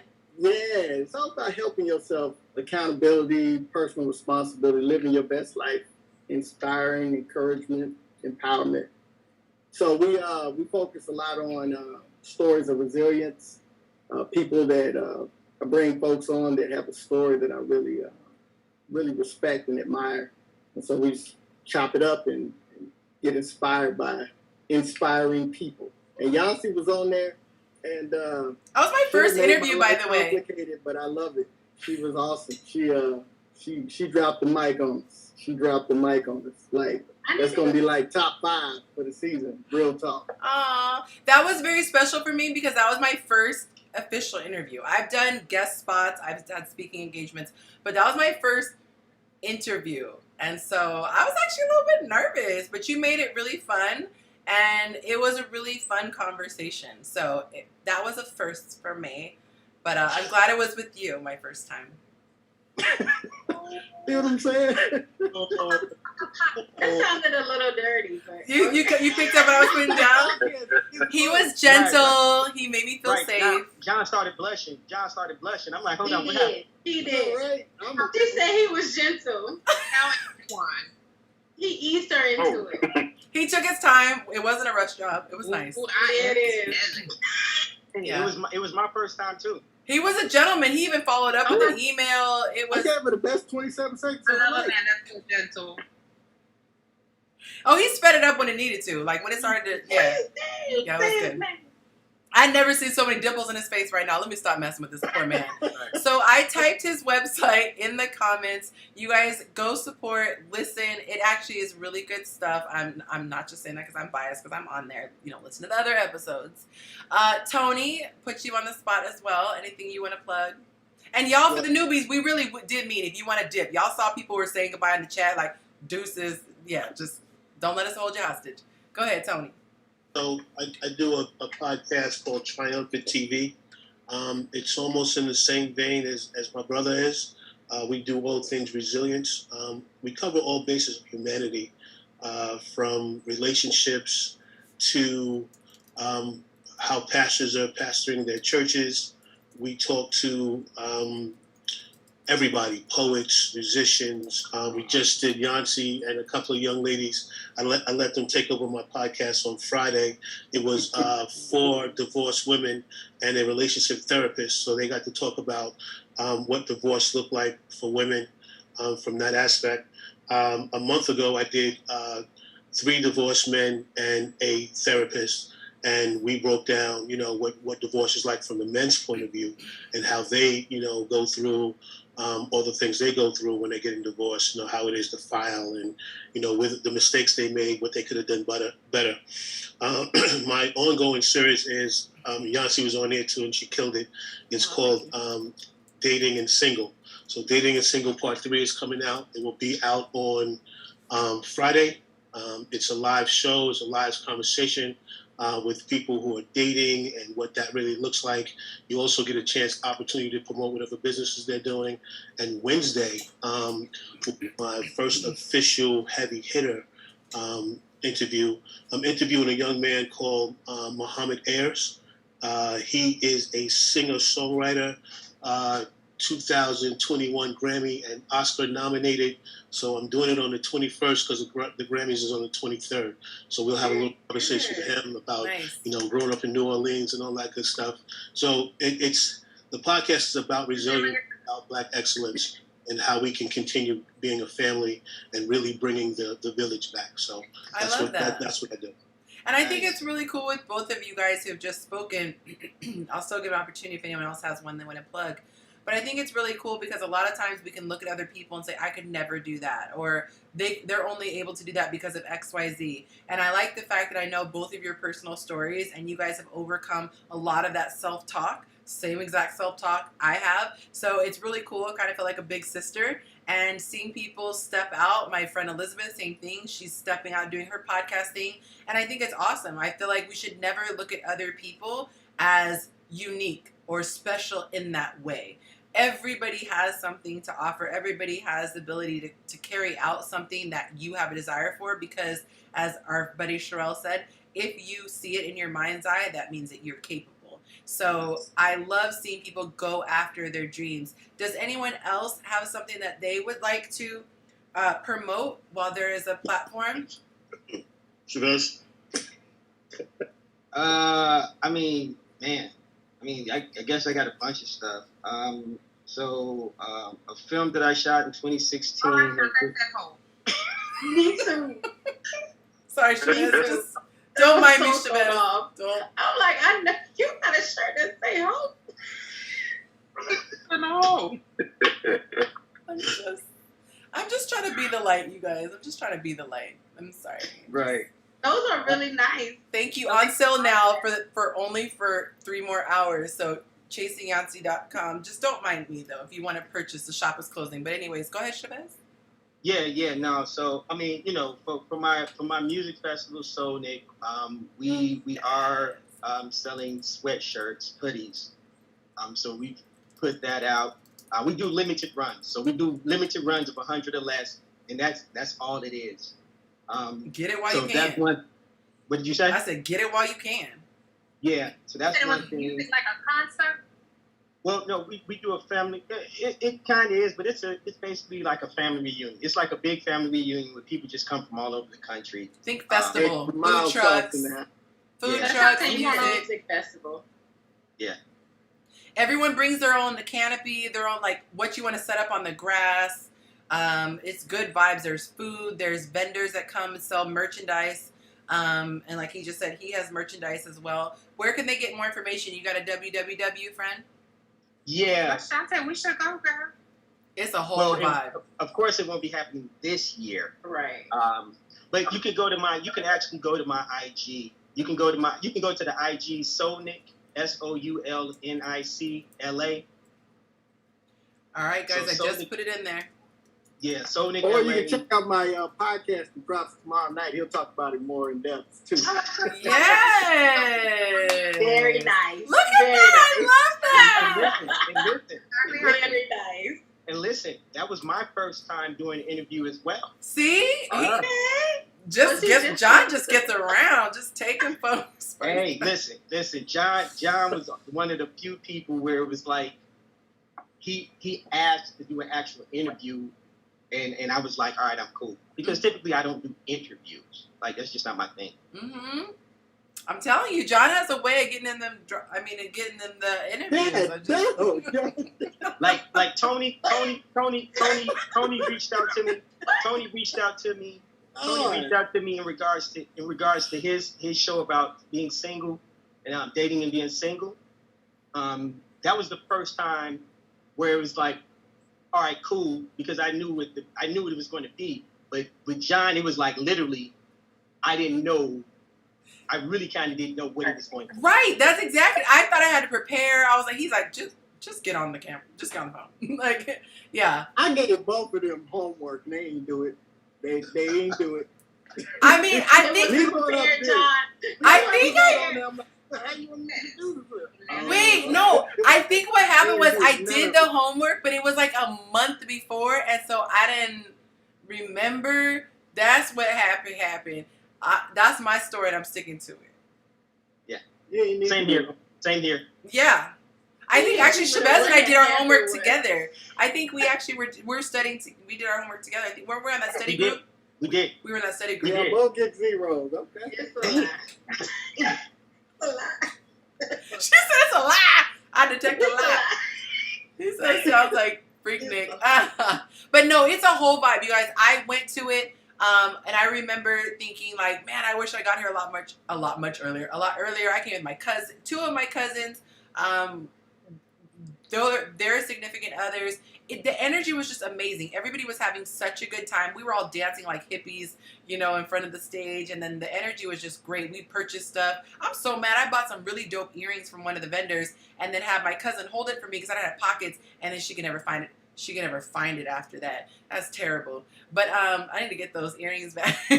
But real talk, you guys. If you want to support, purchase merchandise, chasingyancy.com. This is not a bluff. I literally am doing pre-sale only. So whatever order I give my vendor, I cut off Friday because I figured I wouldn't really be doing anything on Saturday and Sunday. But since today's Sunday, I will give you this. But put the order in now because otherwise, whatever you get is what you get. I don't know what's going to be in the shop. All right, guys. Thank you so much for joining in. If you haven't hit that subscribe button, please do that now. I always like to see what diehards stay on even when we're BSing. Like, we're just BSing right now. We still have 10 people watching. So I appreciate you guys. You guys are amazing. And I'm not even doing my formal spiel, you know, because I don't want to risk making YouTube or Zoom trip. So we're just going to informally end here. If you guys in the comments want to say anything, say it now or forever hold your peace, because I'm not doing my formal exit. He said, yeah, your cousin Ward a few times. All right, guys. Until next time, tell someone that you love them, and thank you so much for watching.